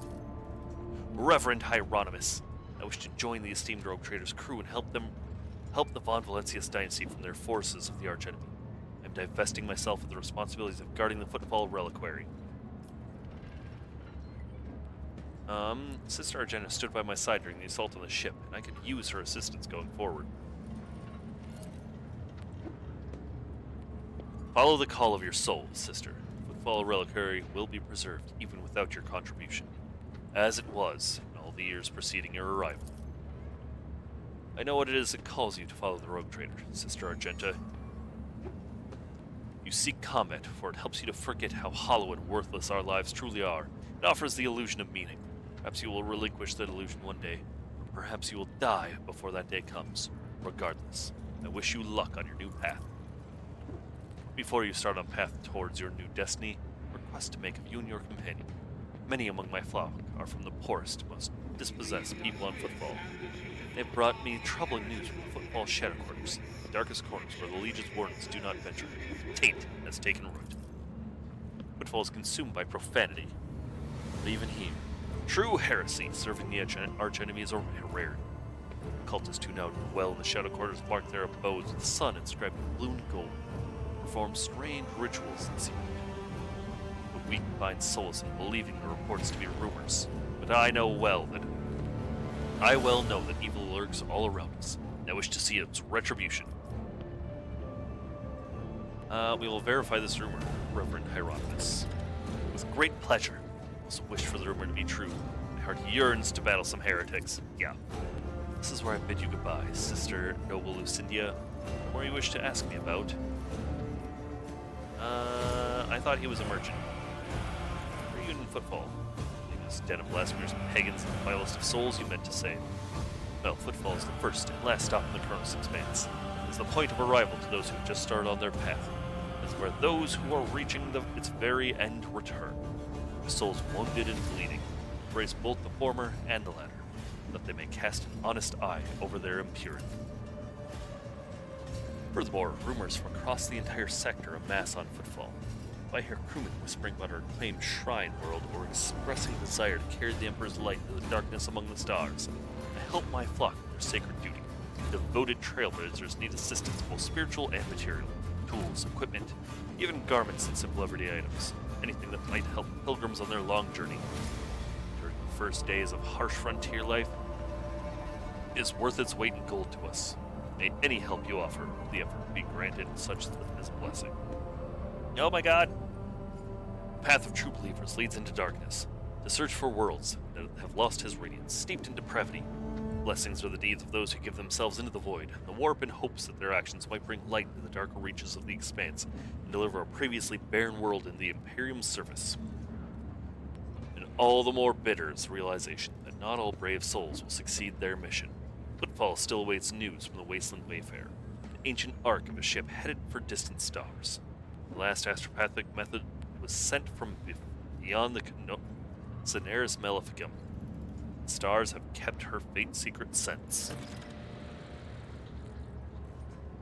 I bear another, darker duty. The expanse is filled with tainted creations of unholy heretics.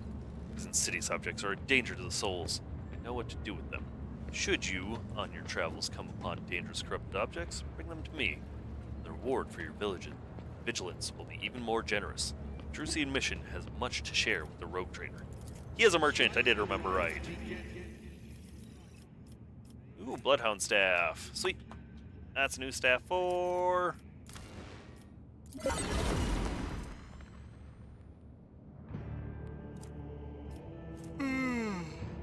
A new staff for Cassia. Ooh, Elite Chain Sword.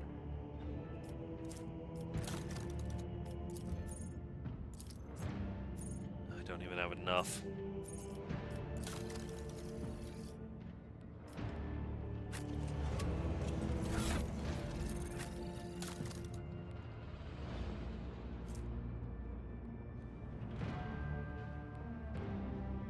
Devastating 6. First use of an attacking navigator power per turn does not set the power on cooldown and does not count towards the attack limit per turn. Second use of this power, or use of a different attack navigator power on the same turn deals an additional 6 damage to all targets and 6 damage to the navigator. Except I think that she has a skill that,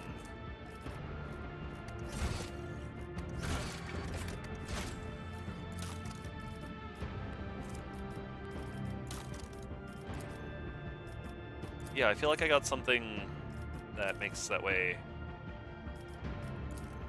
No?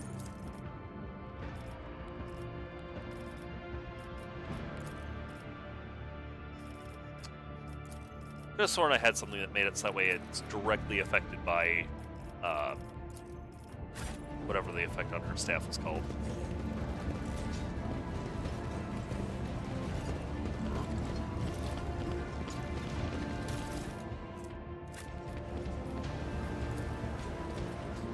Mishmash of the devices and cables Unos equipped from totally different eras, some ancient, some merely old, and others hastily tossed together in more recent years.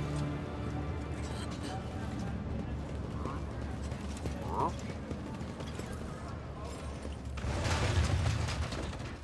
be pretty disappointed if they failed that.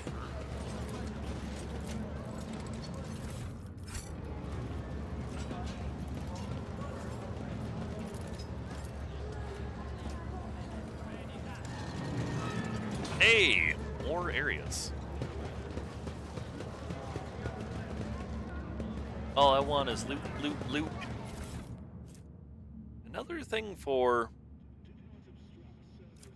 one of the new classes.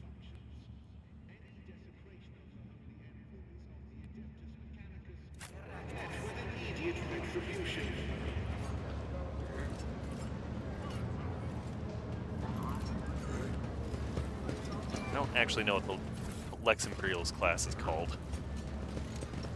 No, I don't want to do this right now.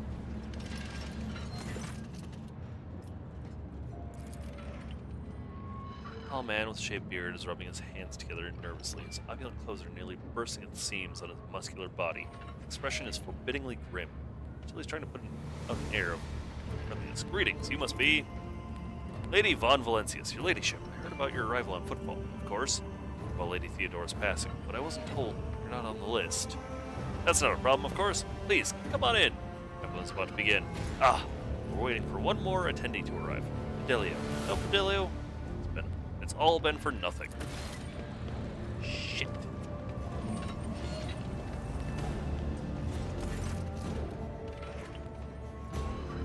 Catch sight of something odd before stepping away from you. Man gestures subtly to a nearby servitor. With some kind of command, the servitor quickly removes the bottles of amnesiac. Glass is set out for the attendees from a nearby table. An alcoholic drink of varying quality. Oh. His fellow with the list was talking about this individual. It's someone very important. It's not his name I've heard before. Haven't heard the name before. The gathering you found yourself at seems refined and respectable at first glance. The decorations of the attendees' clothing speaks of wealth. So does the location, which is far from the Legion's residence.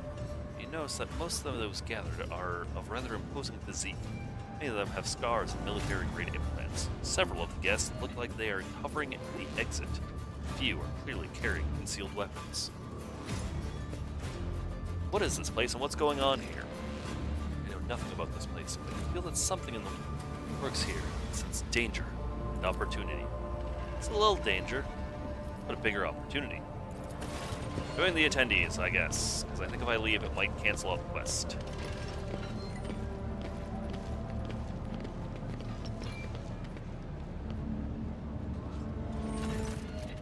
Oh, what a terrible, sorrowful day.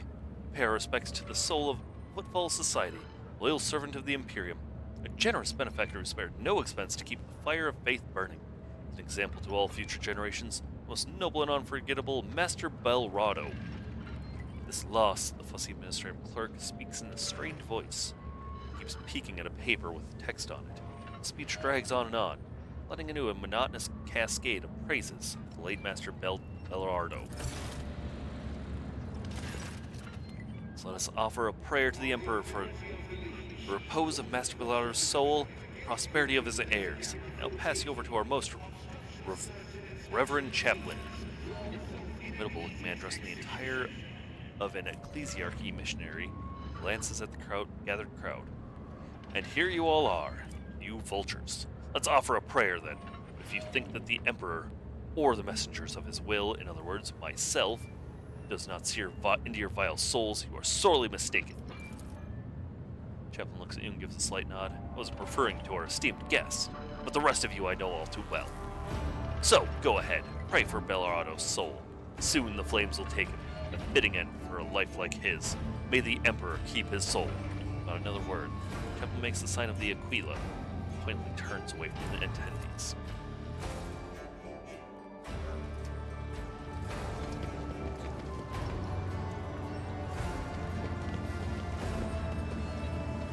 Essence for his uniform reads property of House Bellardo. In this tapestry of a world, I am the rogue thread.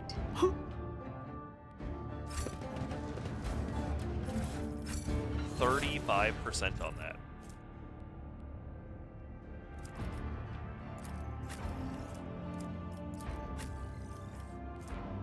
Yeah, I definitely want that on her.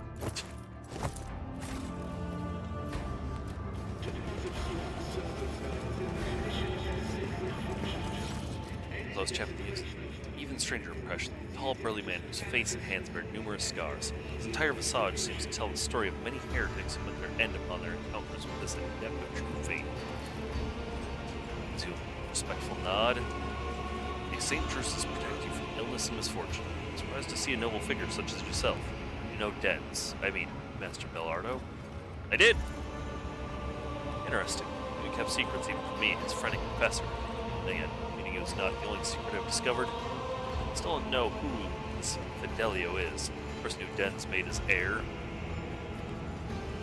Given your speech during the ceremony, I take you're not fond of the other attendees. I'm a missionary of St. Drusus. And the truth of the Imperium speaks through me. So I see no point in pretense.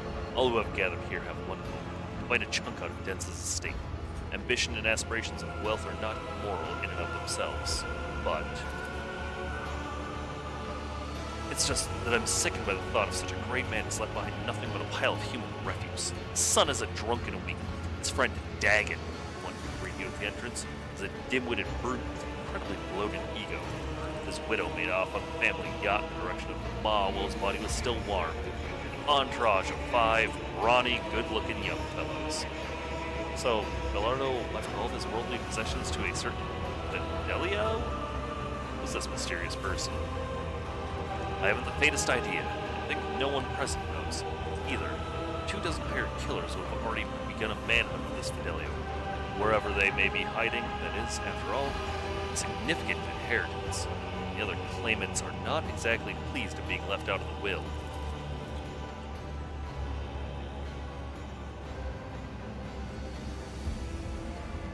I can see that you're intrigued. I must say, I am too. Since I heard of my friend's death, I couldn't stop thinking about the mystery of his will. You, who have the Von Valencius name and title, perhaps you could pull more out of the guest here than I could. Here's the only clue I've got. Dens mentioned the name Fidelio to me only once, a long time ago. He was very drunk. He latched onto my robe and said, I hope that these are his exact words, I owe Fidelio, if not for the repentance. Strange. Weren't you Master Belardo's confessor, Chaplain? How could anyone other than you have told him to repent? I didn't, that's for sure. Can't imagine what he meant by that. Thank you for speaking. Let's go.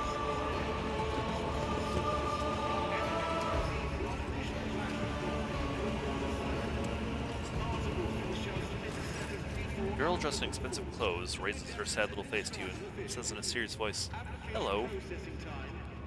Where are your parents? My dad is Caus Belardo. He's with the guest. My mom ran away. Told me that she hates Dad and Grandpa. Guess she hates me too. I don't know. It was a long time ago. I don't even miss her anymore. I miss Grandpa. He was the nicest. She presses her lips together and lets out a quiet, very unchildlike sigh. Who are you and what are you doing here? Hiding. I was going to cry, and I didn't want anyone to see. My name is Delia Belardo. It's my grandpa in there, in the box. Argenta's face softens. She reaches out and gently strokes Delia's head. Tears will pass, Delia. Tears will pass. Strength will return. Your courage will never leave you. Delia tries to smile, just nods seriously.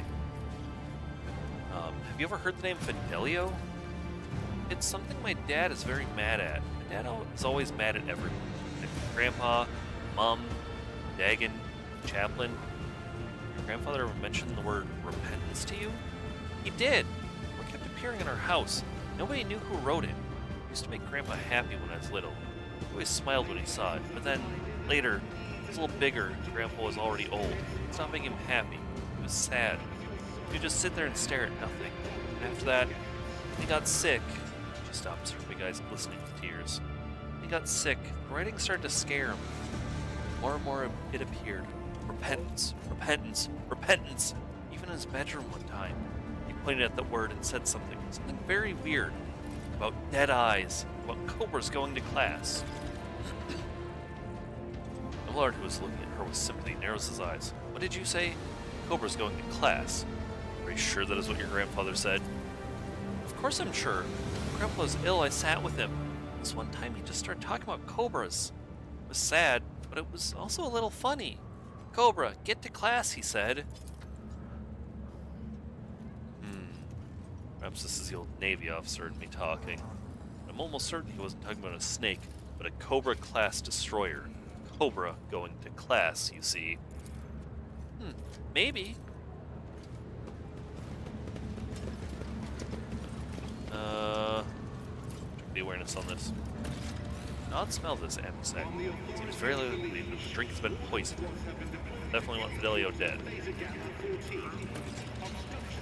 Among the words of parting praise for the deceased, a French entry stands out. Repentance, signature underneath, bid.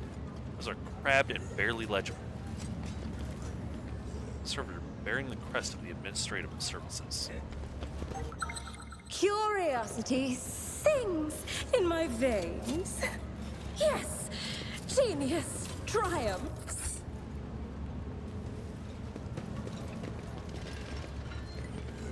Cass, what can you tell me?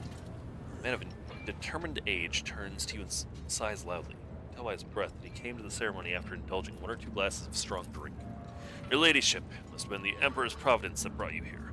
Surely a figure as great as yourself won't allow for a terrible injustice to happen. The man grimaces. There's that obsequious does not come easily to him. Did your father ever talk to you about repentance? That's hilarious. Even good old Chaplin doesn't tell me to repent. He gave up on me long ago. Well, Dad gave up on me long before that. Wait, you mean that repentance? The stupid ghost or whatever it was? You sure my father did it himself? Senile old cook. Senile old kook? Maybe it was my daughter messing around. Where else could those words have come from? What words are you talking about? Oh, you don't know? Out of the blue, writing started appearing on a wall in our house. Just one word. Repentance. Big, scrawling scribbles like a child's handwriting. First one appeared about 10 or so years back. The help kept whispering of being worked with ghost. Ooh. But for some reason, the old man didn't want to do anything about it. He told me not to. The writing amused him somehow. We'd see repentance scratched on the wall, he'd just grin.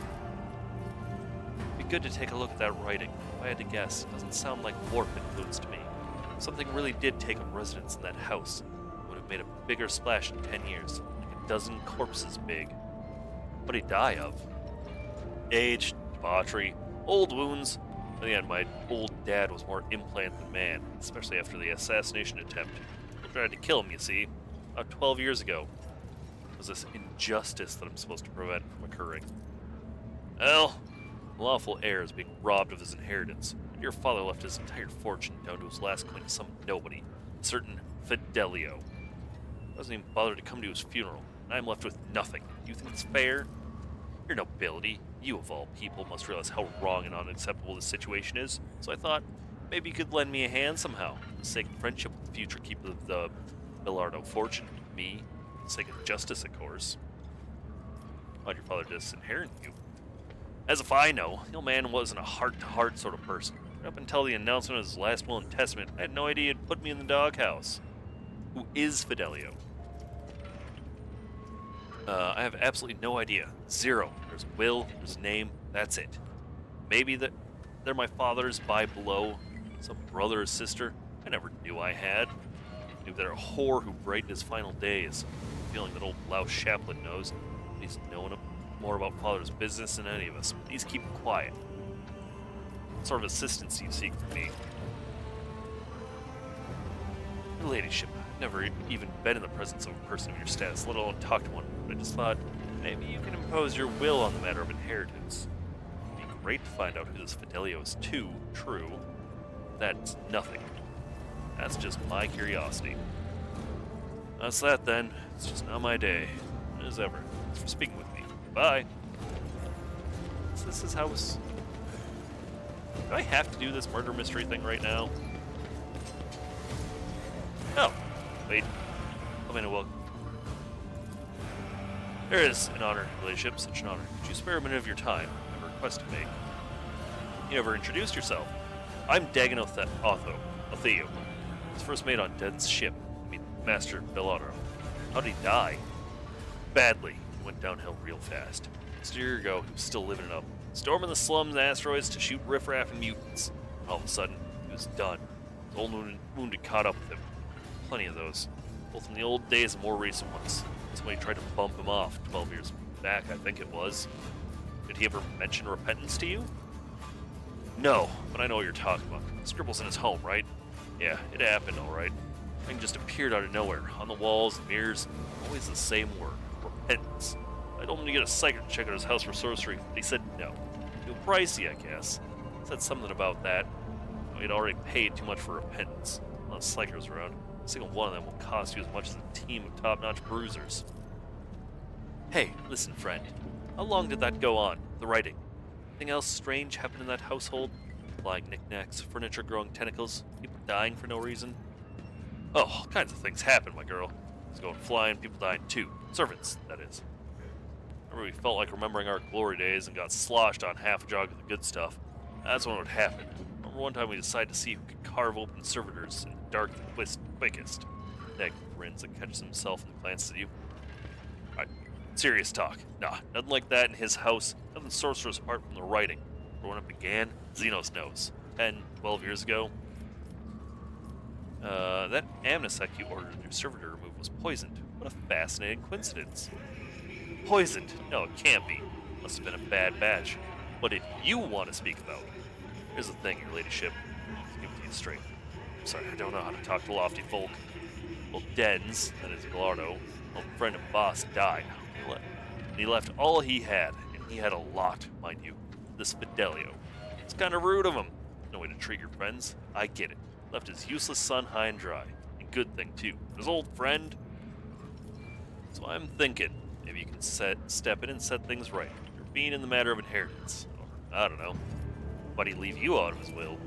Old age, you know. His head wasn't the same anymore. That's gotta be it. It's just too unfair. Life him for 10 years and then get nothing for it. And who is Fidelio? I wish I knew. First heard the name when Dens kicked it. Knew Fidelio's a whore who put a smile on his face in the golden years. So Dens decided to give him the whole kit and caboodle. What do you want from me?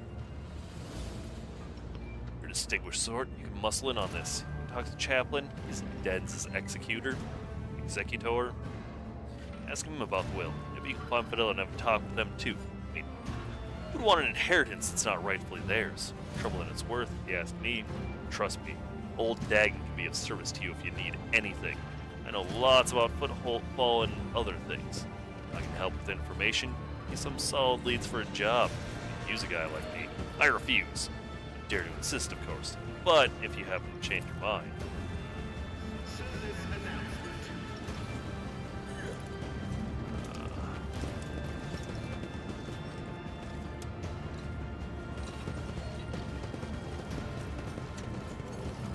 I asked to be let into his house. I'd like to discuss with you what I've been able to uncover in regard to this mysterious Fidelio. So Dens mentioned Fidelio and repentance. I don't know just yet. Not long before his death, Den mentioned something about dead eyes looking at him.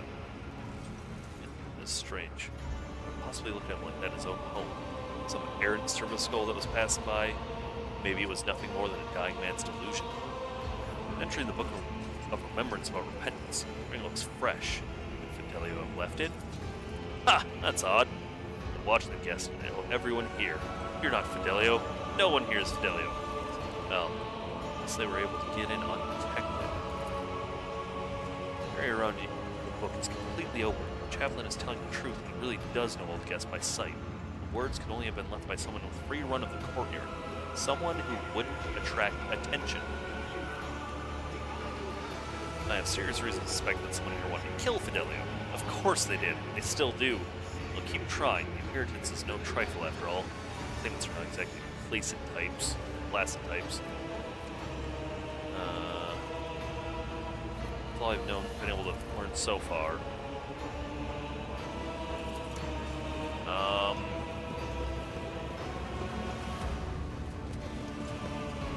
What Lurk, maybe? lies beyond? Yes.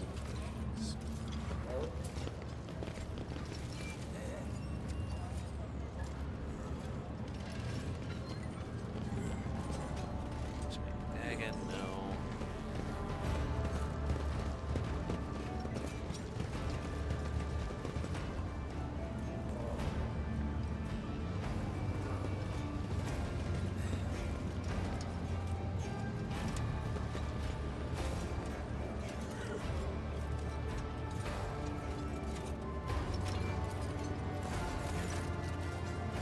The body of the gray-haired man lying in the coffin. Good job. In death, he looks majestic. Shit.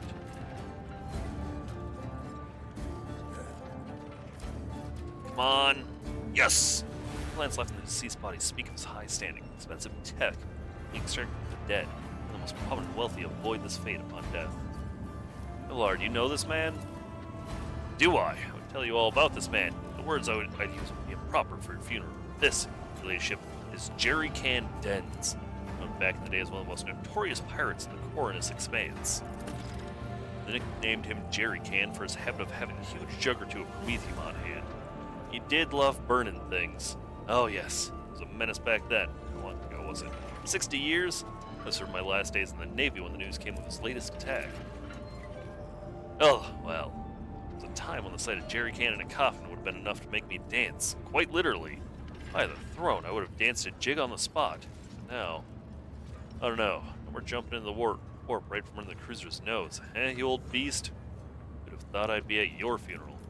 This is very grand for a pirate's funeral. Is this normal for football?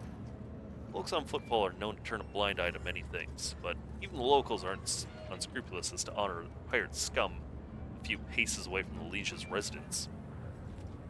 But no one has heard of Dens for so many decades. I barely recognize him myself. I've seen his face on pics a fair few times back then. I assume he retired and started a more or less honest life under a new name. What was it they were calling him? Master Bellardo? Now I remember. Reverend Hieronymus mentioned the name Master Bellardo as one of his biggest donors to the temple.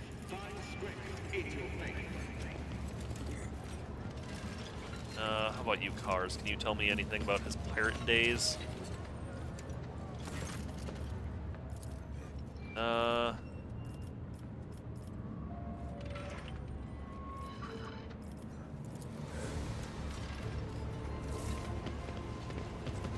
Let me in.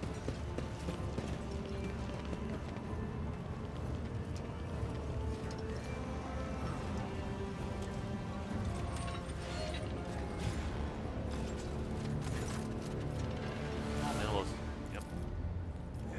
This is a deceased former occupation. Good idea what role you played under his command. Just call me Torch. He's Jerry Can, I'm Torch. Those were the days.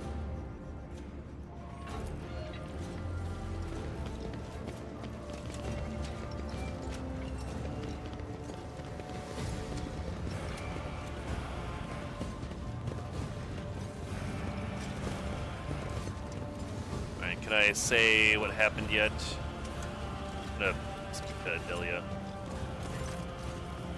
Well, strange words in the Book of Remembrance, as if they were from Fidelio. What wasn't your doing by any chance? Ha! That would have been a funny prank. But I don't play pranks. Someone else. Maybe Fidelio did it, very quietly. Maybe it was someone who's not on the list, but also someone nobody would suspect.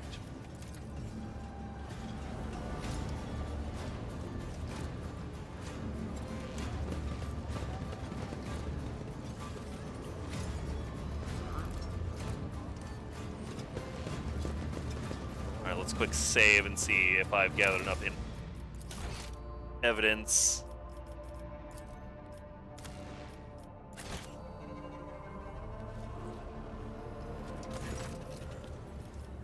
To discuss. Maybe Fidelio. Nope. Didn't mention Fidelio and repentance. Might know an answer.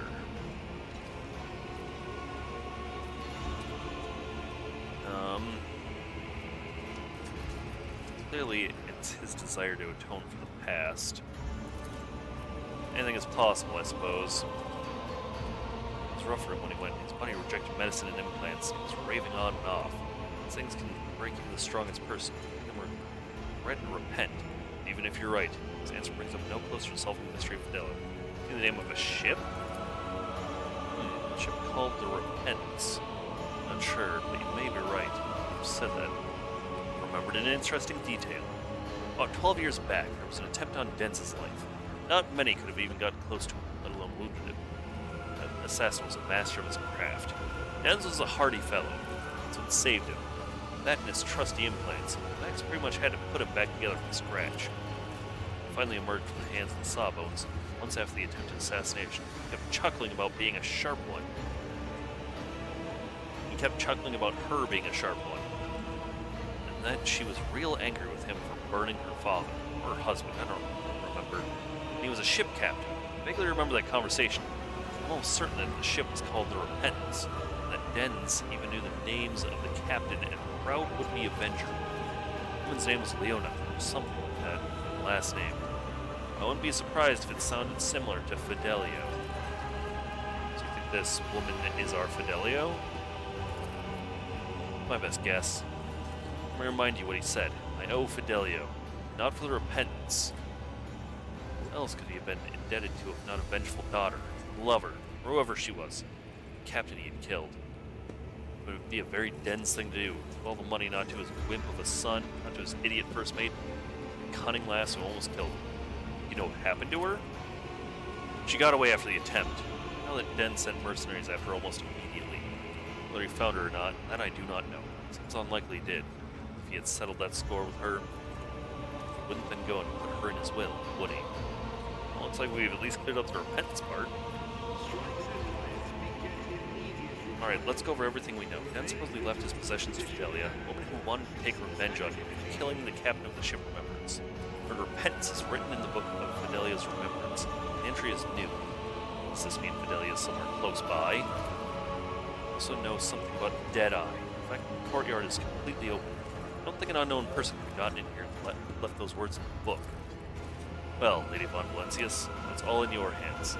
I'm no sleuth, and don't know what to do with all these clues. I have some thoughts about Fidelia's whereabouts. Find her. Not come back to me. I still need to send Dens on his way. Deal with the matter of the estate. Okay, there we go. Ooh, I'm hungry.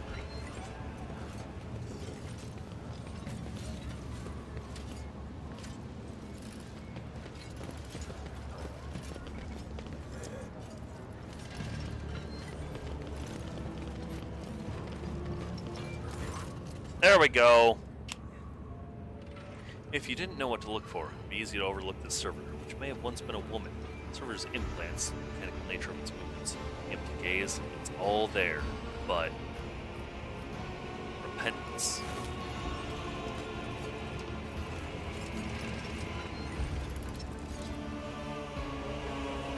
That singular word causes the servitor's body to twist in a violent spasm. Something akin to a sob or growl builds in its throat. Its mechanical appendages jerk convulsively. Chaplain's tall figure appears next to you. So this is our heir, right? He pauses, mulling it over. Gestures for the administrative clerk who gave the opening speech to approach. The inventory of Dens's possessions. What does it say about this servitor? Let's see here. Let's see. One moment. Section B1740. Personal effects of the deceased. Subsection Servitors. Here it is. Oh, this is a rare, one-of-a-kind unit. Commissioned personally by Master Belardo 12 years ago. The main function of the servitor is cleaning the house bedrooms, vestibules, bathrooms. In accordance with Master Belardo's wishes, his free will was completely eradicated, and the parts of its brain that regulate pleasure responses were destroyed. To a large extent, its memory and awareness were preserved. Can a servitor even inherit? This matter requires further investigation. We have to go over the codices, bylaws, statutes, regulations. Last 400 years or so. We'll find an answer sooner or later.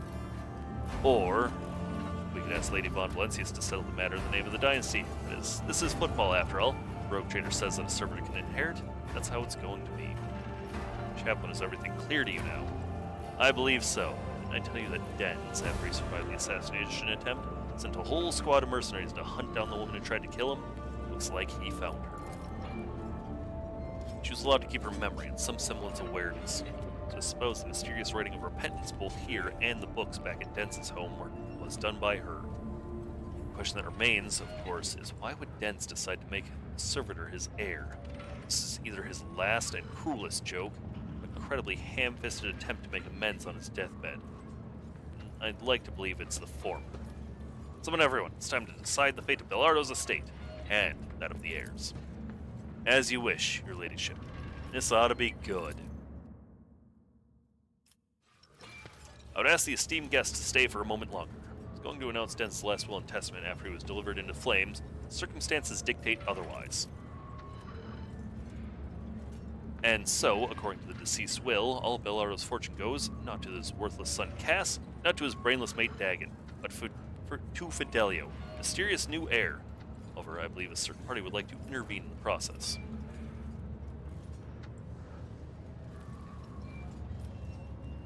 The only one here who has truly loved Dens is his granddaughter, Adelia Belardo. She inherits the fortune. The name on the will is Fidelio, but all his life, Dens spat on laws. I think he'd understand. Ha! The old man sure is thrown. Didn't expect this. The money is mine. Don't worry, sweetheart. Daddy'll help you put Grandpa's riches to good use. Cass, have you finally got deaf from all that drinking? The inheritance is Adelia's, not yours. If you make any attempt to coerce her, I, as Dens's executor, will be forced to take steps. Oh, I see. All of you have it in for old Cass, huh? I'm afraid you leave me no choice. Daddy, what are you doing? Sorry, I promise I'll be good. I'll give you all of Grandpa's money.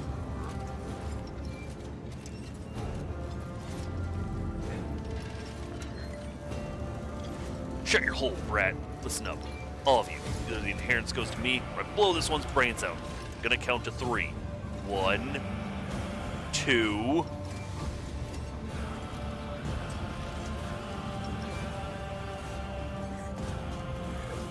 3, and tense. Sobbing and crying her eyes out, Adelia smeared with her father's blood, shaking Cass's lifeless body. Dad! Daddy! Get up! I'll give you the inheritance. Demons take you, Cass. Threatening to murder your own daughter at your old man's funeral was a new low for you. You always were a useless waste, even in your final moments. What happens to the girl now? Chapman sighs heavily as he looks at the weeping child. She's got no one left now. Her mother ran off to the edge of the galaxy, and her father, well, you saw it yourself. His brow furrows. After a pause, he curses under his breath and nods. I'll look after her until she's grown up. I don't think I need to spell it out for you. A little girl with a tremendous fortune. Might as well paint a target on her forehead. If I take Adelia in, I won't dare to hurt her, courtesy of the reputation that my turbulent past has earned me. And if they do dare, cast a meaningful sidelong glance at Cass's body. Well, I'm at it. I'll also help her not to squander her whole fortune. Maybe even earn something extra for both herself and you. I think the best investment would be on a merchant ship. I'll teach her the basics of voidfaring, find some reliable suppliers, pull a few strings and administrate them. Just like that, she'll have herself a decent enterprise. I'll venture a guess and assume you wouldn't say no to a supply network that is robust and loyal to none but House von Valencius. Leave the paperwork and other formalities to me. I'll contact your subordinates myself. Profit Factor 4! The servitor that was once a woman is kneeling, motionless, showing no signs of life. There are 2 charred holes where the eyes once were. Some malfunction must have burned its brain from the inside. Its face bears a peaceful smile. Well, what do we do next? I'd like to say goodbye to my old friend. Imagine the crematorium has got its furnaces up and running already. I feel it'd be kind of sad to shove dents in there like that. He's known as Jerry Can Dents. He loved having his enemies drenched in promethium and burned. I think it'd be a nice gesture to send him on his way in the same fashion. Thankfully, Jerry Can and promethium on footfall. Fitting. Want to stay and watch? With pleasure. Well, let's get started, I guess. Isn't that, I mean, he deserved an assassination attempt, but isn't that messed up that he turned her into a servitor, but made her keep her memories? And had her, the pleasure center of her brain destroyed so she could feel nothing good ever again. And we leveled up.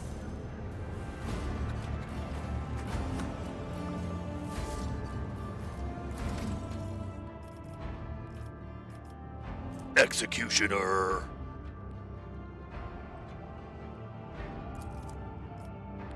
First repentance. When the executioner inflicts damage over time effect on a target, from an effect of the same type, the target must make a resistance test required to remove the effect. The target immediately suffers additional instance of damage.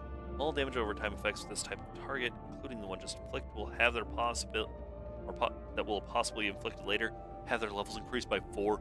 Damn! Executioner's melee attacks inflict 6 levels of bleeding on all targets hit.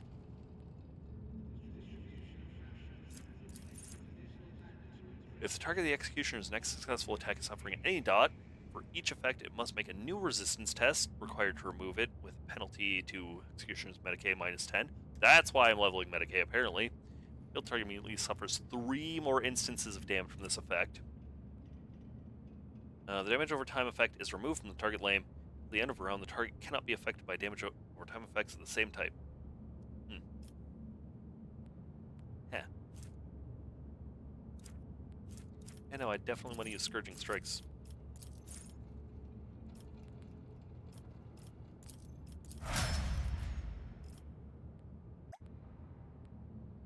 Alright.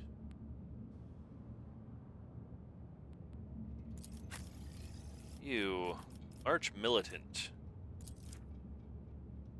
The Arch Militant uses an attack that is different of a different type from their previous attack. The Arch Militant gains a stack of versatility. Single shot, melee, single or burst, area melee, area ranged, or range burst. Gains 3 weapon skill and ballistic skill for every stack of versatility. Arch Militant has 4 more stacks. The Arch Militant deals an additional 10 plus wisdom bonus percent or 10 plus ballistic bonus damage, whichever is highest. Dira. Overseer, huh? Cybear Raven proficiency. Warp Relay. The Overseer uses non-attacking single-target psychic powers, thus granting extra turns on the Cybear's Raven. They're applied to all relevant targets, allies, or enemies, in a 4-cell radius around it. No effects on the Cybear Raven itself. Ooh, are under surveillance. Overseer of the Cybear Raven ignores the creature's cover. Additionally, the creature cannot block the Overseer's attacks. Damn! Cybear's Raven deals shock damage to 3 closest enemies around it. Damn.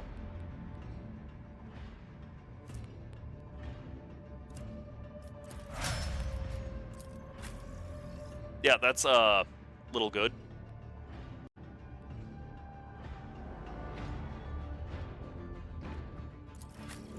Magenta also gets Arch Militant.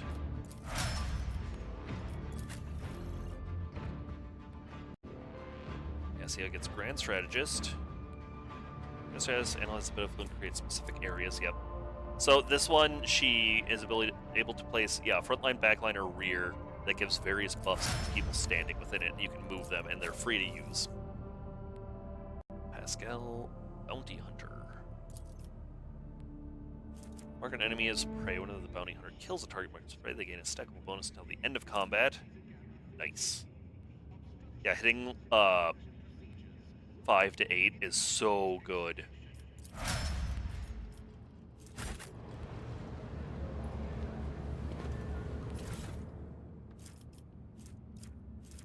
You know, you kind of think they would have burned his body too.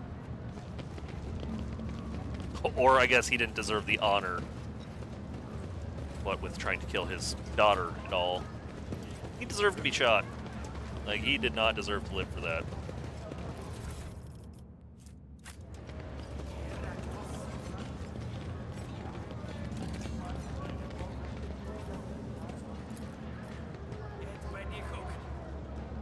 Like, maybe it's the dad in me, but man, he deserved to die.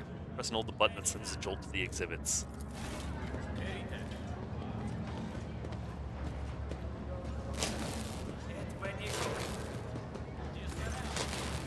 Buzzing electrical discharge pierces the captive's bodies, and shake convulsively and scream in maddening pain. And watches with approval at first. When the smell of burnt meat begins to spread through the air, he glances at you with a worry. Pardon me, your ladyship. What? You will damage my exhibits if you keep doing that. Release the button. Those are good specimens. Nice and loud.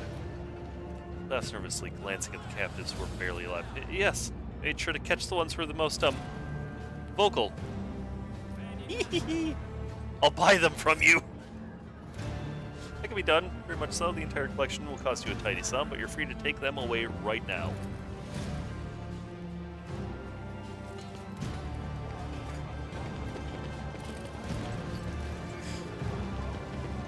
So I nearly killed them with electro shock, and then I bought them.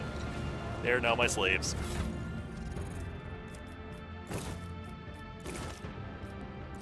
It's pretty... Oh. Oh, wait.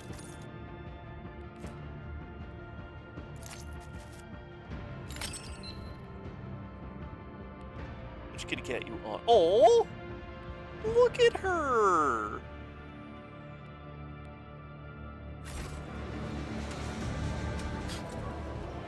My child came out and went on, and then Olympia is... I hated the noise that thing just made. Olympia is curled up on a throw pillow on the couch, just all super The dime cute. will be as slippery as a snake, like any seasoned operator. She's so precious. Had to predict that. Well, I will be starting cooking dinner. Some leaders hold 20 on to minutes. power with an iron fist. HH not. What do you mean, wait? HH not's delicious. My patience, you remember the way out. Dismissed. Oh. Vladim. Oh, no. Vladim. But Ozzy put such a harsh words into your mouth. Talk like an imperial quirk, not one of us. The woman who is standing with her back to you lets out an astonishing, ostentious sigh. Then her tone changes dramatically. Where's my cargo, Vladim? Felko has it, doesn't he? So that's how you do business with your old friends these days? So, you don't remember. Help remind you. Guards, escort her out. Hidari, move. Massive guard leans down to the woman and says in a lowered voice, Jake, get going while he's letting you out. Go drown your sorrows at Damascus and thank your lucky stars you were able to walk out the door. You won't get the chance next time. She's gonna be my next party member. First an insult, and now threats. I see courtesy and tact are no longer valued commodity on Footfall. Oh well, I'll find myself a better deal. She turns on her heel and heads towards the exit. As she passes you by, she gives you a quick once-over, winks at you, and immediately turns away with a flip of her jet black hair. Long live Rogue Trader Von Valencius, rightful successor to the Warrant of Trade. That thing's so annoying, and it follows me around all of Football. Tall man who has long since noticed your presence is studying you intently. Vladim Takara, Liege of Footfall. Let us please proceed to my office. A spread befitting a visitor of your rank is waiting. Your entourage will accommodate nearby. Certainly. Let's go. Please follow me. See, if I ever do a dogmatic run, I'll be more rude and be like, this is my title, I'm hoity-toity. When you're engaged in small talk, you get a chance to take a measure of Liege Takara. His expression is aloof and focused. His gestures curt and firm. His speech calm and quiet. As though he is used to people always listening to what he says. Judging by his observant gaze, he's been studying you in turn this whole time. Let's talk business. On behalf of the elite of Footfall Station, I offer you my condolences, Lady Von Valencius. We mourn Lady Theodora's loss, and we hope the sentiment is taken as a sign of good intention and willingness to cooperate. Thank you, Liege. Terrible loss for all of us. I hope that under your guidance, the dynasty can recover from this blow and attain even greater power. Oh, it will. The power of chaos. I was going to say the gods, but yeah, they're gods. It was a bold move on your part to announce yourself as the new rogue trader of the Von Valencius dynasty, despite not yet having the status confirmed by anyone of import from the Imperium. I appreciate such traits in people. It's good to understand who you're dealing with. As you may have noticed, Footfall is currently in a state of crisis. Its people would benefit from the patronage of a figure such as yourself. Who was that woman the wardens threw out?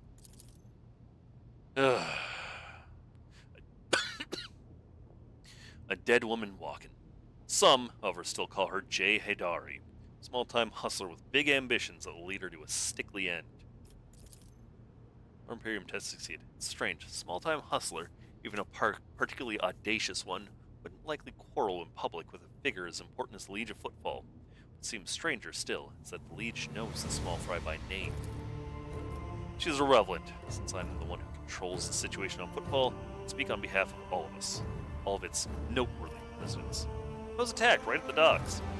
Outrageous stunt, showed disrespect for both you and me. Sadly, such incidents on Footfall are akin to natural disasters, possible to predict or preempt. Simply happen. Many consider Footfall to be a pirate den, but believe me when I say there's a difference between organized crime and gangs of thugs who have nothing to lose. You were attacked by the latter. The Anvers are a gang of punks who spit on our customs and hierarchy. Even their leader is no more akin to an ideologue. A rabble-rouser calls for people's heads, not a commander. Sooner or later, we'll find him and have him strung up. That will likely cool his followers' enthusiasm. Behind the carefully built facade of composure, you sense anger. It appears this man is not used to losing control. But that is exactly what is happening.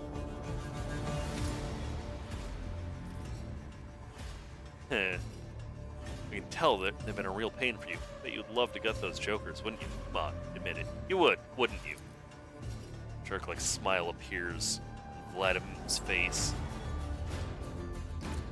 Bloody and vicious. Back where I grew up, they call it throwing someone for a loop. They carve a particular sign on the person's forehead, and load them alive into the slight disposable chute. Send them out in the orbit station. Every 30 years, we clean the orbit. Count how many stiffs bearing which signs have been floating about. You have no idea how much I want to throw those little thugs for a loop like in the good old days. Has Proctor Antharp visited you recently, by chance? Shortly before you did, he was interested in certain sensitive information, which I happen to possess, and he also required access to the dock's cogitators containing logging and administration data. Naturally, I offered my full cooperation and provided the esteemed arbitrators with a designated area at the docks where they could work away from the bustle and din of the crowd. I assume that is where the Proctor is at the moment. What sort of patronage do you seek from me? Protection. Not military protection, but a different kind of security. You have, of course, already encountered difficulties with warp navigation on your way here. Where the scope of these difficulties extends to beyond this area. Reports of disrupted routes and ships vanishing during short jumps are coming in from across the entire sector. Communication with Calyx Sector has been extremely unstable. Of the ships that have dived into the Maw in recent years, none have yet returned. Last ship that came through the Maw from the other side was struck by a temporal anomaly. The jump took almost 2 decades in real space-time. We've heard of periods of warp instability, including cases where the Maw would become completely inaccessible for navigation for years on end, thus temporarily cutting off the Coronis expanse from the Imperium. Even so, Vladimir's words are particularly alarming. It seems that something has had a profound effect on the Maw. And thus brings us to our main issue. Footfall's a repair shipyard and trading post. We barely produce anything ourselves and are largely dependent on incoming shipments, especially food shipments. The station naturally has some reserves. The supply issues didn't start yesterday. All would be obliged if House von Valencius can assist us by signing a contract for food deliveries. I can't be the only one you've asked for help. Naturally, I tried contacting other rogue traders. The terms of House Chorda would have bled Footfall dry. As for the esteemed Kaligos Winterscale, instead of a food shipment from him, I received a transport, the Nevilka, packed with refugees, to send them off to Foul Stone. The other mouths to feed would only worsen the crisis further. Because all these warp fluctuations would create more pressing concerns for Lord Winterscale, so I put my faith in you, third and last of Footfall's allies. So what are the terms of this deal? Simple. Delivery of food shipments from your fertile worlds, Janus. I imagine you're quite familiar with the jewel von Valencia's protectorate, in exchange for fair payment.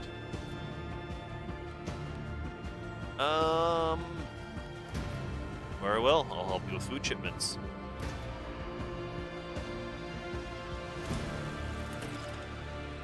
I'm immensely obliged, your ladyship. Assume that you're going to need time to get the shipments up and running. I can wait. On my end, I promise you complete cooperation with your endeavors. I'd like to know more about these Anvers. I've been using all my resources to delay the moment when the station is hit by famine. I haven't gotten around to the Anvers yet. As detrimental as they are, there are no players. Their leader dies, the rest will scatter. Where's one to go to make a few deals on the station? Here, I'm the main dealer of the station, and I would be disrespectful of me to suggest that you take your business Footfall traders of lesser import. Still, you may take an interest in a few people of note. For example, Reverend Hieronymus de Lorasso. Servants of the Ecclesiarchy is rumored to have purchased sacred relics from captains and other traders who don't seem keen on becoming his competitors. If you're looking for goods that can entertain you, find Octavia at the establishment called the Adeptus Maniscus. The chemical bliss that she offers is refined and possesses a satisfactory degree of purity. Just don't ask her to pour you her signature drink. It's meant for the common Footfall rabble, not discerning clientele. Other matters demand my attention.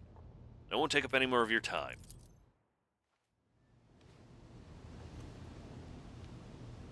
Vesper. No, Vesper's the bird. Trade with me. Yes. Sell me 66. It's Drukhari. Boo. Plated boots. Damn. charge having bleed on it is crazy. Ooh, another bolter. I don't have nearly enough profit factor for that. I can't even level them up.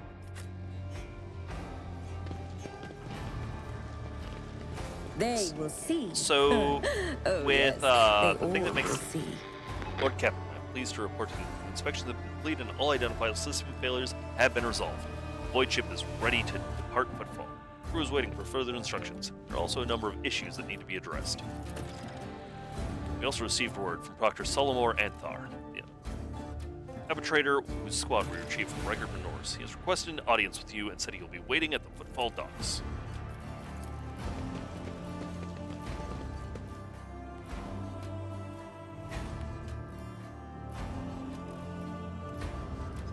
Well, hello there, Bastion Chorda.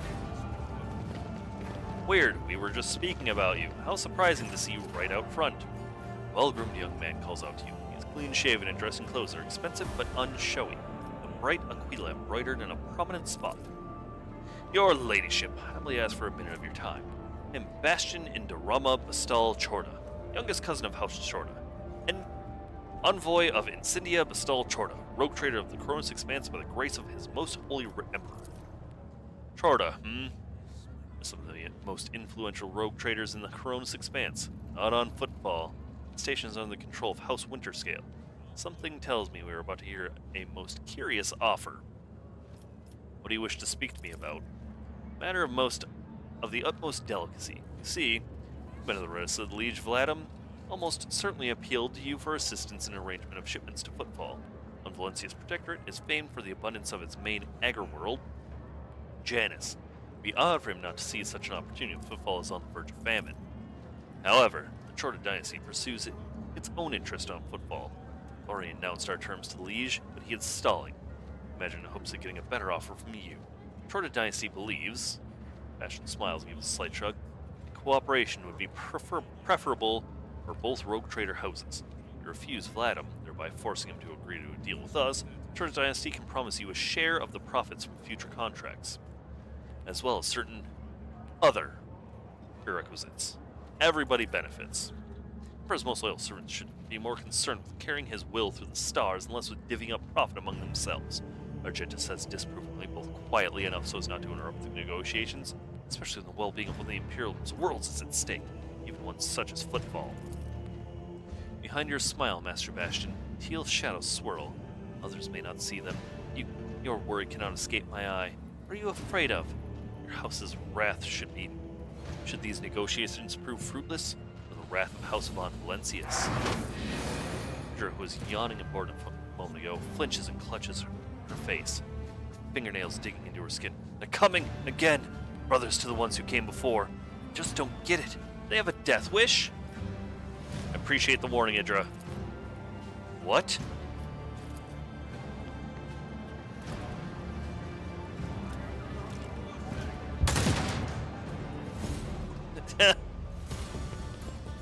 Oh, glorious spectacle of your demise! I'll turn you into corpse starch.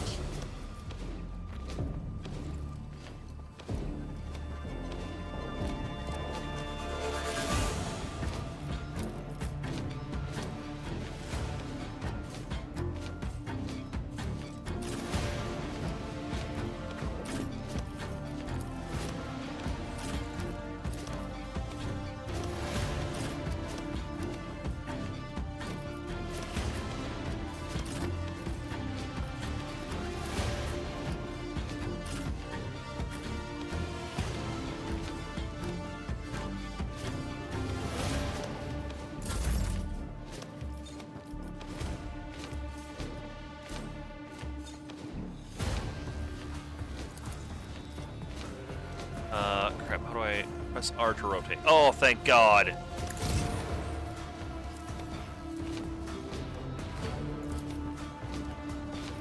So, if my relief wasn't any sign, that it didn't used to work like that.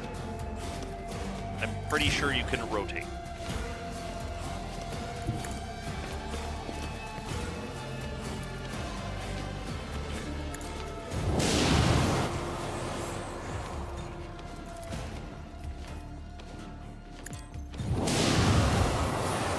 Oops, I hit the bird with lidless stare.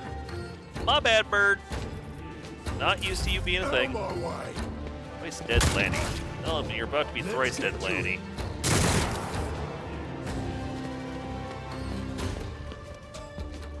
Let's get to it. You damn guard. That guard completely just got in my way.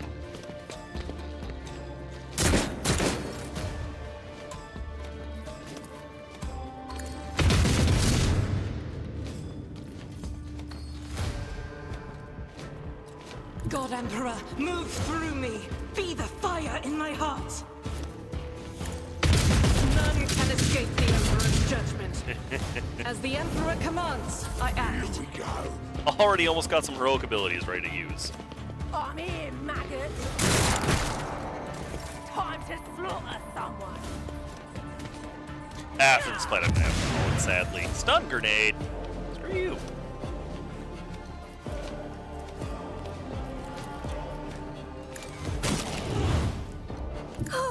Through the smoke and gunfire.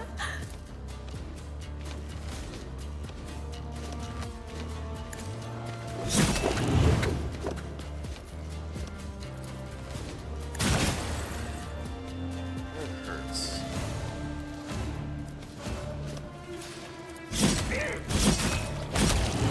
How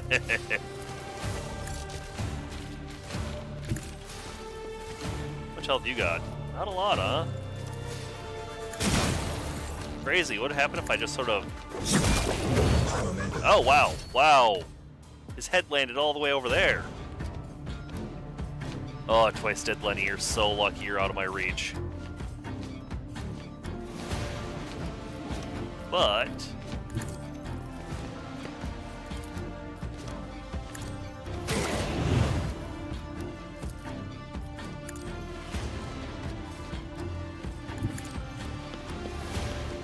Let's make it quick. Damn, how far back in the initiative? Wow, yeah, he rolled terribly.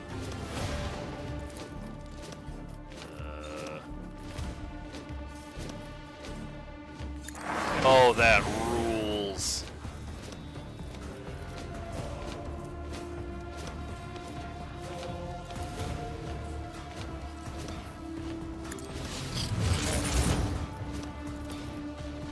I can even AoE heal? Dude.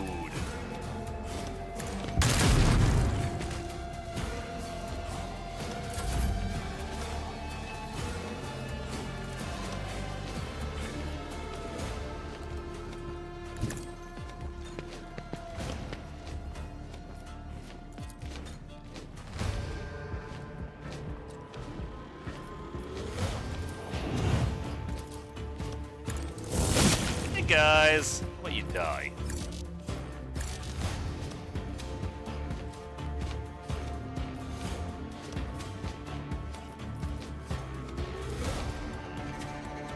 Hey, actually, let's just use Daring Breach.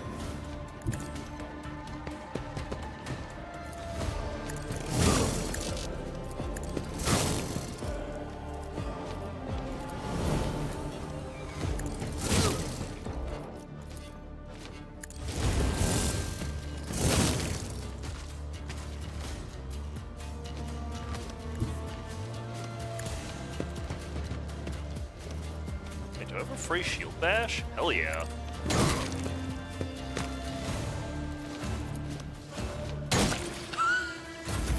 Just the slow slide and his head just goes.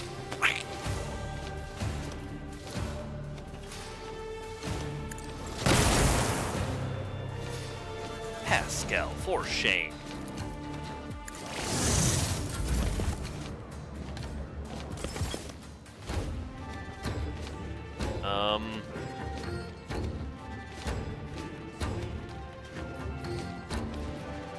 I don't even really know what I want to do. Everyone's like dead already.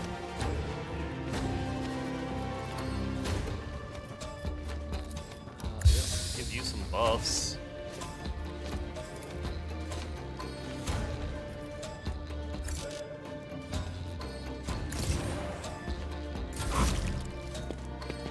Oh, sweet, it came out in the open. Show me what you've got. Oh my goodness, an NPC almost got a kill. Way to almost be useful. I'm proud of you.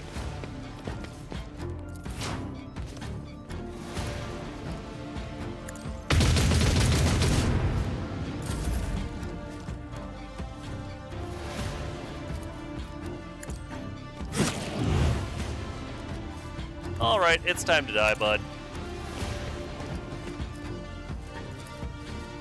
Go ahead and Blood Oath you right now. Ooh. Walk right up to you? No, let's start with this.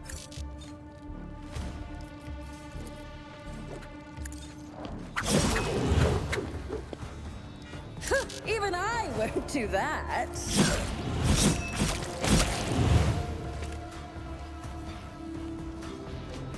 It's still alive. Oh.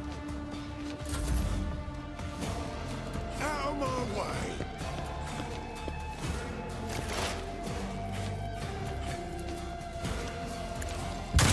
What an unfortunate turn of fate. Eh.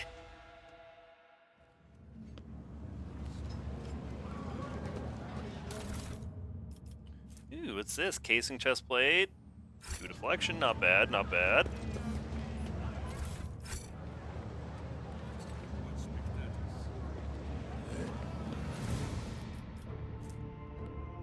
Scrap chainmail. Stun grenade. Sector 2, watch your back. Make sure you're not being followed.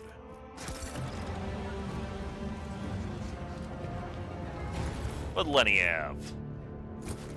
Garbage and good.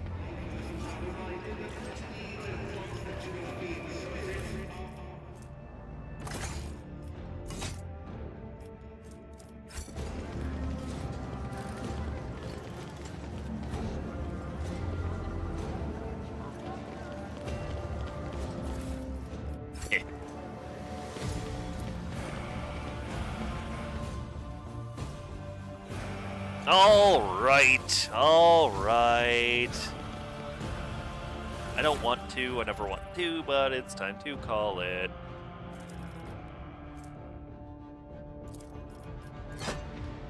Just sort through my inventory.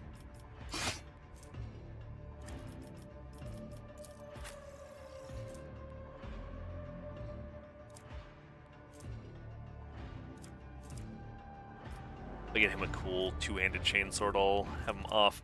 Have the shotgun in his backup. Yeah, no, those are better. Does someone else have charge?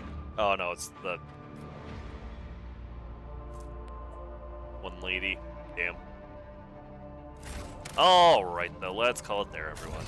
Thank you very much. I don't know, saves. There we go. Let's call it there. I gotta cook, be stupid, adult. Continue being mad that a tooth broke on food that sucked. Alright. Have a great night, everyone. I thank you very much for stopping by. As always, socials are Argio, Twitter, YouTube, Twitch. Obviously Twitch, Twitter, YouTube, Blue Sky. All VODs are uploaded to YouTube eventually. I would say usually within a day or two, but sometimes I forget. Yeah. Bye. Love ya. Bye.